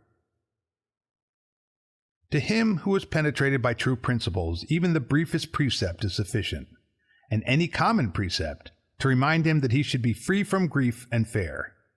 For example, leaves, some the wind scatters on the ground. So is the race of men. Leaves also are thy children, and leaves too are they who cry out as if they were worthy of credit and bestow their praise, or on the contrary curse, or secretly blame and sneer. And leaves in like manner are those who shall receive and transmit a man's fame to aftertimes. For all such things as these, quote, are produced in the season of spring, end quote, as the poet says. But the wind casts them down, then the forest produces other leaves in their places. But a brief existence is common to all things, and yet thou avoidest and pursuest all things as if they would be eternal. A little time and thou shalt close thy eyes, and him who has attended thee to thy grave, another soon will lament. 35. The healthy eye ought to see all visible things and not to say, I wish for green things, for this is the condition of a diseased eye. And the healthy hearing and smelling ought to be ready to perceive all that can be heard and smelled. And the healthy stomach ought to be with respect to all food just as the mill with respect to all things which it is formed to grind. And accordingly, the healthy understanding ought to be prepared for everything which happens, but that which says, let my dear children live, and let all men praise whatever I may do, is an eye which seeks for green things, or teeth which seek for soft things. 36. There is no man so fortunate that there shall not be by him when he is dying some who are pleased with what is going to happen. Suppose that he was a good and wise man. Will there not be at last someone to say to himself, "Let us at last breathe freely, being relieved from this schoolmaster"? It is true that he was harsh to none of us, but I perceive that he tacitly condemns us. This is what is said of a good man. But in our own case, how many other things are there for which there are many who wish to get rid of us? Thou wilt consider this then when thou art dying, and thou wilt depart more contentedly by reflecting thus: I am going away from such a life, in which even my associates, in behalf of whom I have striven so much, prayed and cared, themselves wish me to depart, hoping perchance to get some little advantage by it. Why, then, should a man cling to a longer stay here? Do not, however, for this reason go away less kindly disposed to them, but preserving thy own character, and friendly and benevolent and mild, and on the other hand not as if thou wast torn away, but as a man who dies a quiet death. The poor soul is easily separated from the body. Such also ought thy departure from men to be, for nature united thee to them and associated thee. But does she now dissolve the union? Well, I am separated as from kinsmen, not, however, dragged resisting, but without compulsion, for this too is one of the things according to nature. 37. Accustom thyself as much as possible on the occasion of anything being done by any person to inquire with thyself, for what object is this man doing this? But begin with thyself and examine thyself first. 38. Remember that this which pulls the strings is the thing which is hidden within. This is the power of persuasion. This is life. This, if one may say so, is man. In contemplating thyself, never include the vessel which surrounds thee, and these instruments were attached about it. For they are like to an axe, differing only in this, that they grow to the body. For indeed there is no more use in these parts, without the cause which moves and checks them, than in the weaver's shuttle, and the writer's pen, and the driver's whip. Chapter 11. These are the properties of the rational soul. It sees itself, analyzes itself, and makes itself such as it chooses. The fruit which it bears itself enjoys. For the fruit of plants and that in animals which corresponds to fruits others enjoy. It obtains its own end, wherever the limit of life may be fixed. Not as in a dance and in a play and in such like things, where the whole action is incomplete, if anything cuts it short. But in every part and wherever it may be stopped, it makes what has been set before it full and complete, so that it can say, I have what is my own. And further, it traverses the whole universe, and the surrounding vacuum, and surveys its form, and it extends itself into the infinity of time, and embraces and comprehends the periodical renovation of all things. And it comprehends that those who come after us will see nothing new, nor have those before us seen anything more. But in a manner he who is 40 years old, if he has any understanding at all, has seen by virtue of the uniformity that prevails, all things which have been, and all that will be. This too is a property of the rational soul, love of one's neighbor, and truth, and modesty, and to value nothing more than itself, which is also the property of law. Thus then right reason differs not at all from the reason of justice. Thou wilt set little value on pleasing song and dancing and the pancratium, if thou wilt distribute the melody of the voice into its several sounds, and ask thyself as to each, if thou art mastered by this. For thou wilt be prevented by shame from confessing it. And in the matter of dancing, if at each movement and attitude thou wilt do the same, and the like also in the matter of the pancratium. In all things, then, except virtue and the acts of virtue, remember to apply thyself to their several parts, and by this division to come to value them little, and apply this rule also to thy whole life. What a soul that is which is ready, if at any moment it must be separated from the body, and ready to be extinguished, or dispersed, or continue to exist. But so that this readiness comes from a man's own judgment, not from mere obstinacy, as with the Christians, but considerately, and with dignity, and in a way to persuade another, without tragic show. Have I done something for the general interest? Well then, I have had my reward. Let this always be present to thy mind, and never stop doing such good. What is thy art? To be good. And how is this accomplished well, except by general principles, some about the nature of the universe, and others about the proper constitution of man? At first, tragedies were brought on the stage as means of reminding men of the things which happen to them, and that it is according to nature for things to happen so, and that if you are delighted with what is shown on the stage, you should not be troubled with that which takes place on the larger stage. For you see that these things must be accomplished thus, and that even they bear them who cry out, O Satheiron! And indeed some things are said well by the dramatic writers, of which kind is the following especially. Me and my children, if the gods neglect, this has its reason too. And again, we must not chafe and fret at that which happens. And life's harvest reap like the wheat's fruitful ear. And other things of the same kind. After tragedy, the old comedy was introduced, which had a magisterial freedom of speech, and by its very plainness of speaking was useful in reminding men to beware of insolence, and for this purpose too Diogenes used to take from these writers. But as to the middle comedy which came next, observe what it was, and again, for what object the new comedy was introduced, which gradually sunk down into a mere mimic artifice. That some good things are said even by these writers, everybody knows. But the whole plan of such poetry and dramaturgy, to what end does it look?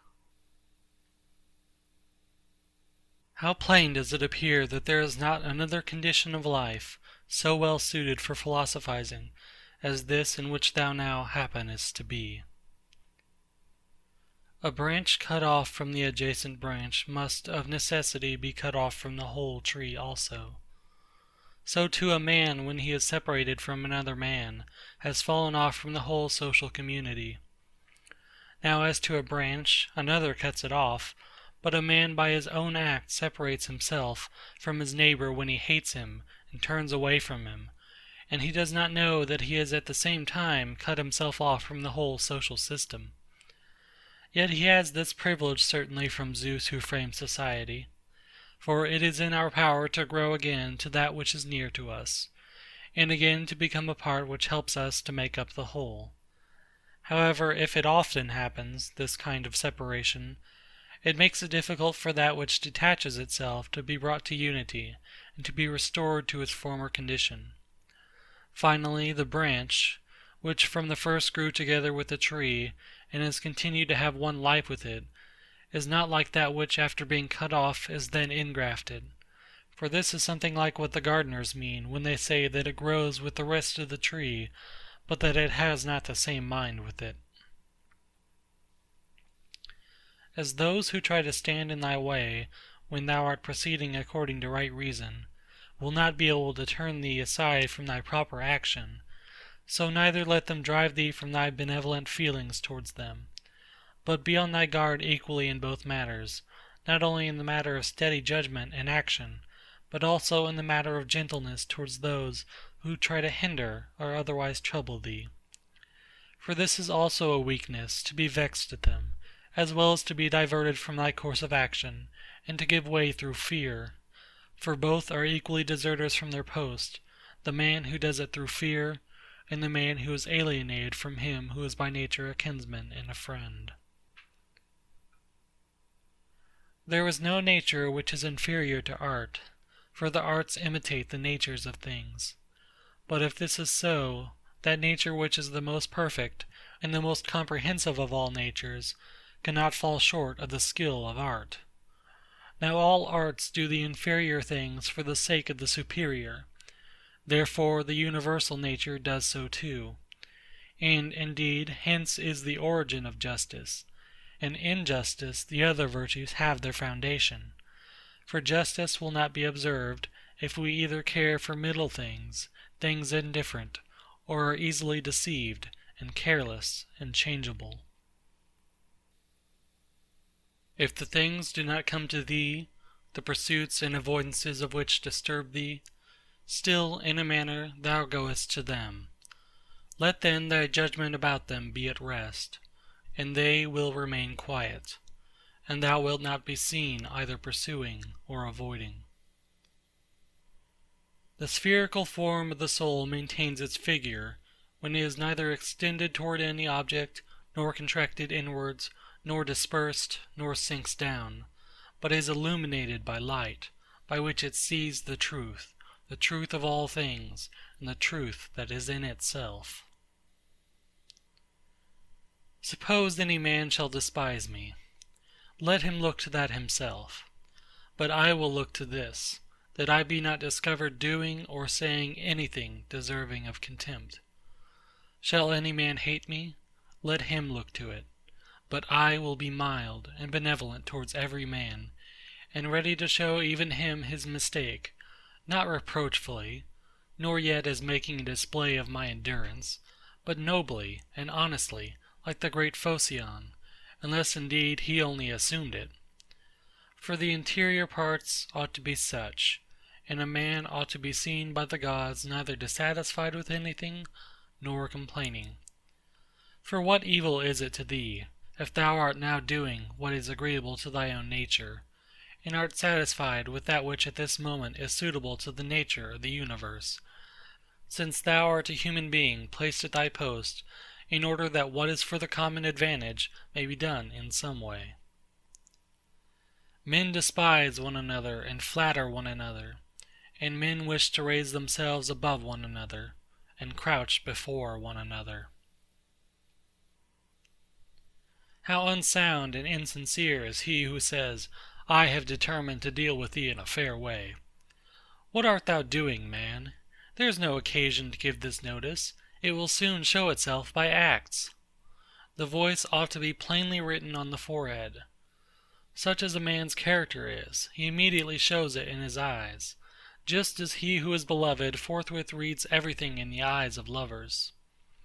The man who is honest and good ought to be exactly like a man who smells strong, so that the bystander, as soon as he comes near him, must smell whether he choose or not. But the affectation of simplicity is like a crooked stick. Nothing is more disgraceful than a wolfish friendship. Avoid this most of all. The good and simple and benevolent show all these things in the eyes, and there is no mistaking. As to living in the best way, this power is in the soul, if it be indifferent to things which are indifferent. And it will be indifferent, if it looks on each of these things separately and altogether, and if it remembers that not one of them produces in us an opinion about itself, nor comes to us, but these things remain immovable, and it is we ourselves who produce the judgments about them, and, as we may say, write them in ourselves, it being in our power not to write them, and it being in our power, if perchance these judgments have imperceptibly got admission to our minds, to wipe them out. And if we remember also that such attention will only be for a short time, and then life will be at an end. Besides, what trouble is there at all in doing this? For if these things are according to nature, rejoice in them, and they will be easy to thee. But if contrary to nature, seek what is conformable to thy own nature, and strive towards this, even if it bring no reputation, for every man is allowed to seek his own good. Consider whence each thing is come, and of what it consists, and into what it changes, and what kind of a thing it will be when it is changed, and that it will sustain no harm. If any have offended against thee, consider first, what is my relation to men, and that we are made for one another, and in another respect I was made to be set over them, as a ram over the flock or a bull over the herd. But examine the matter from first principles, from this: if all things are not mere atoms, it is nature which orders all things. If this is so, the inferior things exist for the sake of the superior, and these for the sake of one another. Second, consider what kind of men they are at table, in bed, and so forth, and particularly, under what compulsions in respect of opinions they are, and as to their acts, consider with what pride they do what they do. Third, that if men do rightly what they do, we ought not to be displeased; but if they do not right, it is plain that they do so involuntarily, and in ignorance.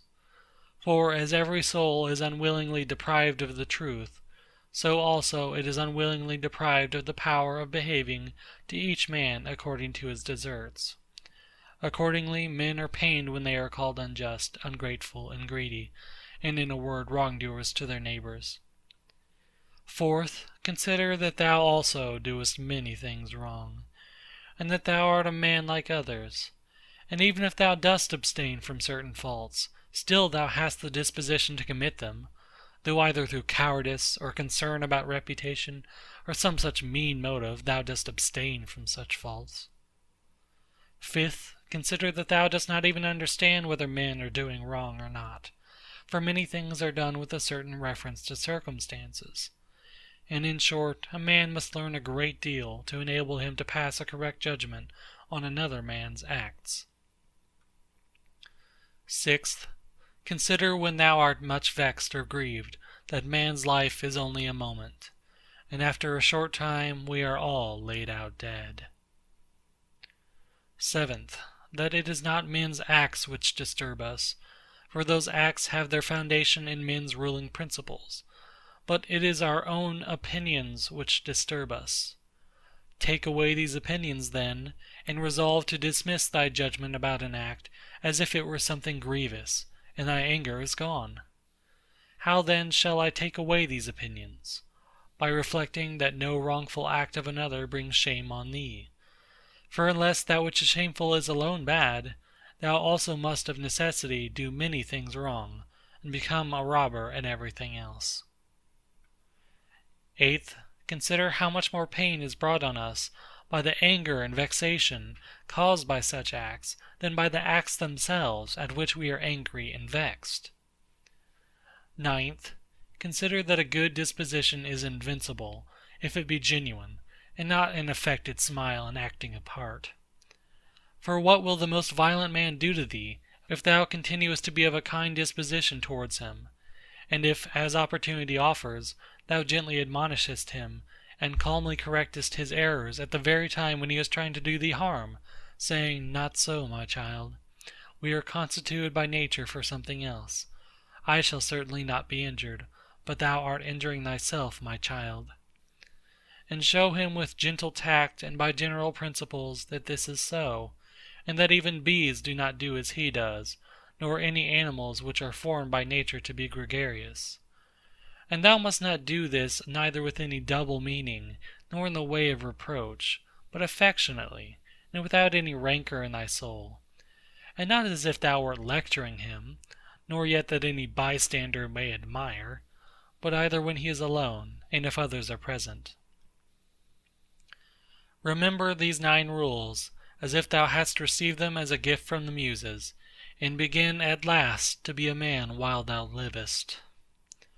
But thou must equally avoid flattering men and being vexed at them, for both are unsocial and lead to harm.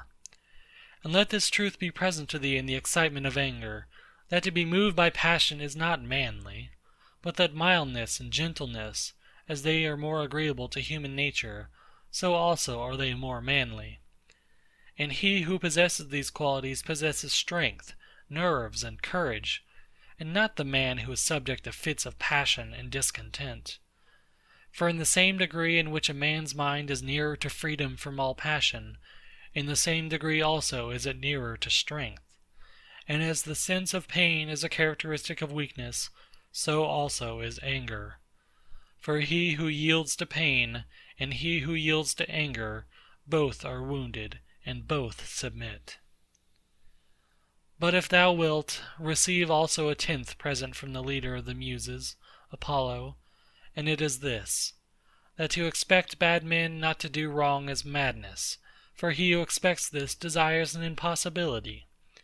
But to allow men to behave so to others, and to expect them not to do thee any wrong, is irrational and tyrannical. There are 4 principal aberrations of the superior faculty, against which thou shouldst be constantly on thy guard, and when thou hast detected them, thou shouldst wipe them out, and say on each occasion thus, This thought is not necessary, this tends to destroy social union, this which thou art going to say comes not from the real thoughts, for thou shouldst consider it among the most absurd of things, for a man not to speak from his real thoughts. But the 4th is when thou shalt reproach thyself for anything, for this is an evidence of the diviner part within thee being overpowered and yielding to the less honourable and to the perishable part, the body, and to its gross pleasures.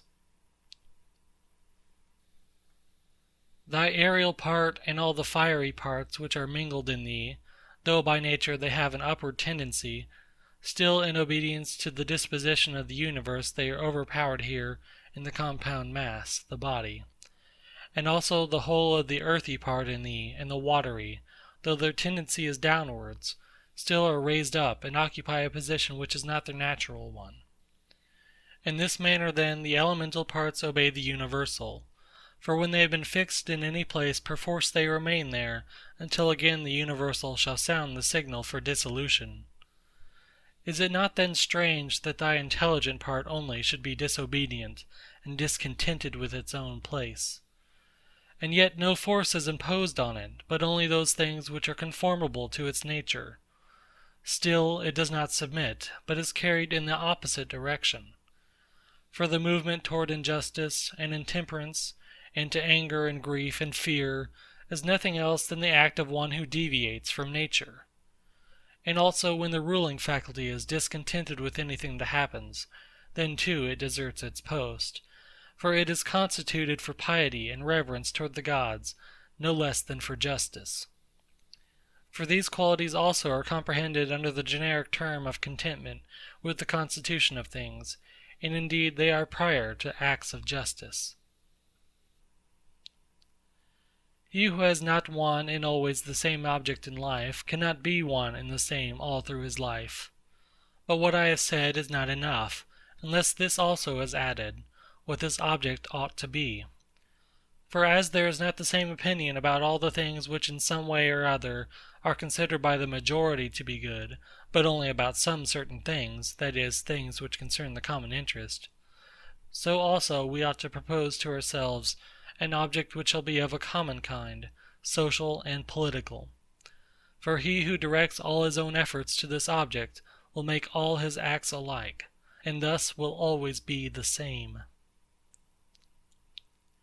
Think of the country mouse, and of the town mouse, and of the alarm and trepidation of the town mouse. Socrates used to call the opinions of the many by the name of lamii, bugbears to frighten children. The Lacedaemonians, at their public spectacles, used to set seats in the shade for strangers, but themselves sat down anywhere. Socrates excused himself to Perdiccas for not going to him, saying, "It is because I would not perish by the worst of all ends, that is, I would not receive a favour and then be unable to return it." In the writings of the Ephesians there was this precept, constantly to think of someone of the men of former times who practised virtue. The Pythagoreans bid us in the morning look to the heavens, that we may be reminded of those bodies which continually do the same things, and in the same manner perform their work, and also be reminded of their purity and nudity, for there is no veil over a star. Consider what a man Socrates was when he dressed himself in a skin, after Xanthippe had taken his cloak and gone out, and what Socrates said to his friends who were ashamed of him, and drew back from him when they saw him dressed thus. Neither in writing nor in reading wilt thou be able to lay down rules for others, before thou shalt have learned to obey rules thyself. Much more is this so in life. A slave thou art, free speech is not for thee. And my heart laughed within. Odyssey 9:4-13. And virtue they will curse, speaking harsh words. Hesiod, Works and Days 184. To look for the fig in winter is a madman's act. Such is he who looks for his child when it is no longer allowed. Epictetus 3:24-87. When a man kisses his child, said Epictetus, he should whisper to himself, "Tomorrow perchance thou wilt die." But those are words of bad omen. No word is a word of bad omen, said Epictetus, which expresses any work of nature. Or, if it is so, it is also a word of bad omen to speak of the ears of corn being reaped. Epictetus 3:24-88. The unripe grape, the ripe bunch, the dried grape, all are changes, not into nothing, but into something which exists not yet. Epictetus 3:24. No man can rob us of our free will. Epictetus 3:22-105. Epictetus also said, a man must discover an art, or rules, with respect to giving his assent, and in respect to his movements he must be careful that they be made with regard to circumstances, that they be consistent with social interests, that they have regard to the value of the object, and as to sensual desire, he should altogether keep away from it, and as to avoidance, he should not show it with respect to any of the things which are not in our power. The dispute then, he said, is not about any common matter, but about being mad or not. Socrates used to say, what do you want, souls of rational men or irrational? Souls of rational men. Of what rational men, sound or unsound? Sound. Why then do you not seek for them? Because we have them. Why then do you fight and quarrel? Chapter 12. All those things at which thou wishest to arrive by a circuitous road, thou canst have now, if thou dost not refuse them to thyself. And this means, if thou wilt, take no notice of all the past, and trust the future to Providence, and direct the present only conformably to piety and justice. Conformably to piety, that thou mayest be content with the lot which is assigned to thee, for nature designed it for thee, and thee for it. Conformably to justice, that thou mayest always speak the truth freely, and without disguise, and do the things which are agreeable to law and according to the worth of each. And let neither another man's wickedness hinder thee, nor opinion, nor voice, nor yet the sensations of the poor flesh which has grown about thee, for the passive part will look to this. If then, whatever the time may be when thou shalt be near to thy departure, neglecting everything else, thou shalt respect only thy ruling faculty, and the divinity within thee, and if thou shalt be afraid, not because thou must sometimes cease to live, but if thou shalt fear never to have begun to live according to nature, then thou wilt be a man worthy of the universe which has produced thee, and thou wilt cease to be a stranger in thy native land, and to wonder at things which happen daily as if they were something unexpected, and to be dependent on this or that. God sees the minds of all men bared of the material vesture and rind and impurities, for with his intellectual part alone he touches the intelligence only which has flowed and been derived from himself into these bodies. And if thou also usest thyself to do this, thou wilt rid thyself of thy much trouble. For he who regards not the poor flesh which envelops him, surely will not trouble himself by looking after raiment and dwelling and fame and such like externals and show. The things are three of which thou art composed: a little body, a little breath, intelligence. Of these the first two are thine, so far as it is thy duty to take care of them. But the third alone is properly thine.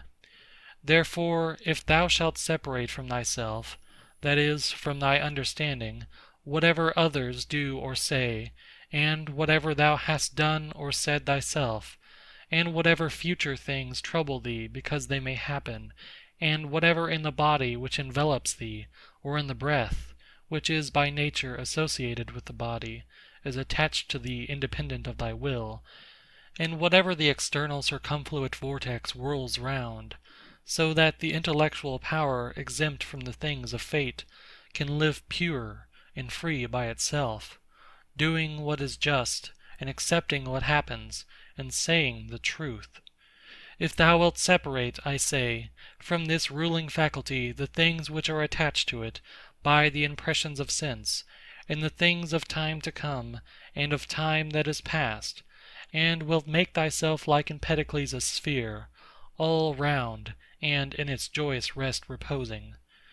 And if thou shalt strive to live only what is really thy life, that is, the present, then thou wilt be able to pass that portion of life which remains for thee up to the time of thy death, free from perturbations, nobly and obedient to the God that is within thee.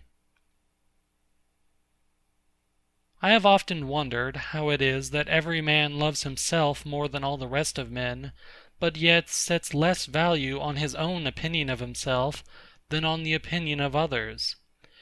If then a God or a wise teacher should present himself to a man, and bid him to think of nothing, and to design nothing which he would not express as soon as he conceived it, he could not endure it even for a single day.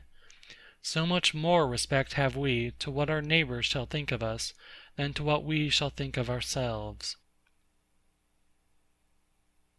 How can it be that the gods, after having arranged all things well and benevolently for mankind, have overlooked this alone, that some men and very good men, and men who, as we may say, have had most communion with the divinity, and through pious acts and religious observances have been most intimate with the divinity, when they have once died should never exist again, but should be completely extinguished?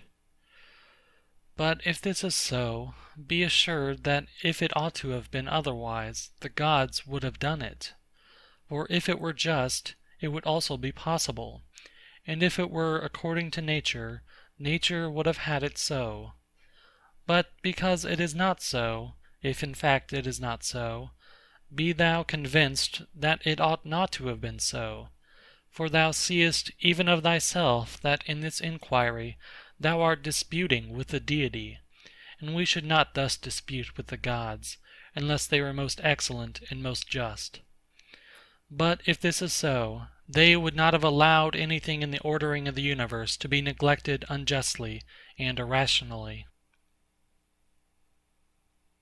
Practice thyself even in the things which thou despairest of accomplishing. For even the left hand, which is ineffectual for all other things for want of practice, holds the bridle more vigorously than the right hand, for it has been practised in this. Consider in what condition, both in body and soul, a man should be when he is overtaken by death. And consider the shortness of life, the boundless abyss of time, past and future, the feebleness of all matter. Contemplate the formative principles of things bare of their coverings, the purposes of actions. Consider what pain is, what pleasure is, and death, and fame.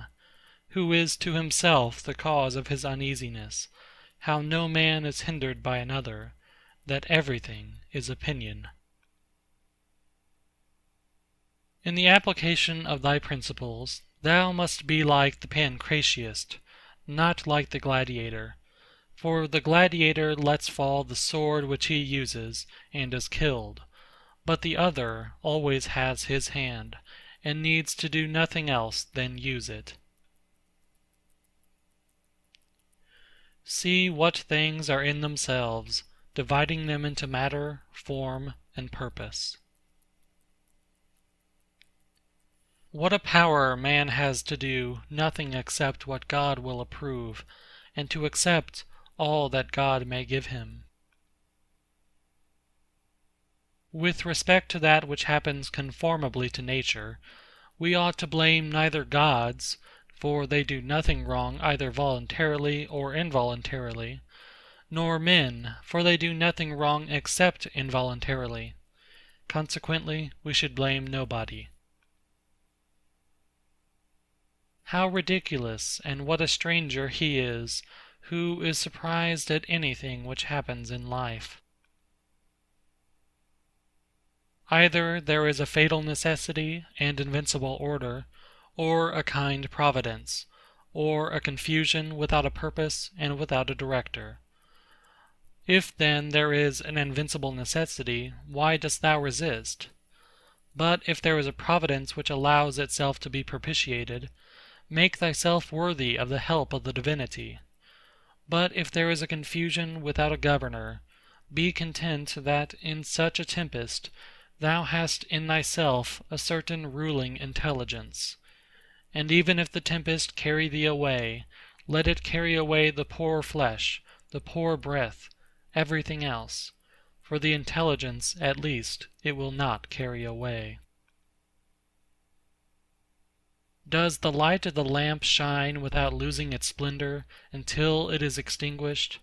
And shall the truth which is in thee, and justice, and temperance, be extinguished before thy death? When a man has presented the appearance of having done wrong, say, how then do I know if this is a wrongful act? And even if he has done wrong, how do I know that he has not condemned himself? And so this is like tearing his own face. Consider that he who would not have the bad man do wrong is like the man who would not have the fig tree to bear juice in the figs, and infants to cry, and the horse to neigh, and whatever else must of necessity be. For what must a man do who has such a character? If then thou art irritable, cure this man's disposition. If it is not right, do not do it. If it is not true, do not say it. In everything, always observe what the thing is which produces for thee an appearance, and resolve it by dividing it into the formal, the material, the purpose, and the time within which it must end.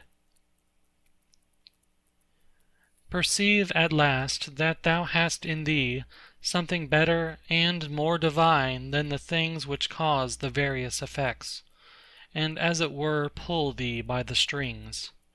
What is there now in my mind? Is it fear, or suspicion, or desire, or anything of the kind? First, do nothing inconsiderately, nor without a purpose. Second, make thy acts refer to nothing else than to a social end. Consider that before long thou wilt be nobody and nowhere, nor will any of the things exist which thou now seest, nor any of those who are now living. For all things are formed by nature to change and be turned and to perish, in order that other things in continuous succession may exist. Consider that everything is opinion, and opinion is in thy power. Take away then, when thou choosest, thy opinion, and like a mariner who has doubled the promontory, thou wilt find calm, everything stable, and a waveless bay. Any one activity, wherever it may be, when it is ceased at its proper time, suffers no evil because it is ceased, nor he who has done this act does he suffer any evil for this reason that the act has ceased. In like manner, then, the whole which consists of all the acts, which is our life, if it cease at its proper time, suffers no evil for this reason that it has ceased. Nor he who has terminated this series at the proper time has he been ill dealt with.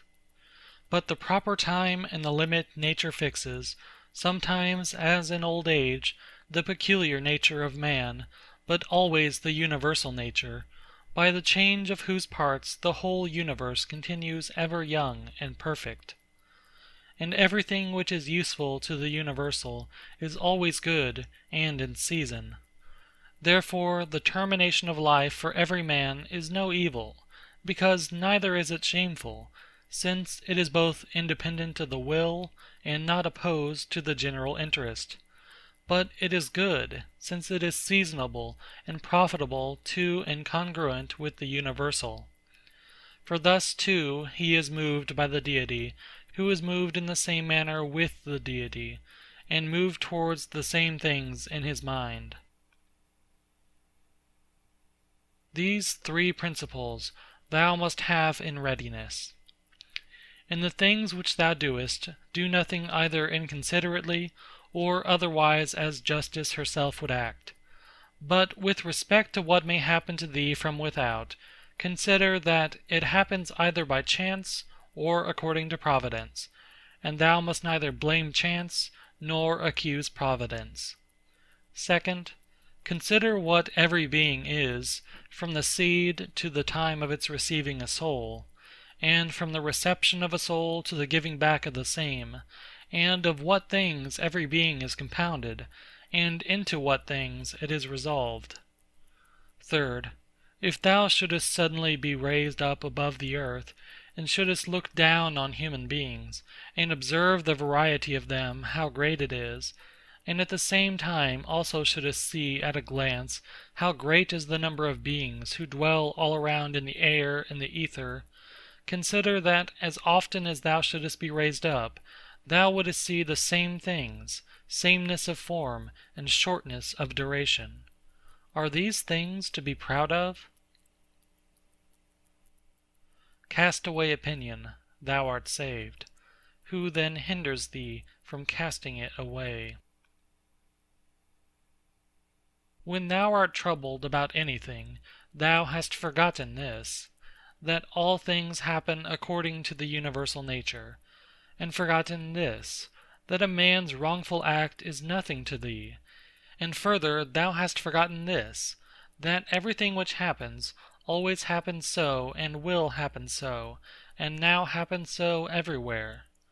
Forgotten this too, how close is the kinship between a man and the whole human race, for it is a community, not of a little blood or seed, but of intelligence. And thou hast forgotten this too, that every man's intelligence is a god, and is an efflux of the Deity. And forgotten this, that nothing is a man's own, but that his child, and his body, and his very soul came from the Deity. Forgotten this, that everything is opinion.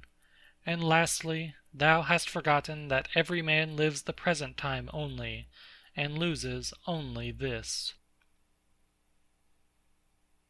Constantly bring to thy recollection those who have complained greatly about anything, those who have been most conspicuous by the greatest fame or misfortunes, or enmities, or fortunes of any kind. Then think, where are they all now? Smoke and ash and a tail, or not even a tail. And let there be present to thy mind also everything of this sort, how Fabius Catilinus lived in the country, and Lucius Lupus in his gardens, and Stertonius at Baiae, and Tiberius at Caprii, and Rufus at Velia. And, in fine, think of the eager pursuit of anything conjoined with pride, and how worthless everything is, after which men violently strain, and how much more philosophical it is for a man in the opportunities presented to him to show himself just, temperate, obedient to the gods, and to do this with all simplicity, For the pride which is proud of its want of pride is the most intolerable of all. To those who ask, "Where hast thou seen the gods? Or how dost thou comprehend that they exist, and so worshippest them?" I answer, in the first place, they may be seen even with the eyes. In the second place, neither have I seen even my own soul, and yet I honor it. Thus then, with respect to the gods, from what I constantly experience of their power, from this I comprehend that they exist, and I venerate them.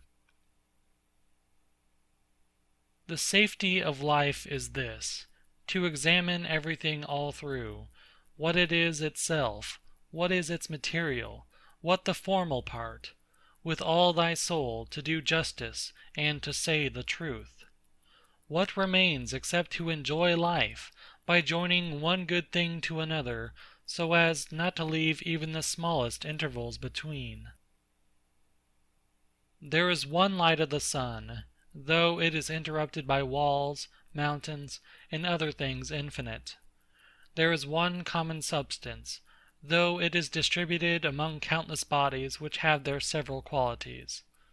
There is one soul, though it is distributed among infinite natures and individual circumscriptions. There is one intelligent soul, though it seems to be divided. Now, in the things which have been mentioned, all the other parts, such as those which are air and matter, are without sensation and have no fellowship, and yet even these parts the intelligent principle holds together, and the gravitation towards the same. But intellect in a peculiar manner tends to that which is of the same kin, and combines with it, and the feeling for communion is not interrupted. What dost thou wish? To continue to exist? Well, dost thou wish to have sensation, movement, growth, and then again to cease to grow, to use thy speech, to think? What is there of all these things which seems to thee worth desiring? But if it is easy to set little value on all these things, turn to that which remains, which is to follow reason and God. But it is inconsistent with honoring reason and God to be troubled, because by death a man will be deprived of the other things. How small a part of the boundless and unfathomable time is assigned to every man! For it is very soon swallowed up in the eternal. And how small a part of the whole substance! And how small a part of the universal soul! And on what a small clod of the whole earth thou creepest! Reflecting on all this, consider nothing to be great, except to act as thy nature leads thee, and to endure that which the common nature brings. How does the ruling faculty make use of itself? For all lies in this. But everything else, whether it is in the power of thy will or not, is only lifeless ashes and smoke. This reflection is most adapted to move us to contempt of death, that even those who think pleasure to be a good, and pain an evil, still have despised it. The man to whom that only is good which comes in due season, and to whom it is the same thing whether he has done more or fewer acts conformable to right reason, and to whom it makes no difference whether he contemplates the world for a longer or a shorter time, for this man neither is death a terrible thing. Man, thou hast been a citizen in this great state, the world. What difference does it make to thee, whether for 5 years or 3? For that which is conformable to the laws is just for all. Where is the hardship then, if no tyrant, nor yet an unjust judge, sends thee away from the state, but nature who brought thee into it? The same as if a praetor who has employed an actor dismisses him from the stage. But I have not finished the 5 acts, but only 3 of them. Thou sayest well, but in life the 3 acts are the whole drama. For what shall be a complete drama is determined by him who was once the cause of its composition, and now of its dissolution. But thou art the cause of neither. Depart, then, satisfied, for he also who releases thee is satisfied. Chapter 13. Marcus Antoninus was born at Rome AD 121 on the 26th of April. His father Aeneas Verus died while he was praetor. His mother was Domitia Culvilla, also named Lucilla. The emperor Titus Antoninus Pius married Aeneia Galeria Faustina, the sister of Aeneas Verus, and was consequently the uncle of Marcus Antoninus. When Hadrian adopted Antoninus Pius and declared him his successor in the empire, Antoninus Pius adopted both Lucius Saonius Commodus, the son of Aelius Caesar, and Marcus Antoninus, whose original name was Marcus Aeneas Verus.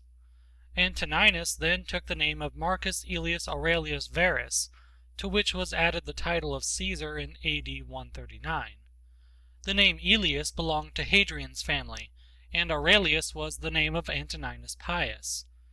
When Marcus Antoninus became Augustus, he dropped the name of Verus and took the name of Antoninus. Accordingly, he is generally named Marcus Aurelius Antoninus, or simply Marcus Antoninus. The youth was most carefully brought up. He thanks the gods that he had good grandfathers, good parents, a good sister, good teachers, good associates, good kinsmen and friends, nearly everything good. He had the happy fortune to witness the example of his uncle and adoptive father Antoninus Pius, and he has recorded in his work the virtues of this excellent man and prudent ruler. Like many young Romans, he tried his hand at poetry and studied rhetoric. Herodes Atticus and Marcus Cornelius Fronto were his teachers in eloquence. There are extant letters between Fronto and Marcus, which show the great affection of the pupil for the master, and the master's great hopes of his industrious pupil. Footnote: Marcus Cornelii Frontonus Reliquiae, Berlin, 1816. There are a few letters between Fronto and Antoninus Pius. End footnote. Marcus Antoninus mentions Fronto among those to whom he was indebted for his education. When he was 11 years old, he assumed the dress of philosophers, something plain and coarse, became a hard student, and lived a most laborious, abstemious life, even so far as to injure his health.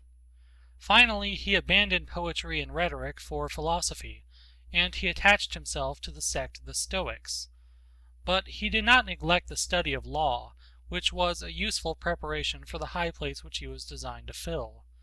His teacher was Lucius Volusianus Maesianus, a distinguished jurist. We must suppose that he learned the Roman discipline of arms, which was a necessary part of the education of a man who afterwards led his troops to battle against a warlike race. Antoninus has recorded in his first book the names of his teachers and the obligations which he owed to each of them. The way in which he speaks of what he learned from them might seem to savor of vanity or self-praise if we look carelessly at the way in which he has expressed himself, but if anyone draws this conclusion he will be mistaken. Antoninus means to commemorate the merits of his several teachers, what they taught, and what a pupil might learn from them. Besides, this book, like the 11 other books, was for his own use, and if we may trust the note at the end of the first book, it was written during one of Marcus Antoninus's campaigns against the Quadi, at a time when the commemoration of the virtues of his illustrious teachers might remind him of their lessons and the practical uses which he might derive from them. Among his teachers of philosophy was Sextus of Chaeronea, a grandson of Plutarch. What he learned from this excellent man is told by himself. His favorite teacher was Quintus Junius Rusticus, a philosopher and also a man of practical good sense in public affairs. Rusticus was the adviser of Antoninus after he became emperor. Young men who are destined for high places are not often fortunate in those who are about them, their companions and teachers, and I do not know any example of a young prince having had an education which can be compared with that of Marcus Antoninus. Such a body of teachers, distinguished by their acquirements and their character, will hardly be collected again, and as to the pupil, we have not had one like him since. Hadrian died in July, AD 138, and was succeeded by Antoninus Pius. Marcus Antoninus married Faustina, his cousin, the daughter of Pius, probably about AD 146, for he had a daughter born in 147. He received from his adoptive father the title of Caesar, and was associated with him in the administration of the state.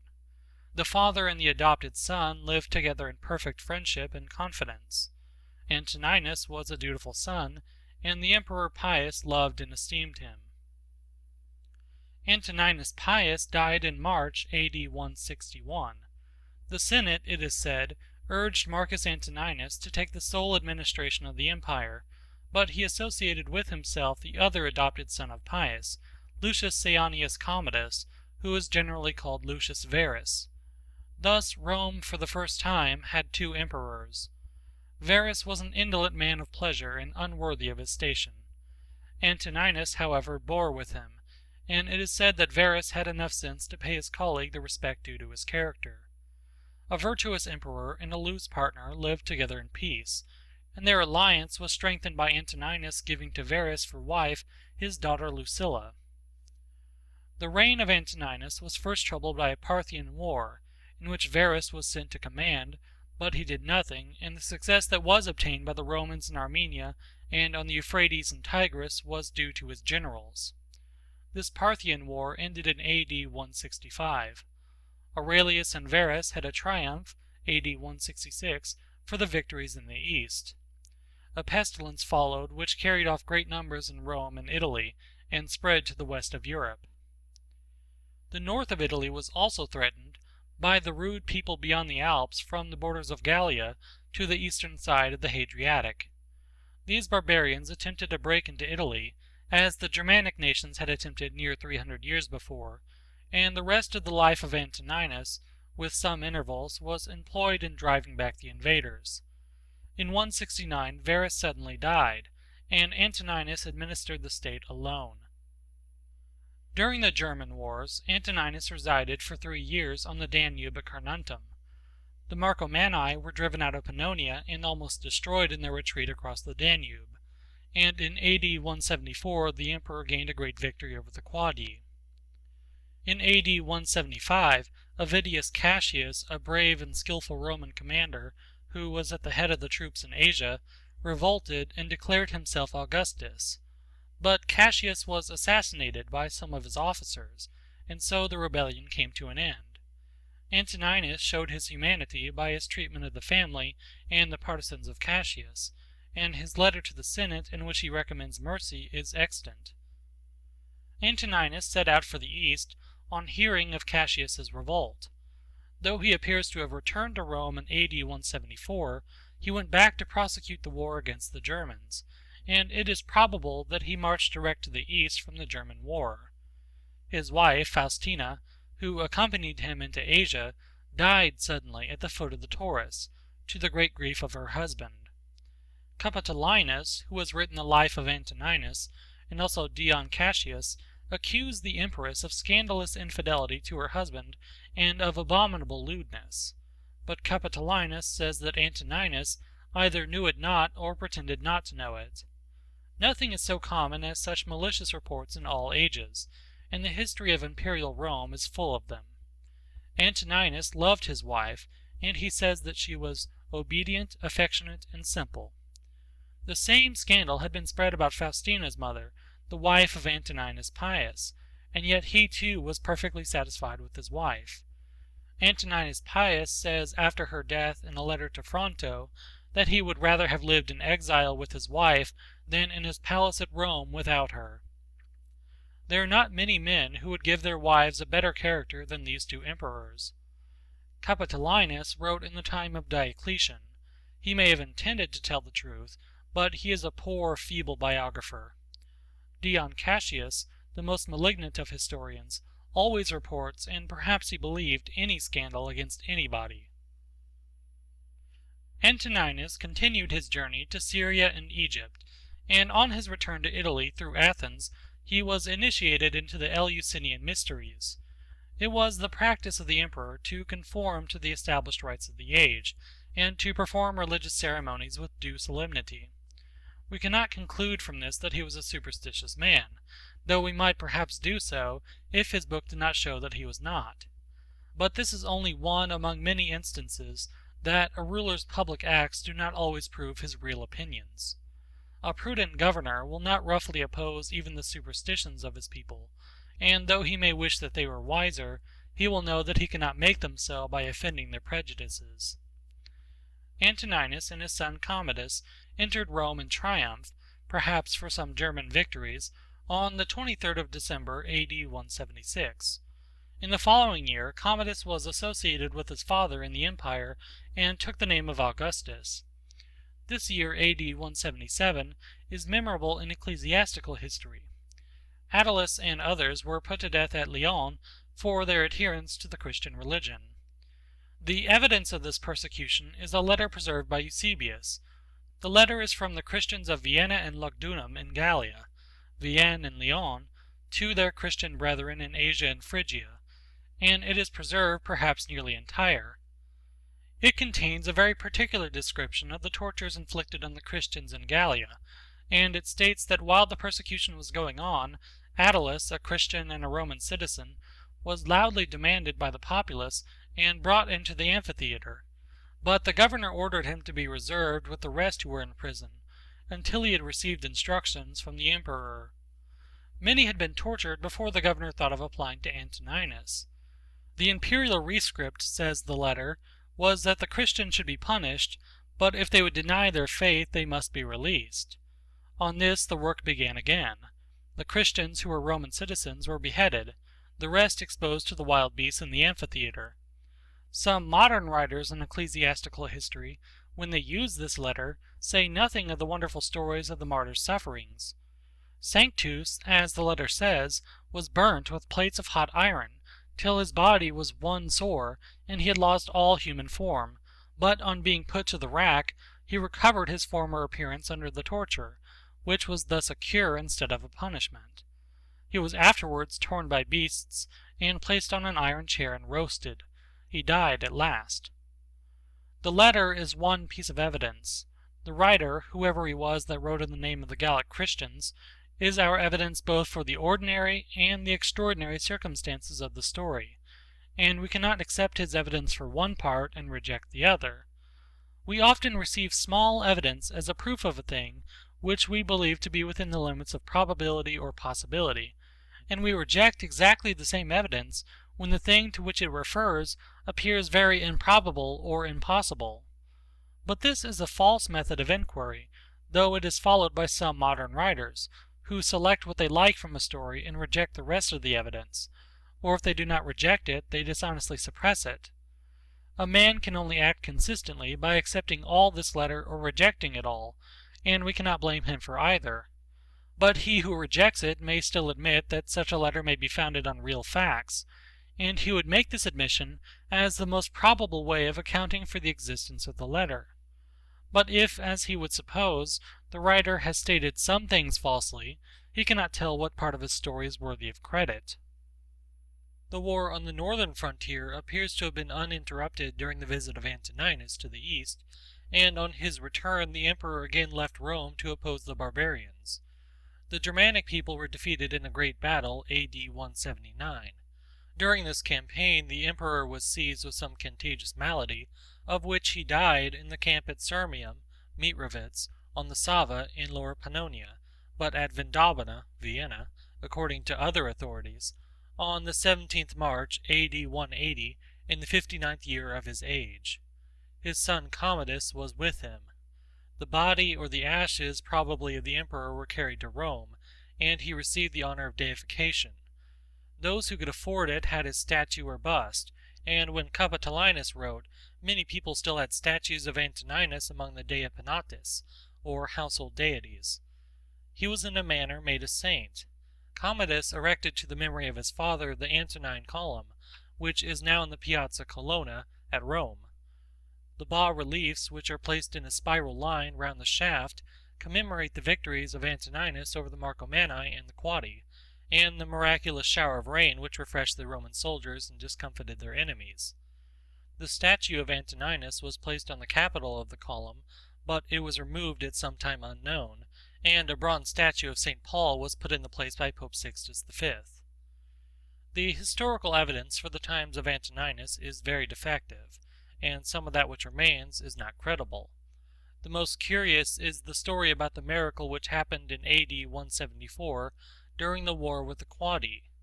The Roman army was in danger of perishing by thirst, but a sudden storm drenched them with rain, while it discharged fire and hail on their enemies, and the Romans gained a great victory. All the authorities which speak of the battle speak also of the miracle.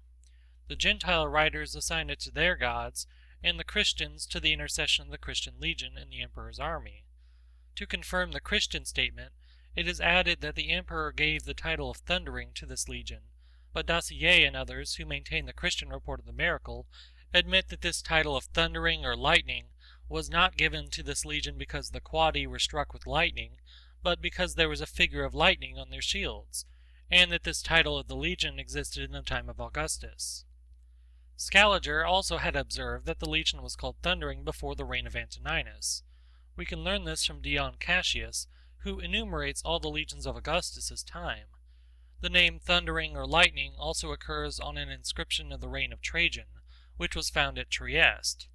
Eusebius, when he relates the miracle, quotes Apollinarius, bishop of Hierapolis, as authority for this name being given to the legion Melitini by the emperor in consequence of the success which he had obtained through their prayers, from which we may estimate the value of Apollinarius's testimony. Eusebius does not say in what book of Apollinarius the statement occurs.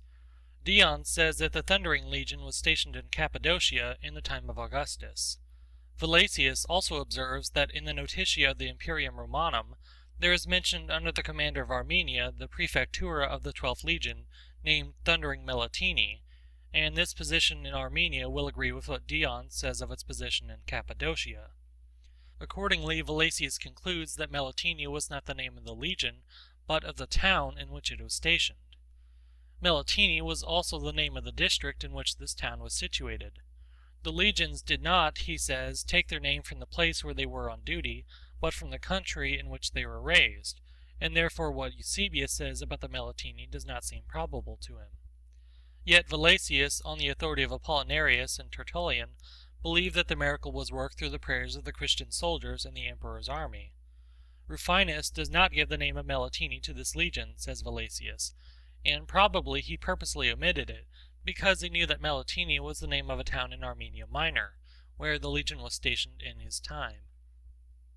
The emperor, it is said, made a report of his victory to the Senate, which we may believe, for such was the practice, but we do not know what he said in his letter, for it is not extant.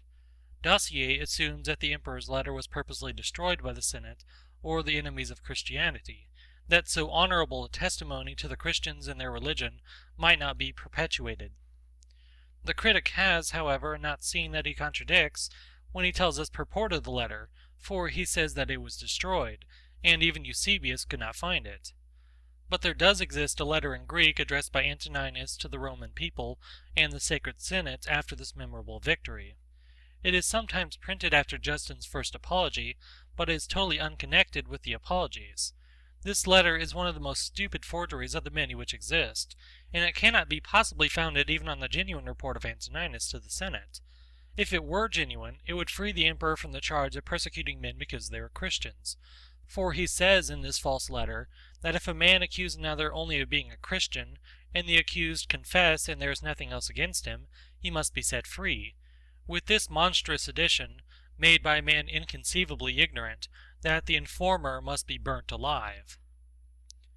During the time of Antoninus Pius and Marcus Antoninus, there appeared the first apology of Justinus, and under Marcus Antoninus the oration of Tatian against the Greeks, which was a fierce attack on the established religions. The address of Athenagoras to Marcus Antoninus on behalf of the Christians, and the apology of Melito, bishop of Sardes, also addressed to the emperor, and that of Apollinarius. The first apology of Justinus is addressed to Titus Antoninus Pius, and his two adopted sons, Marcus Antoninus and Lucius Verus, but we do not know whether they read it. Footnote: Arrosius says that Justinus the philosopher presented to Antoninus Pius his work in defense of the Christian religion, and made him merciful to the Christians. End footnote. The second apology of Justinus is entitled To the Roman Senate, but this superscription is from some copyist. In the first chapter, Justinus addresses the Romans. In the second chapter, he speaks of an affair that had recently happened in the time of Marcus Antoninus and Lucius Verus, as it seems, and he also directly addresses the emperor, saying of a certain woman, quote, "She addressed a petition to thee, the emperor, and thou didst grant the petition." Unquote. In other passages, the writer addresses the two emperors, from which we must conclude that the apology was directed to them. Eusebius states that the second apology was addressed to the successor of Antoninus Pius, and he names him Antoninus Verus, meaning Marcus Antoninus. In one passage of the second apology, Justinus, or the writer, whoever he may be, says that even men who followed the Stoic doctrines, when they ordered their lives according to ethical reason, were hated and murdered, such as Heraclitus, Musonius in his own times, and others. For all those who in any way labored to live according to reason and avoided wickedness were always hated, and this was the effect of the work of demons. Justinus himself is said to have been put to death at Rome because he refused to sacrifice to the gods.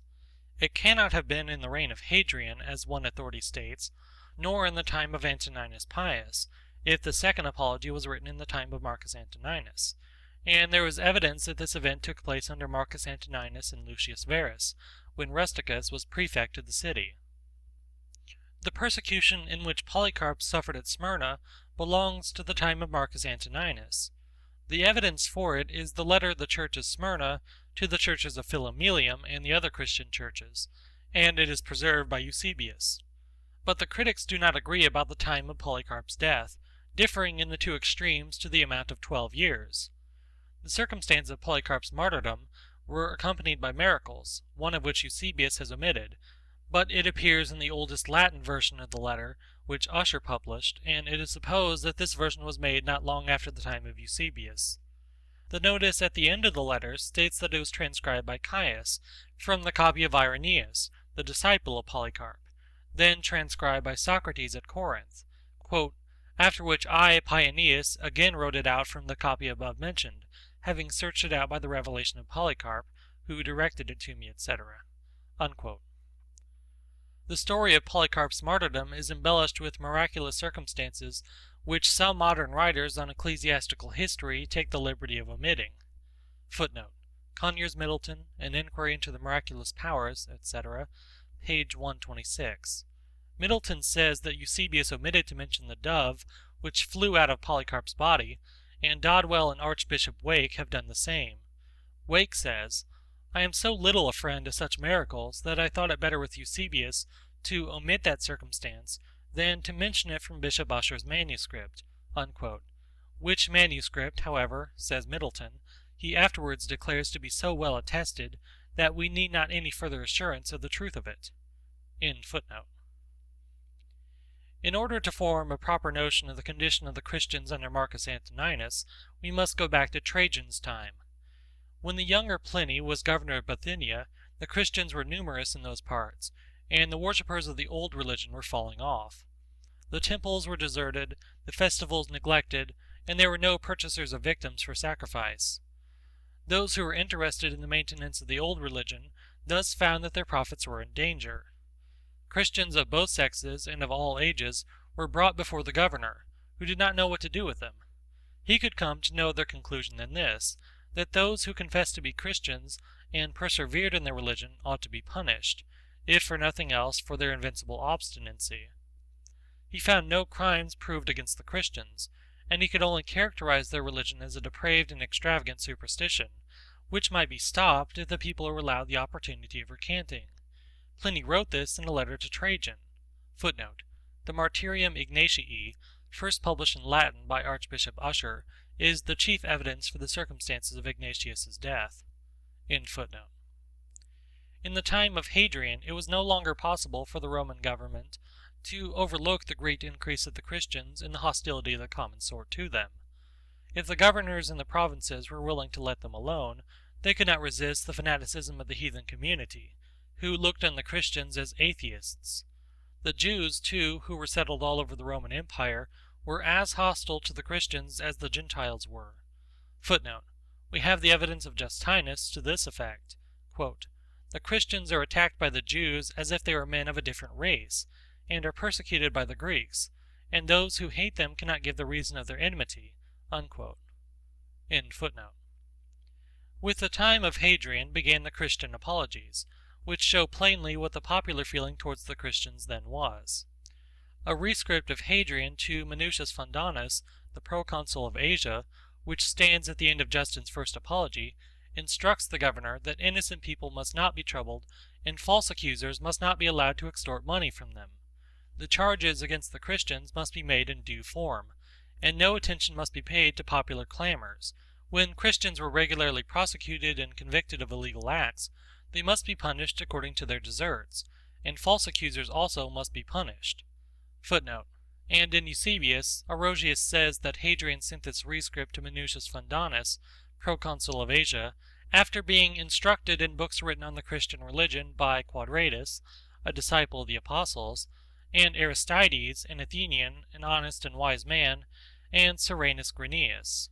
In the Greek text of Hadrian's rescript, there is mentioned Cyrenus Granianus, the predecessor of Minucius Fundanus, in the government of Asia. This rescript of Hadrian has clearly been added to the apology by some editor. End footnote.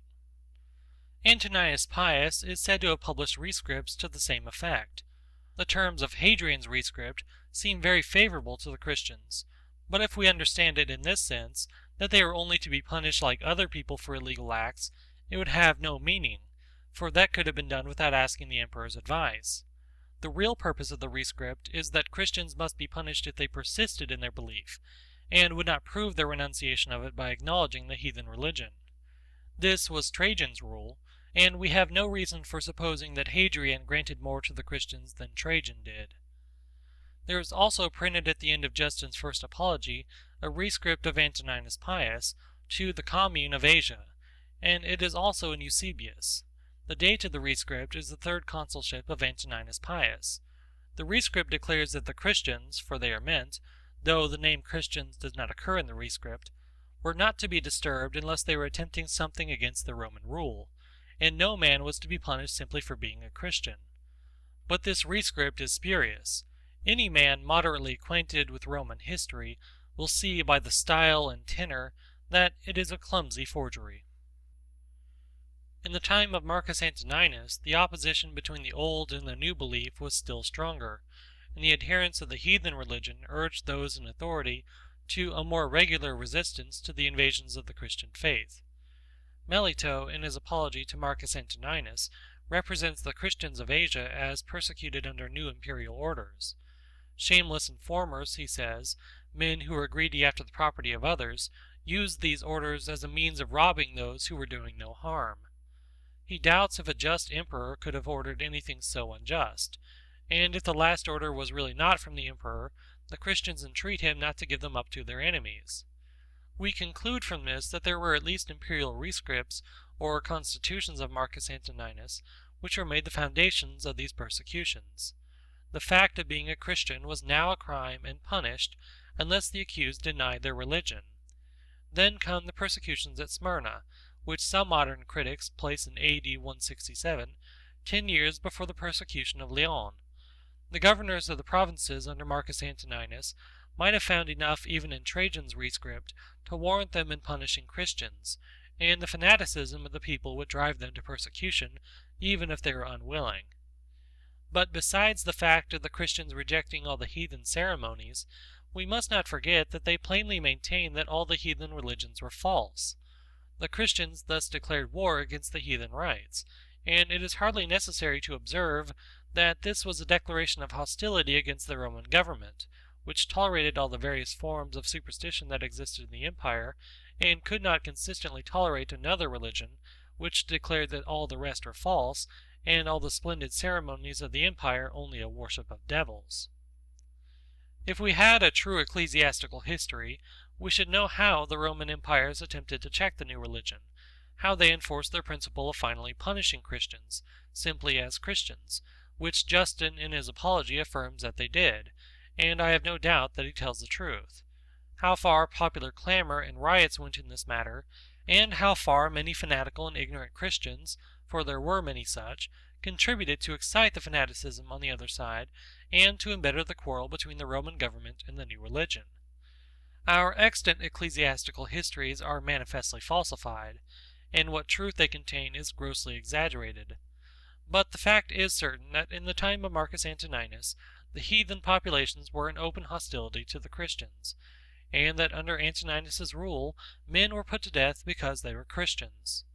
Eusebius, in the preface to his 5th book, remarks that in the 17th year of Antoninus's reign, in some parts of the world the persecution of the Christians became more violent, and that it proceeded from the populace in the cities.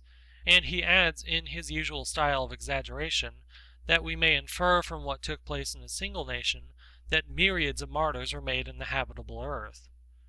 The nation which he alludes to is Gallia, and he then proceeds to give the letter of the churches of Vienna and Lugdunum.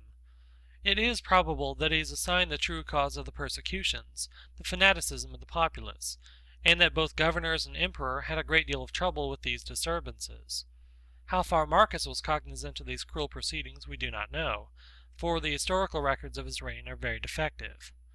He did not make the rule against the Christians, for Trajan did that, and if we admit that he would have been willing to let the Christians alone, we cannot affirm that it was in his power, for it would be a great mistake to suppose that Antoninus had the unlimited authority which some modern sovereigns have had. His power was limited by certain constitutional forms, by the Senate, and by the precedents of his predecessors. We cannot admit that such a man was an active persecutor, for there is no evidence that he was, though it is certain that he had no good opinion of the Christians, as appears from his own words. Footnote: except that of Orosius, who says that during the Parthian War there were grievous persecutions of the Christians in Asia and Gallia under the orders of Marcus, praecepto eius, and, quote, many were crowned with the martyrdom of saints, unquote. End footnote. But he knew nothing of them except their hostility to the Roman religion, and he probably thought that they were dangerous to the state, notwithstanding the professions false or true of some of the apologists. So much I have said, because it would be unfair not to state all that can be urged against a man whom his contemporaries in subsequent ages venerated as a model of virtue and benevolence. If I admitted the genuineness of some documents, he would be altogether clear from the charge of even allowing any persecutions, but as I seek the truth, and am sure that they are false, I leave him to bear whatever blame is his due. Footnote: Dr. F.C. Bauer, in his work entitled Das Christentum und die Christliche Kirche der drei ersten Jahrhunderte, etc., has examined this question with great good sense and fairness, and I believe he has stated the truth as near as our authorities enable us to reach it. End footnote. I add that it is quite certain that Antoninus did not derive any of his ethical principles from a religion of which he knew nothing. Footnote: in the Digest there is the following excerpt from Modestinus, quote, Si cuis aliquid feceret, quo levis hominum anima superstitiona naminis terrerenter. Divus Marcus hu jasmada hominis, in insulam relegere rescripsit. Unquote. There is no doubt that the emperor's reflections, or his meditations, as they are generally named, is a genuine work. In the first book he speaks of himself, his family, and his teachers, and in other books he mentions himself. Suidas notices a work of Antoninus in 12 books, which he names the conduct of his own life, and he cites the book under several words in his dictionary, giving the emperor's name but not the title of the work. There are also passages cited by Suidas from Antoninus without mention of the emperor's name. The true title of the work is unknown. Xylander, who published the first edition of this book with a Latin version, used a manuscript, which contained the 12 books, but it is not known where the manuscript is now. The only other complete manuscript which is known to exist is in the Vatican Library, but it has no titles and no inscriptions of the several books. The 11th only has the inscription marked with an asterisk. The other Vatican manuscripts and the 3 Florentine contain only excerpts from the emperor's book. All the titles of the excerpts nearly agree with that which Xylander prefixed to his edition. This title has been used by all subsequent editors. We cannot tell whether Antoninus divided his work into books or somebody else did it. If the inscriptions at the end of the first and second books are genuine, he may have made the division himself.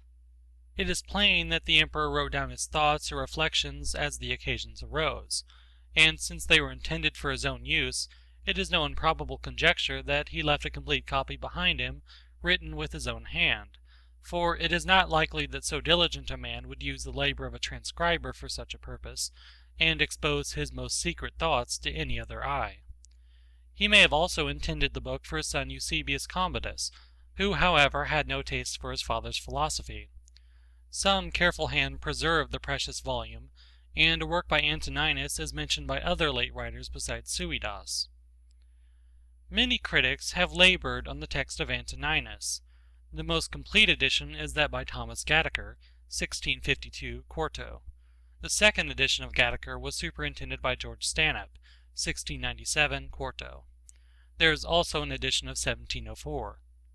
Gadaker made and suggested many good corrections, and he also made a new Latin version, which is not a very good specimen of Latin, but it generally expresses the sense of the original, and often better than some of the more recent translations. He added in the margin opposite to each paragraph references to the other parallel passages, and he wrote a commentary, one of the most complete that has been written on any ancient author. This commentary contains the editor's exposition of the more difficult passages, and quotations from all the Greek and Roman writers for the illustration of the text. It is a wonderful monument of learning and labor, and certainly no Englishman has yet done anything like it. At the end of his preface, the editor says that he wrote it at Rotherhithe, near London, in a severe winter, when he was in the 78th year of his age, 1651, a time when Milton, Selden, and other great men of the Commonwealth time were living, and the great French scholar Salmasius, with whom Gadaker corresponded and received help from him for his edition of Antoninus. The Greek text has also been edited by J.M. Schultz, Leipzig, 1802, 8 volumes, and by the learned Greek Athamontinus Corre, Paris, 1816, 8 volumes. The text of Schultz was republished by Tauchnitz, 1821. There are English, German, French, Italian, and Spanish translations of Marcus Antoninus, and there may be others. I have not seen all the English translations. There is one by Jeremy Collier, 1702, 8 volumes, a most coarse and vulgar copy of the original. The latest French translation by Alexis Pierron, in the collection of Charpentier, is better than Dossier's, which has been honored with an Italian version, Udine, 1772. There is an Italian version, 1675, which I have not seen. It is by a cardinal. Quote, "A man illustrious in the Church, the Cardinal Francis Barberini the Elder, nephew of Pope Urban VII, occupied the last years of his life in translating into his native language the thoughts of the Roman Emperor, in order to diffuse among the faithful the fertilizing and vivifying seeds. He dedicated this translation to his soul, to make it, as he says in his energetic style, redder than is purple at the sight of the virtues of this Gentile." Unquote. I have made this translation at intervals after having used the book for many years. It is made from the Greek, but I have not always followed one text, and I have occasionally compared other versions with my own. I made this translation for my own use, because I found that it was worth the labor, but it may be useful to others also, and therefore I determined to print it. As the original is sometimes very difficult to understand, and still more difficult to translate, it is not possible that I have always avoided error. But I believe that I have not often missed the meaning, and those who will take the trouble to compare the translation with the original should not hastily conclude that I am wrong, if they do not agree with me. Some passages do give the meaning, though at first sight they may not appear to do so, and when I differ from the translators, I think in some places they are wrong, and in other places I am sure that they are. I have placed in some passages a plus sign, which indicates corruption in the text or great uncertainty in the meaning. I could have made the language more easy and flowing, but I have preferred a ruder style as being better suited to express the character of the original, and sometimes the obscurity which may appear in the version is a fair copy of the obscurity of the Greek. If I have not given the best words for the Greek, I have done the best that I could, and in the next text I have always given the same translation of the same word. The last reflection of the Stoic philosophy that I have observed is in Simplicius's Commentary of the Enchiridion of Epictetus. Simplicius was not a Christian, and such a man was not likely to be converted at a time when Christianity was grossly corrupted. But he was a really religious man, and he includes his commentary with a prayer to the deity, which no Christian could improve. From the time of Zeno to Simplicius, a period of about 900 years, the Stoic philosophy formed the characters of some of the best and greatest men. Finally it became extinct, and we hear no more of it till the revival of letters in Italy. Angelo Poliziano met with two very inaccurate and incomplete manuscripts of Epictetus's Enchiridion, which he translated into Latin and dedicated to his great patron Lorenzo de' Medici, in whose collection he had found the book. Poliziano's version was printed in the first Ball edition of the Enchiridion, A.D. 1531, Apud Andream Curtandrum. Poliziano recommends the Enchiridion to Lorenzo as a work well suited to his temper, and useful in the difficulties by which he was surrounded. Epictetus and Antoninus have had readers ever since they were printed. The little book of Antoninus has been the companion of some great men. Machiavelli's Art of War and Marcus Antoninus were the two books which were used when he was a young man by Captain John Smith, and he could not have found two writers better fitted to form the character of a soldier and a man. Smith is almost unknown and forgotten in England, his native country, but not in America, where he saved the young colony of Virginia. He was great in his heroic mind and his deeds in arms, but greater still in the nobleness of his character. For a man's greatness lies not in wealth and station, as the vulgar believe, nor yet in his intellectual capacity, which is often associated with the meanest moral character, the most abject servility to those in high places, and arrogance to the poor and lowly. But a man's true greatness lies in the consciousness of an honest purpose in life, founded on a just estimate of himself and everything else, on frequent self-examination, and a steady obedience to the rule which he knows to be right, without troubling himself, as the emperor says he should not, about what others may think or say, or whether they do or do not do that which he thinks and says and does. Section 14. It has been said that Stoic philosophy first showed its real value when it passed from Greece to Rome. The doctrines of Zeno and his successors were well suited to the gravity and practical good sense of the Romans, and even in the Republican period we have an example of a man, M. Cato Utensis, who lived the life of a Stoic and died consistently with the opinions which he professed. He was a man, says Cicero, who embraced the Stoic philosophy from conviction, not for the purpose of vain discussion as most did, but in order to make his life conformable to the Stoic precepts.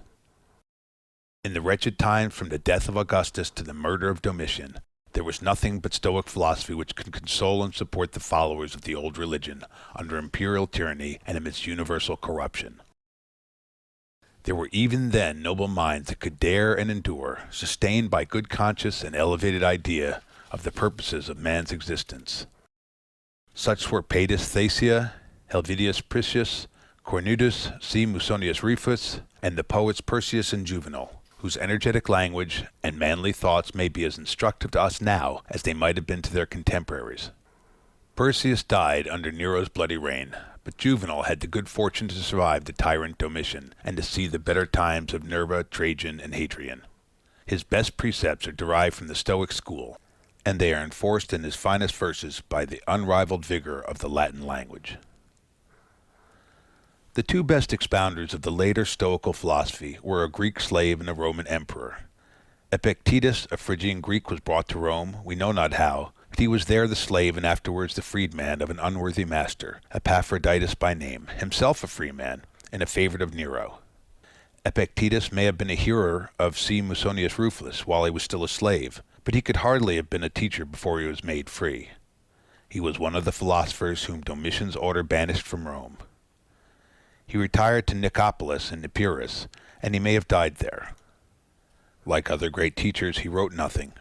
and we are indebted to his grateful pupil Arrian for what we have of Epictetus's discourses. Arrian wrote 8 books of the discourses of Epictetus, of which only 4 remain, and some fragments.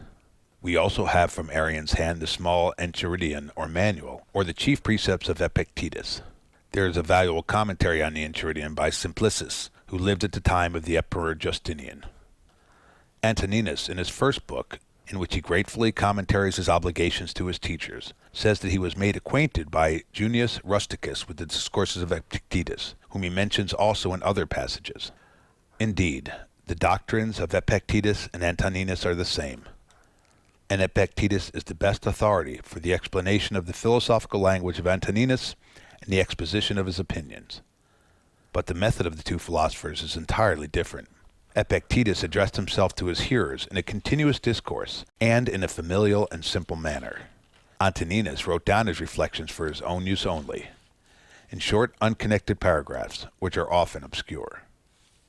The Stoics made 3 divisions of philosophy: physic, ethic, and logic.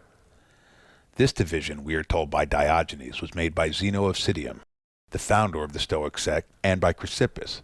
But these philosophers placed the 3 divisions in the following order: logic, physic, ethic. It appears, however, that this division was made before Zeno's time and acknowledged by Plato, as Cicero remarks.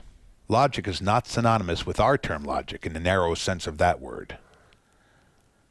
Cleanthes, a Stoic, subdivided the 3 divisions and made 6: dialectic and rhetoric, comprised in logic; ethic and politic; physic and theology. This division was merely for practical use, for all philosophy is one. Even among the earliest Stoics, logic or dialectic does not occupy the same place as in Plato. It is considered only as an instrument which is to be used for the other divisions of philosophy. An exposition of the earlier Stoic doctrines and of their modifications would require a volume. My object is to explain only the opinions of Antoninus, so far as they can be collected from his book. According to the subdivision of Cleanthes, physic and theology go together, or the study of the nature of things and the study of the nature of the deity, so far as man can understand the deity, and of his government of the universe. This division or subdivision is not formally adopted by Antoninus, for, as already observed, there is no method in his book, but it is virtually contained in it. Cleanthes also connects ethic and politic, or the study of principles of morals, and the study of the constitution of civil society, and undoubtedly he did well in subdividing ethic into 2 parts: ethic in a narrower sense, and politic, for though the 2 are intimately connected, they are also very distinct, and many questions can only be properly discussed by carefully observing the distinction. Antoninus does not treat of politic. His subject is ethic, and ethic in its practical application to his own conduct in life as a man and as a governor. His ethic is founded on the doctrines about man's nature, the universal nature, and the relations of every man to everything else. It is therefore intimately and inseparably connected with physics, or the nature of things, and with theology, or the nature of the deity. He advises us to examine well all the impressions on our minds, and to form a right judgment of them, to make just conclusions, and to inquire into the meanings of words, and so far to apply dialectic. But he has no attempt at any exposition of dialectic, and his philosophy is in substance purely moral and practical. He says, quote, "Constantly, and, if it be possible on the occasion of every impression on the soul, apply it to the principles of physic, of ethic, and of dialectic," end quote. Which is only another way of telling us to examine the impression in every possible way. In another passage he says, quote, "To the age which have been mentioned let this one still be added: make for thyself a definition or description of the object, which is presented to thee, so as to see distinctly what kind of a thing it is in its substance, in its nudity, in its complete entirety, and tell thyself its proper name and the names of the things which it has been compounded, and into which it will be resolved," end quote. Such an examination implies the use of dialectic, which Antoninus accordingly employed as a mean towards establishing his physical, theological, and ethical principles. There are several expositions of the physical, theological, and ethical principles which are contained in the work of Antoninus, and more expositions than I have read. Ritter, after explaining the doctrines of Epictetus, treats very briefly and insufficiently those of Antoninus, but he refers to a short essay in which the work is done better. There is also an essay on the philosophical principles of M. Aurelius Antoninus by J. M. Schultz, placed at the end of his German translation of Antoninus. With the assistance of these two useful essays and his own diligent study, a man may form a sufficient notion of the principles of Antoninus, but he will find it more difficult to expound them to others. Besides the want of arrangement in the original and of connection among the numerous paragraphs, the corruption of the text, the obscurity of the language and the style, and sometimes perhaps the confusion in the writer's own ideas, besides all this there is occasionally an apparent contradiction in the emperor's thoughts, as if his principles were sometimes unsettled, as if doubt sometimes clouded his mind. A man who leads a life of tranquility and reflection, who is not disturbed at home, and meddles not with the affairs of the world, may keep his mind at ease and his thoughts in one even course. But such a man has not been tried. All his ethical philosophy and his passive virtue might turn out to be idle words if he were once exposed to the rude realities of human existence. Fine thoughts and moral dissertations from men who have not worked and suffered may be read, but they will be forgotten. No religion, no ethical philosophy is worth anything if the teacher has not lived the, quote, life of an apostle, end quote, and has been ready to die, quote, the death of a martyr, end quote. Quote, not in passivity, the passive affects, but in activity lie the evil and the good of the rational social animal, just as his virtue and his vice lie not in passivity, but in activity, end quote. Section 9, paragraph 16. The Emperor Antoninus was a practical moralist. From his youth, he followed a laborious discipline, and though his high station placed him above all want or the fear of it, he lived as frugally and as temperately as the poorest philosopher. Epictetus wanted little, and it seems that he always had the little that he wanted, and he was content with it, as he had been with his servile station. But Antoninus, after his accession to the empire, sat on an uneasy seat. He had the administration of an empire which extended from the Euphrates to the Atlantic, from the cold mountains of Scotland to the hot sands of Africa, and we may imagine, though we cannot know it by experience, what must be the trials, the troubles, the anxiety, and the sorrows of him who has the world's business on his hands, with the wish to do the best he can, and the certain knowledge that he can do very little of the good which he wishes. In the midst of war, pestilence, conspiracy, general corruption, and with the weight of so unwieldy an empire upon him, we may easily comprehend that Antoninus often had need of all his fortitude to support him. The best and bravest men have moments of doubt and of weakness, but if they are the best and the bravest, they rise again from their depression by recurring to first principles, as Antoninus does. The emperor says that life is smoke, a vapor, and St. James in his epistle is of the same mind, that the world is full of envious, jealous, malignant people, and a man might well be content to get out of it. He has doubts, perhaps, sometimes even about that to which he holds most firmly. There are only a few passages of this kind, but they are the evidence of struggles which even the noblest of the sons of men had to maintain against the hard realities of his daily life. A poor remark it is, which I have seen somewhere, and made in a disparaging way, that the emperor's reflections show that he had need of consolation and comfort in life, and even to prepare him to meet his death. True that he did need comfort and support, and we see how he found it. He constantly recurs to his fundamental principle that the universe is wisely ordered, that every man is a part of it and must conform to that order which he cannot change, that whatever the deed he has done is good, that all mankind are a man's brethren, that he must love and cherish them and try to make them better, even those who would do him harm. This is his conclusion. Quote, what then is that which is able to conduct a man? One thing and only one, philosophy. But this consists in keeping the divinity within a man free from violence and unharmed, superior to pains and pleasures, doing nothing without a purpose, nor yet falsely and with hypocrisy, not feeling the need of another man's doing, or not doing anything, and besides accepting all that happens and all that is allotted, as coming from thence, wherever it is, from whence he himself came, and finally, waiting for death with a cheerful mind as being nothing else than a dissolution of the elements of which every living being is compounded. But if there is no harm to the elements themselves and each continually changing into another, why should the man have any apprehension about the change and dissolution of all the elements himself? For it is according to nature, and nothing is evil that is according to nature. End quote. The physic of Antoninus is the knowledge of the nature of the universe, of its government, and of the relation of man's nature to both. He names the universe, quote, the universal substance, end quote, and he adds that, quote, reason, end quote, covers the universe. He also uses the term, quote, universal nature, end quote, or, quote, nature of the universe, end quote. He calls the universe, quote, the one and all, which we name cosmos or order, end quote. If he ever seems to use these general terms as significant of all that man can in any way conceive to exist, he still on other occasions plainly distinguishes between matter, material things, and cause, origin, reason.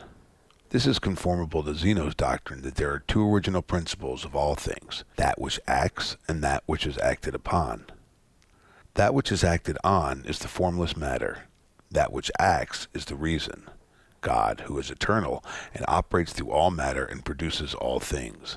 So Antoninus speaks of the reason which pervades all substance and through all time by fixed periods, revolutions, administers the universe.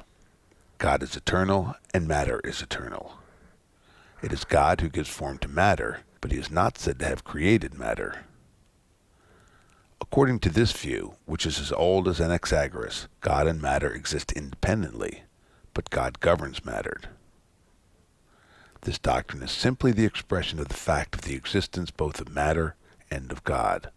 The Stoics did not perplex themselves with the insoluble question of the origin and nature of matter. Antoninus also assumes a beginning of things, as we now know them, but his language is sometimes very obscure. I have endeavored to explain the meaning of one difficult passage. Matter consists of elemental parts, of which all material objects are made, but nothing is permanent in form.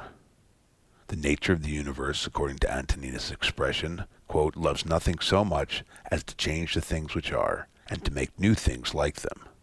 For everything that exists is in a manner the seed of that which will be. But thou art thinking only of seeds which are cast into the earth or into a womb. But this is a very vulgar notion. End quote. All things, then, are in a constant flux and change.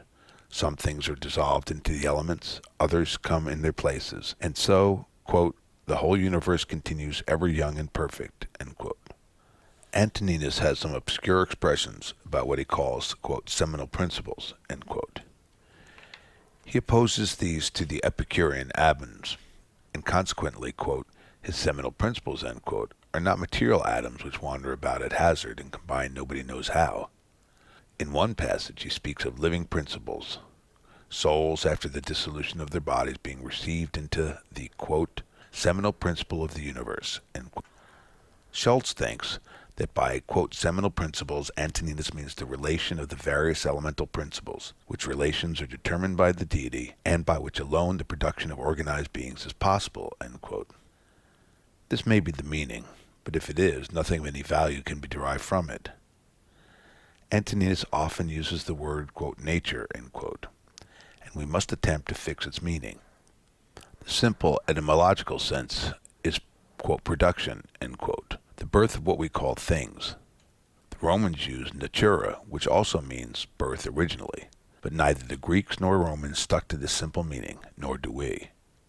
Antoninus says, quote, whether the universe is a concourse of atoms or nature is a system, let this first be established, that I am part of the whole which is governed by nature, end quote. Here it might seem as if nature were personified and viewed as an active, efficient power, as something which, if not independent of the deity, acts by a power which is given to it by the deity. Such, if I understand the expression right, is the way in which the word nature is often used now, though it is plain that many writers use the word without fixing any exact meaning to it. It is the same with the expression laws of nature, which some writers may use in an intelligible sense, but others as clearly use in no definite sense at all. There is no meaning in this word nature except that which Bishop Butler assigns to it when he says, quote, the only distinct meaning of that word natural is stated, fixed, or settled, since what is natural as much require and presupposes an intelligent agent to render it so, i.e. to affect it continually or at stated times as what is supernatural or miraculous does to effect it at once." End quote. This is Plato's meaning when he says that God holds the beginning and end and middle of all that exists, and proceeds straight on his course, making his circuit according to nature, that is, by fixed order, and he is continually accompanied by justice, who punishes those who deviate from the divine law, that is, from the order or course which God observes. When we look at the motion of the planets, the action of what we call gravitation, the elemental combination of unorganized bodies and their resolution, the production of plants and of living bodies, their generation, growth, and their dissolution, which we call their death, we observe a regular sequence of phenomena, which, within the limits of experience, present, and past, so far as we know the past, is fixed and invariable. But if this is not so, if the order and sequence of phenomena as known to us are subject to change in the course of an infinite progression, and such change is conceivable, we have nor discovered, not shall we ever discover, the whole of the order and sequence of phenomena, in which sequence there may be involved according to its very nature, that is, according to its fixed order, some variation of which we now call order or the nature of things. It is also conceivable that such changes have taken place, changes in the order of things, as we are compelled by the imperfection of language to call them, which are no changes. And further, it is certain that our knowledge of the true sequence of all actual phenomena, as for instance, the phenomena of generation, growth, and dissolution, is and ever must be imperfect. We do not fare much better when we speak of causes and effects than when we speak of nature. For the practical purposes of life, we may use the terms cause and effect conveniently, and we may fix a distinct meaning to them, distinct enough at least to prevent all misunderstanding. But the case is different when we speak of causes and effects as of things. All that we know is that phenomena, as the Greeks called them, or appearances which follow one another in a regular order as we conceive it, so that if some one phenomenon should fail in the series, we conceive that there must either be an interruption of the series, or that something else will appear after the phenomena which has failed to appear, and will occupy the vacant place, and so the series and its progression may be modified or totally changed. Cause and effect then mean nothing in a sequence of natural phenomena beyond what I've said, and the real cause, or the transcendent cause, as some would call it, of each successive phenomena is in that which is the cause of all things which are, which have been, and which will be forever. Thus the word creation may have a real sense if we consider it as the first, if we can conceive of first in the present order of natural phenomena. But in the vulgar sense, a creation of all things at a certain time, followed by a quiescence of the first cause and an abandonment of all sequences and phenomena to the laws of nature, or to the other words that people may use, is absolutely absurd. Now, though there is great difficulty in understanding all the passages of Antoninus in which he speaks of nature, of the changes of things, and of the economy of the universe, I am convinced that his sense of nature and natural is the same as that which I have stated. And as he was a man who knew how to use words in a clear way and with a strict consistency, we ought to assume, even if his meaning in some passages is doubtful, that his view of nature was in harmony with his fixed belief in the all-pervading, ever-present, and ever-active energy of God. There is much in Antoninus that is hard to understand, and it might be said that he did not fully comprehend all that he wrote, which would, however, be in no way remarkable, for it happens now that a man may write what neither he nor anybody can understand. Antoninus tells us to look at things and see what they are, resolving them into the material, the causal, and the relation, or the purpose, by which he seems to mean something in nature of what we call effect or end. The word cause is the difficulty. There is the same word in the Sanskrit, and the subtle philosophers of India and of Greece, and the less subtle philosophers of modern times, have all used this word, or an equivalent word, in a vague way. Yet the confusion sometimes may be the inevitable ambiguity of language, rather than in the mind of the writer, for I cannot think that some of the wisest of men did not know what they intended to say. When Antoninus says that, quote, everything that exists is in a manner the seed of that which will be, end quote, he might be supposed to say what some of the Indian philosophers have said, and thus a profound truth might be converted into a gross absurdity. But he says, quote, in a manner, end quote. And in a manner he said true, and in another manner, if you mistake his meaning, he said false. When Plato said, quote, nothing ever is, but is always becoming, end quote, he delivered a text out of which we may derive something, for he destroys by it not all practical, but all speculative notions of cause and effect. The whole series of things as they appear to us must be contemplated in time, that is, in succession, and we conceive or suppose intervals between one state of things and another state of things, so that there is priority and sequence, and interval, and being, and a ceasing to be, and beginning and ending. But there is nothing of this kind in the nature of things. It is an everlasting continuity. When Antoninus speaks of generation, he speaks of one cause acting, and then another cause taking up the work, which the former left in a certain state, and so on. And we might conceive that he had some notion like what has been called, quote, the self-evolving power of nature, end quote. A fine phrase indeed, the full import of which I believe that the writer of it did not see, and thus he laid himself open to the imputation of being a follower of one of the Hindu sects, which makes all things come by evolution out of nature or matter, or out of something which takes the place of the deity but is not deity. I would have all men think as they please, or as they can, and I only claim the same freedom which I give. When a man writes anything, we may fairly try to find out all that his words must mean, even if the result is that they mean what he did not mean. And if we find this contradiction, it is not our fault, but his misfortune. Now Antoninus is perhaps somewhat in a condition in what he says, though he speaks at the end of the paragraph of the power which acts unseen by the eyes, but still no less clearly. But whether in this passage he means the power is conceived to be in different successive causes, or in something else, nobody can tell. From other passages, however, I do collect that his notion of the phenomena of the universe is what I have stated. The deity works unseen, if we may use such language, and perhaps I may, as Job did, or he wrote the book of Job. Quote, in him we live and move and are, end quote, said St. Paul to the Athenians, and to show his bearers that this was no new doctrine, he quoted the Greek poets. One of these poets was the Stoic Cleanthes, whose noble hymn to Zeus or God is an elevated expression of devotion and philosophy. It deprives nature of her power and puts her under the immediate government of the deity. Quote, thee all this heaven which whirls around the earth obeys and willing follows where thou leadest. Without thee, God, nothing is done on earth, nor in the ethereal realms, nor in the sea, save what the wicked through their folly do. End quote.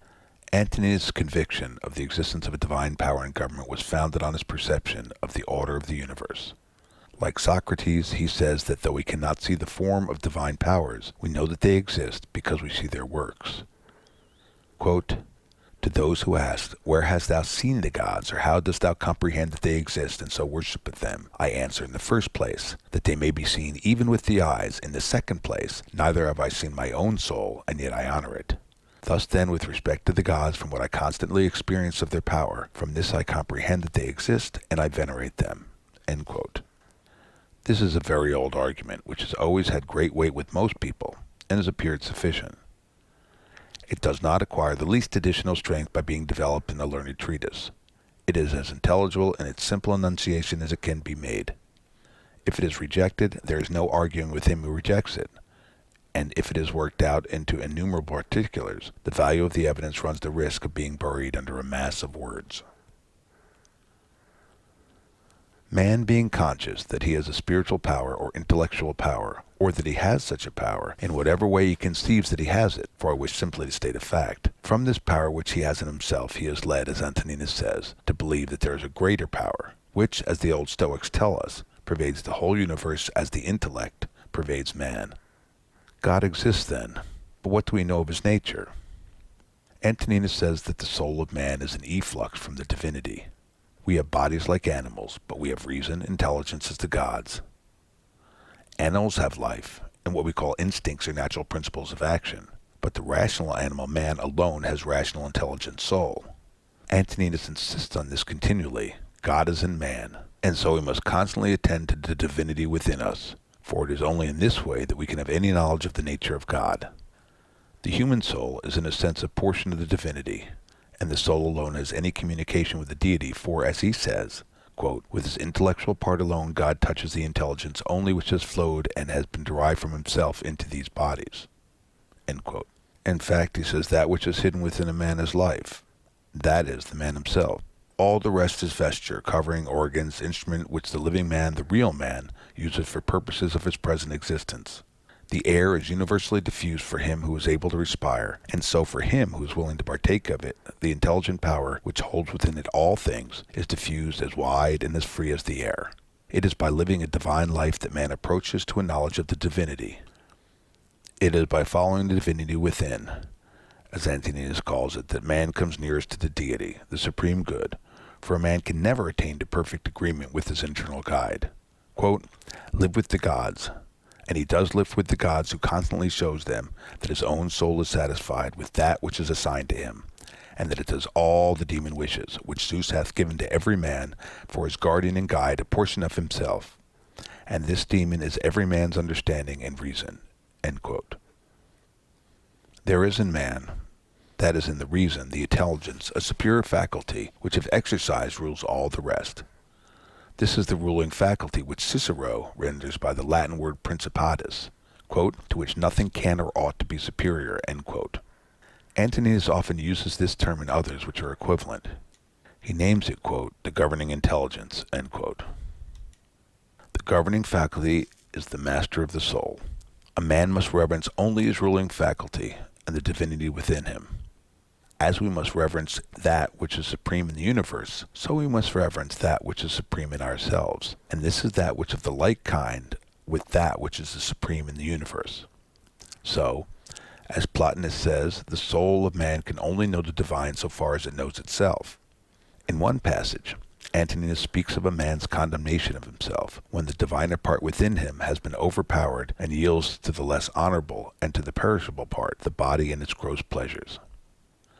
In a word, the views of Antoninus on this matter, however his expressions may vary, are exactly what Bishop Butler expresses when he speaks of, quote, the natural supremacy of the reflection or conscious, end quote, of the faculty, quote, which surveys, approves, or disapproves the several affectations of our mind and actions of our lives, end quote. Much matter might be collected from Antoninus on the notion of the universe being one animated being, but all that he says amounts to no more, as Schultz remarks, than this. The soul of man is most intimately united to his body, and together they make one animal which we call man. So the deity is most intimately united to the world or the material universe, and together they form one whole. But Antoninus did not view God and the material universe as the same any more than he viewed the body and soul of man as one. Antoninus has no speculations on the absolute nature of the deity. It was not his fashion to waste his time on what a man cannot understand. He was satisfied that God exists, that he governs all things, that man can only have an imperfect knowledge of his nature, and he must attain this imperfect knowledge by reverencing the divinity which is within him and keeping it pure. From all that has been said, it follows that the universe is administered by the providence of God, and that all things are wisely ordered. There are passages in which Antoninus expresses doubts or states different possible theories of the constitution and government of the universe, but he always recurs to his fundamental principle, that if we admit the existence of a deity, we must also admit that he orders all things wisely and well. Epictetus says that we can discern the providence which rules the world if we possess two things, the power of seeing all that happens with respect to each thing, and a grateful disposition. But if all things are wisely ordered, how is the world so full of what we call evil, physical and moral? If instead of saying that there is evil in the world, we use the expression which I have used, quote, what we call evil, end quote, we have partly anticipated the emperor's answer.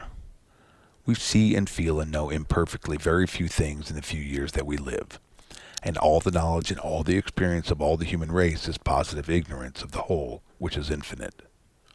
Now, as our reason teaches us that everything is in some way related to and connected with every other thing, all notion of evil as being in the universe of things is a contradiction. For if the whole comes from and is governed by an intelligent being, it is impossible to conceive anything in it which tends to the evil or destruction of the whole.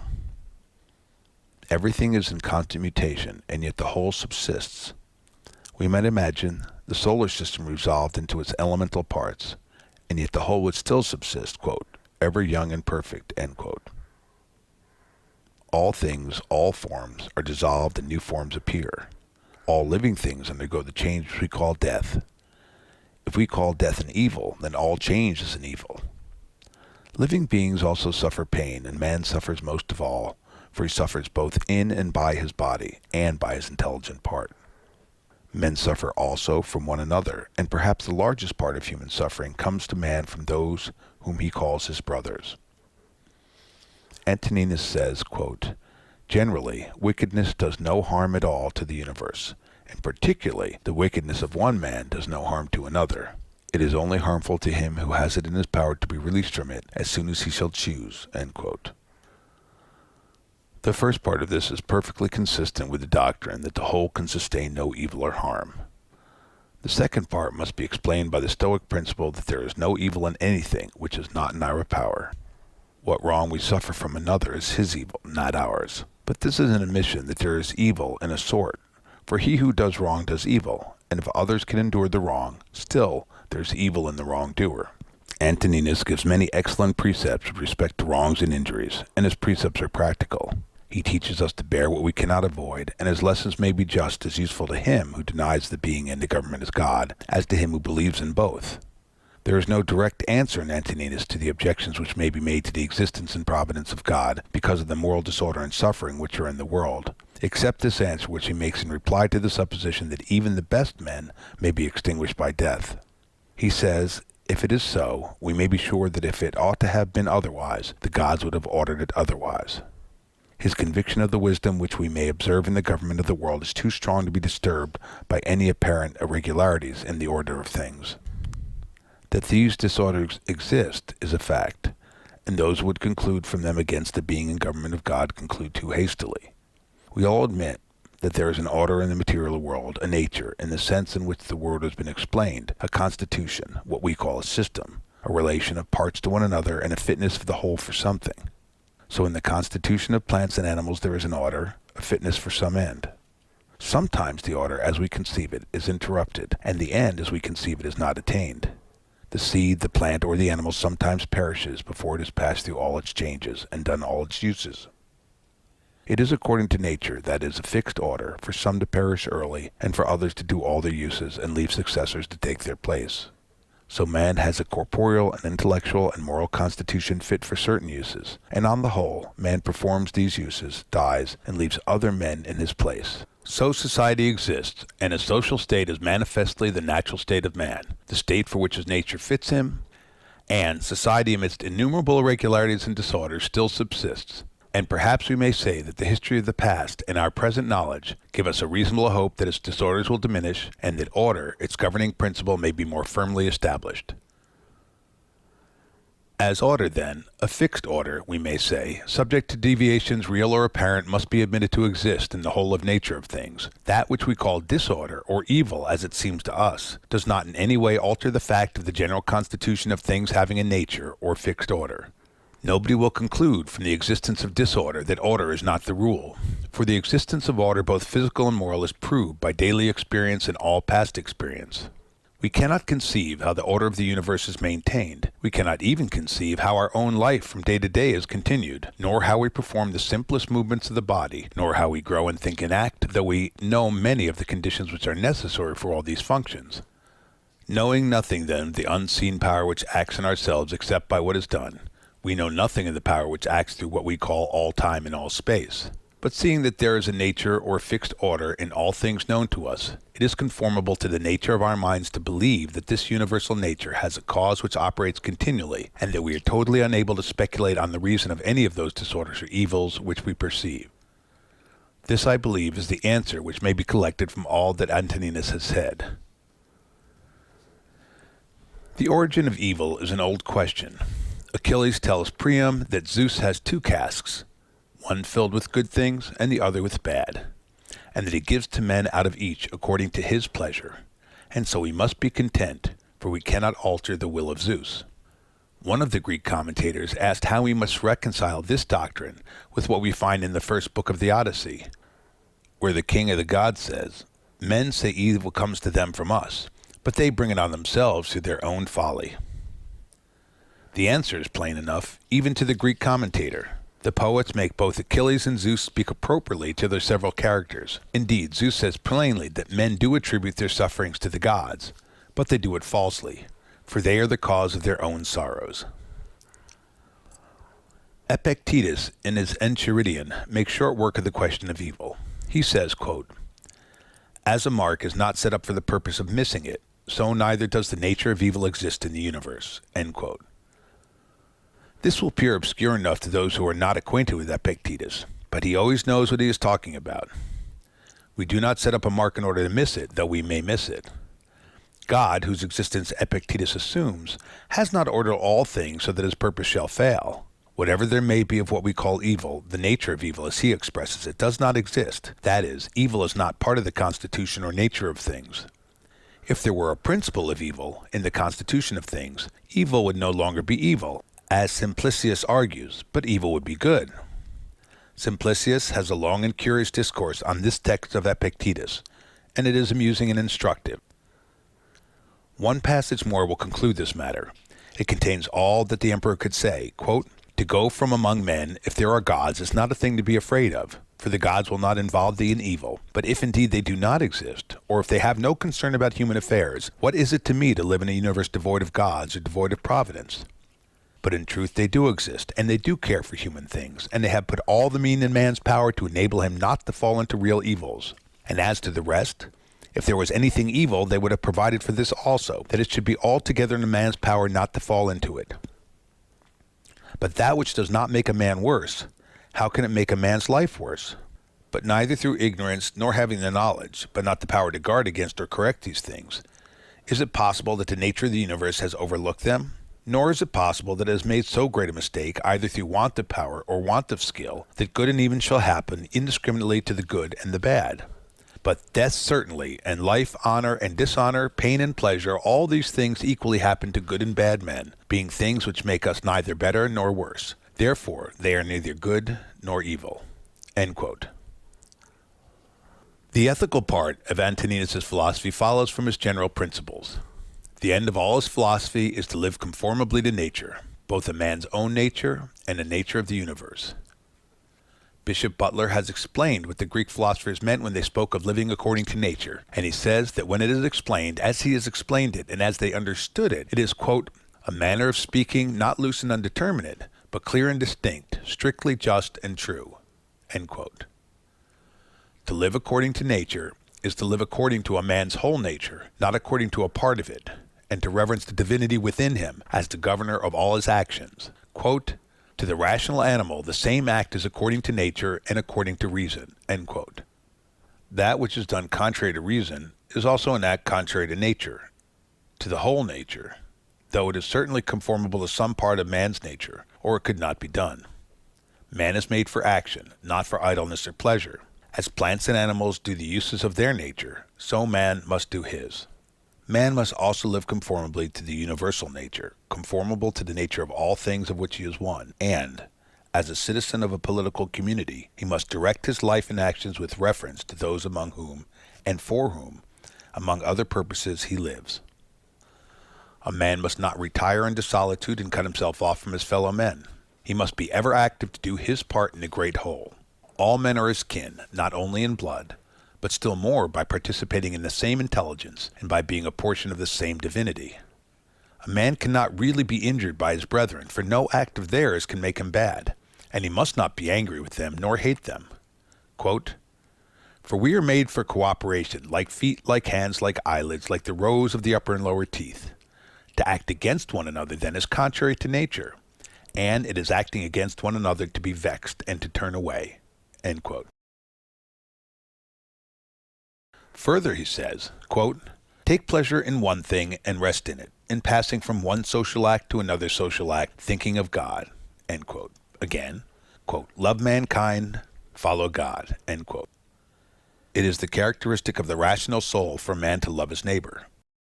Antoninus teaches in various passages the forgiveness of injuries, and we know that he also practiced what he taught. Bishop Butler remarks that, quote, "This divine precept to forgive injuries and to love our enemies, though to be met with gentile moralists, yet is in a particular sense a precept of Christianity, as our Savior has insisted more upon it than on any other single virtue." End quote. The practice of this precept is the most difficult of all virtues.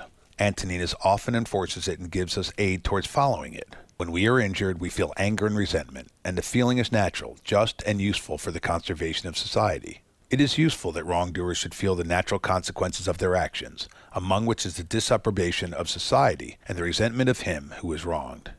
But revenge, in the proper sense of that word, must not be practiced. Quote, The best way of avenging thyself, says the emperor, is not to become like the wrongdoer. It is plain by this that he does not mean that we should in any case practice revenge, but he says to those who talk of revenging wrongs, be not like him who has done the wrong. Socrates in the Credo says the same in other words, and St. Paul, when a man has done thee any wrong, immediately consider with what opinion about good or evil he has done wrong. For when thou hast seen this, thou wilt pity him, and wilt neither wonder nor be angry.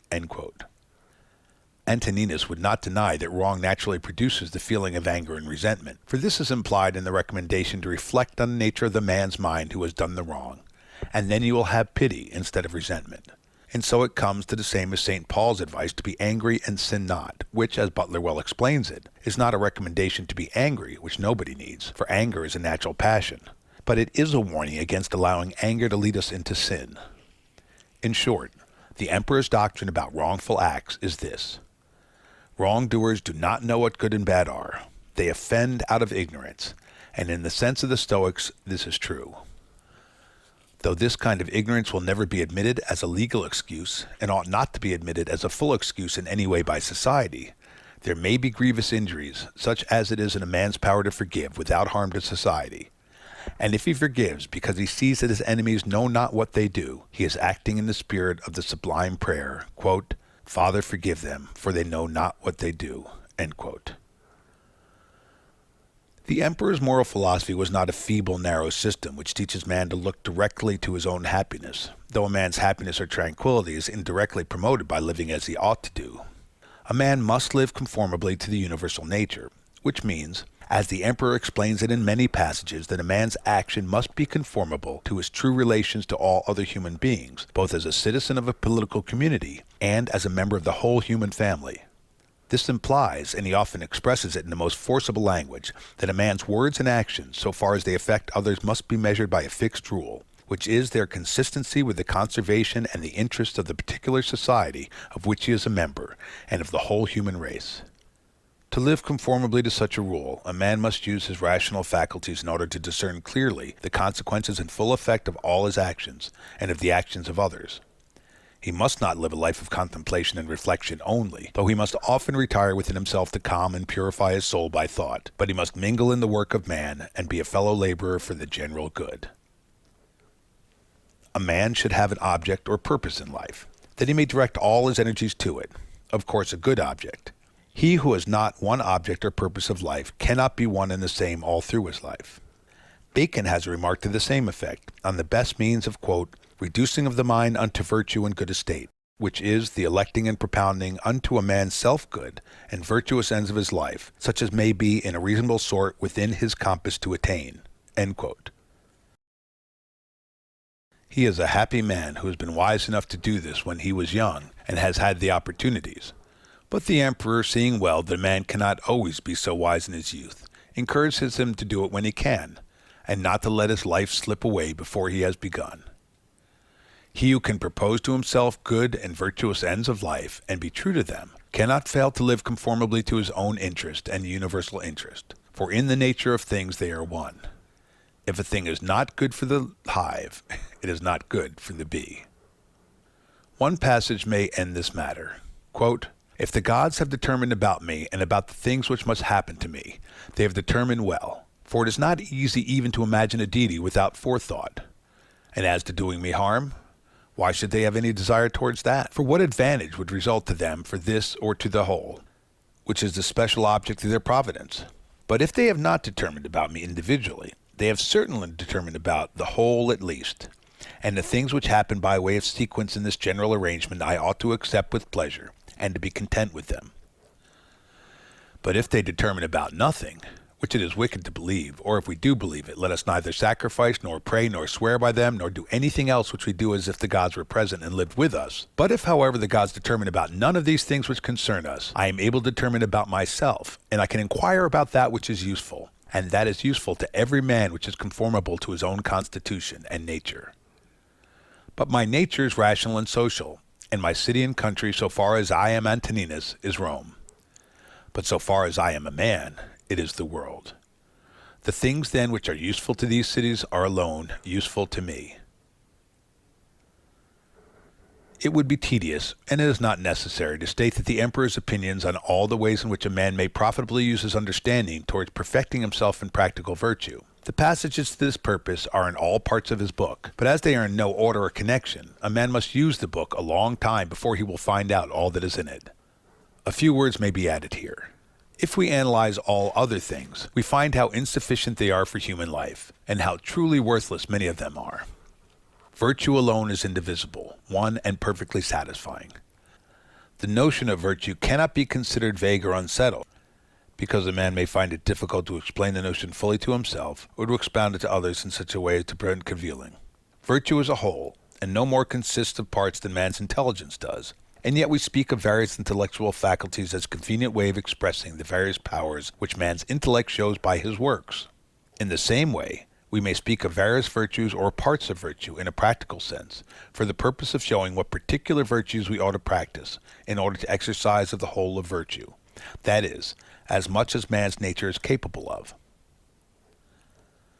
The prime principle in man's constitution is social. The next in orders is not to yield to the persuasions of the body, when they are not conformable to the rational principle, which must govern.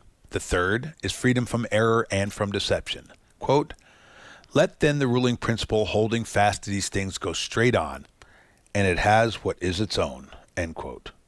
The emperor selects justice as the virtue which is the basis of all the rest, and this had been said long before his time.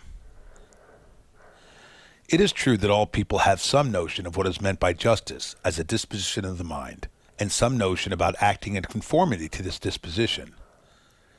But experience shows that men's notions about justice are as confused as their actions are inconsistent with the true notion of justice.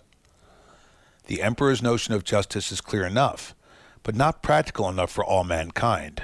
Quote, "Let there be freedom from perturbations with respect to the things which come from the external cause, and let there be justice in the things done by virtue of the internal cause. That is, let there be a movement and action terminating in this, in social acts, for this is according to thy nature." End quote. In another place, he says that, quote, "He who acts unjustly acts impiously," end quote, which follows, of course, from all that he says in various places. He insists on the practice of truth as a virtue and as a means to virtue, which it no doubt is, for lying even in indifferent things weakens the understanding, and lying maliciously is as great a moral offense as man can be guilty of, viewed both as showing an habitual disposition and viewed with respect to consequences. He couples the notion of justice with action.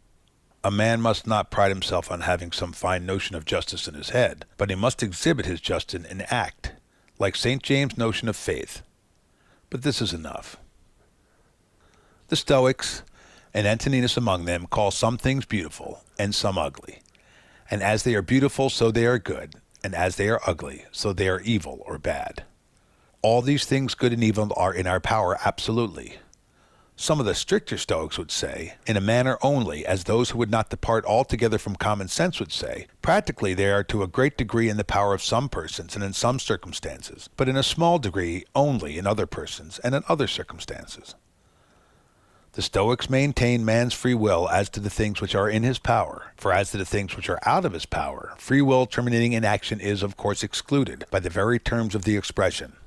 I hardly know if we can discover exactly Antoninus' notion of the free will of man, nor is the question worth the inquiry. What he does mean and does say is intelligible.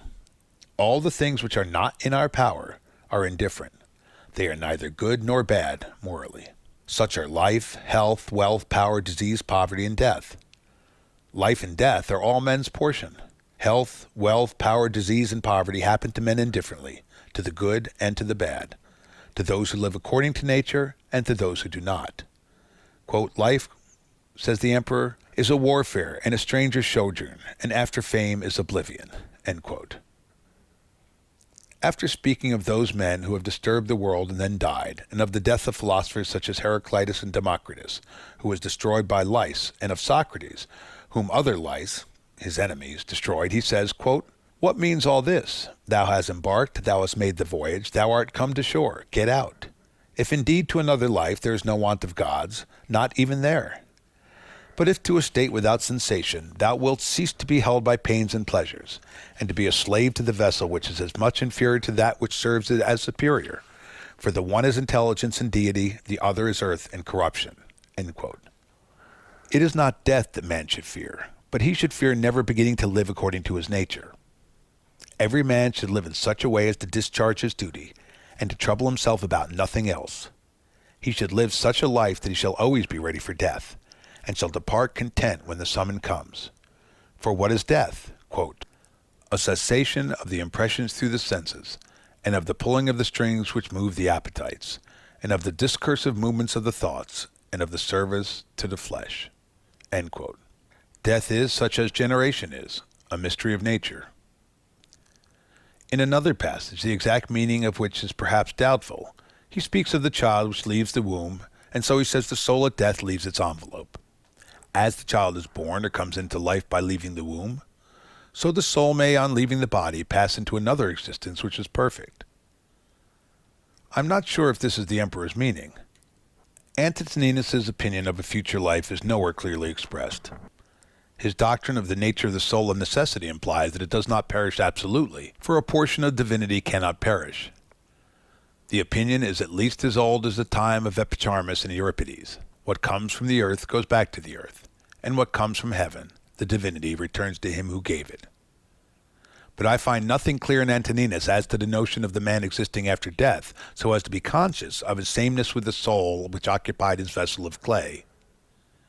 He seemed to be perplexed on this matter, and finally to have rested in this, that God or the gods will do whatever is best and consistent with the universality of things. Nor, I think, does he speak conclusively on another Stoic doctrine, which some Stoics practice, the anticipating the regular course of nature by man's own act. The reader will find some passages in which this is touched on, and he may make of them what he can. But there are passages in which the emperor encourages himself to wait for the end patiently and with tranquility, and certainly it is consistent with all his best teaching that a man should bear all that falls to his lot and do useful acts as long as he lives.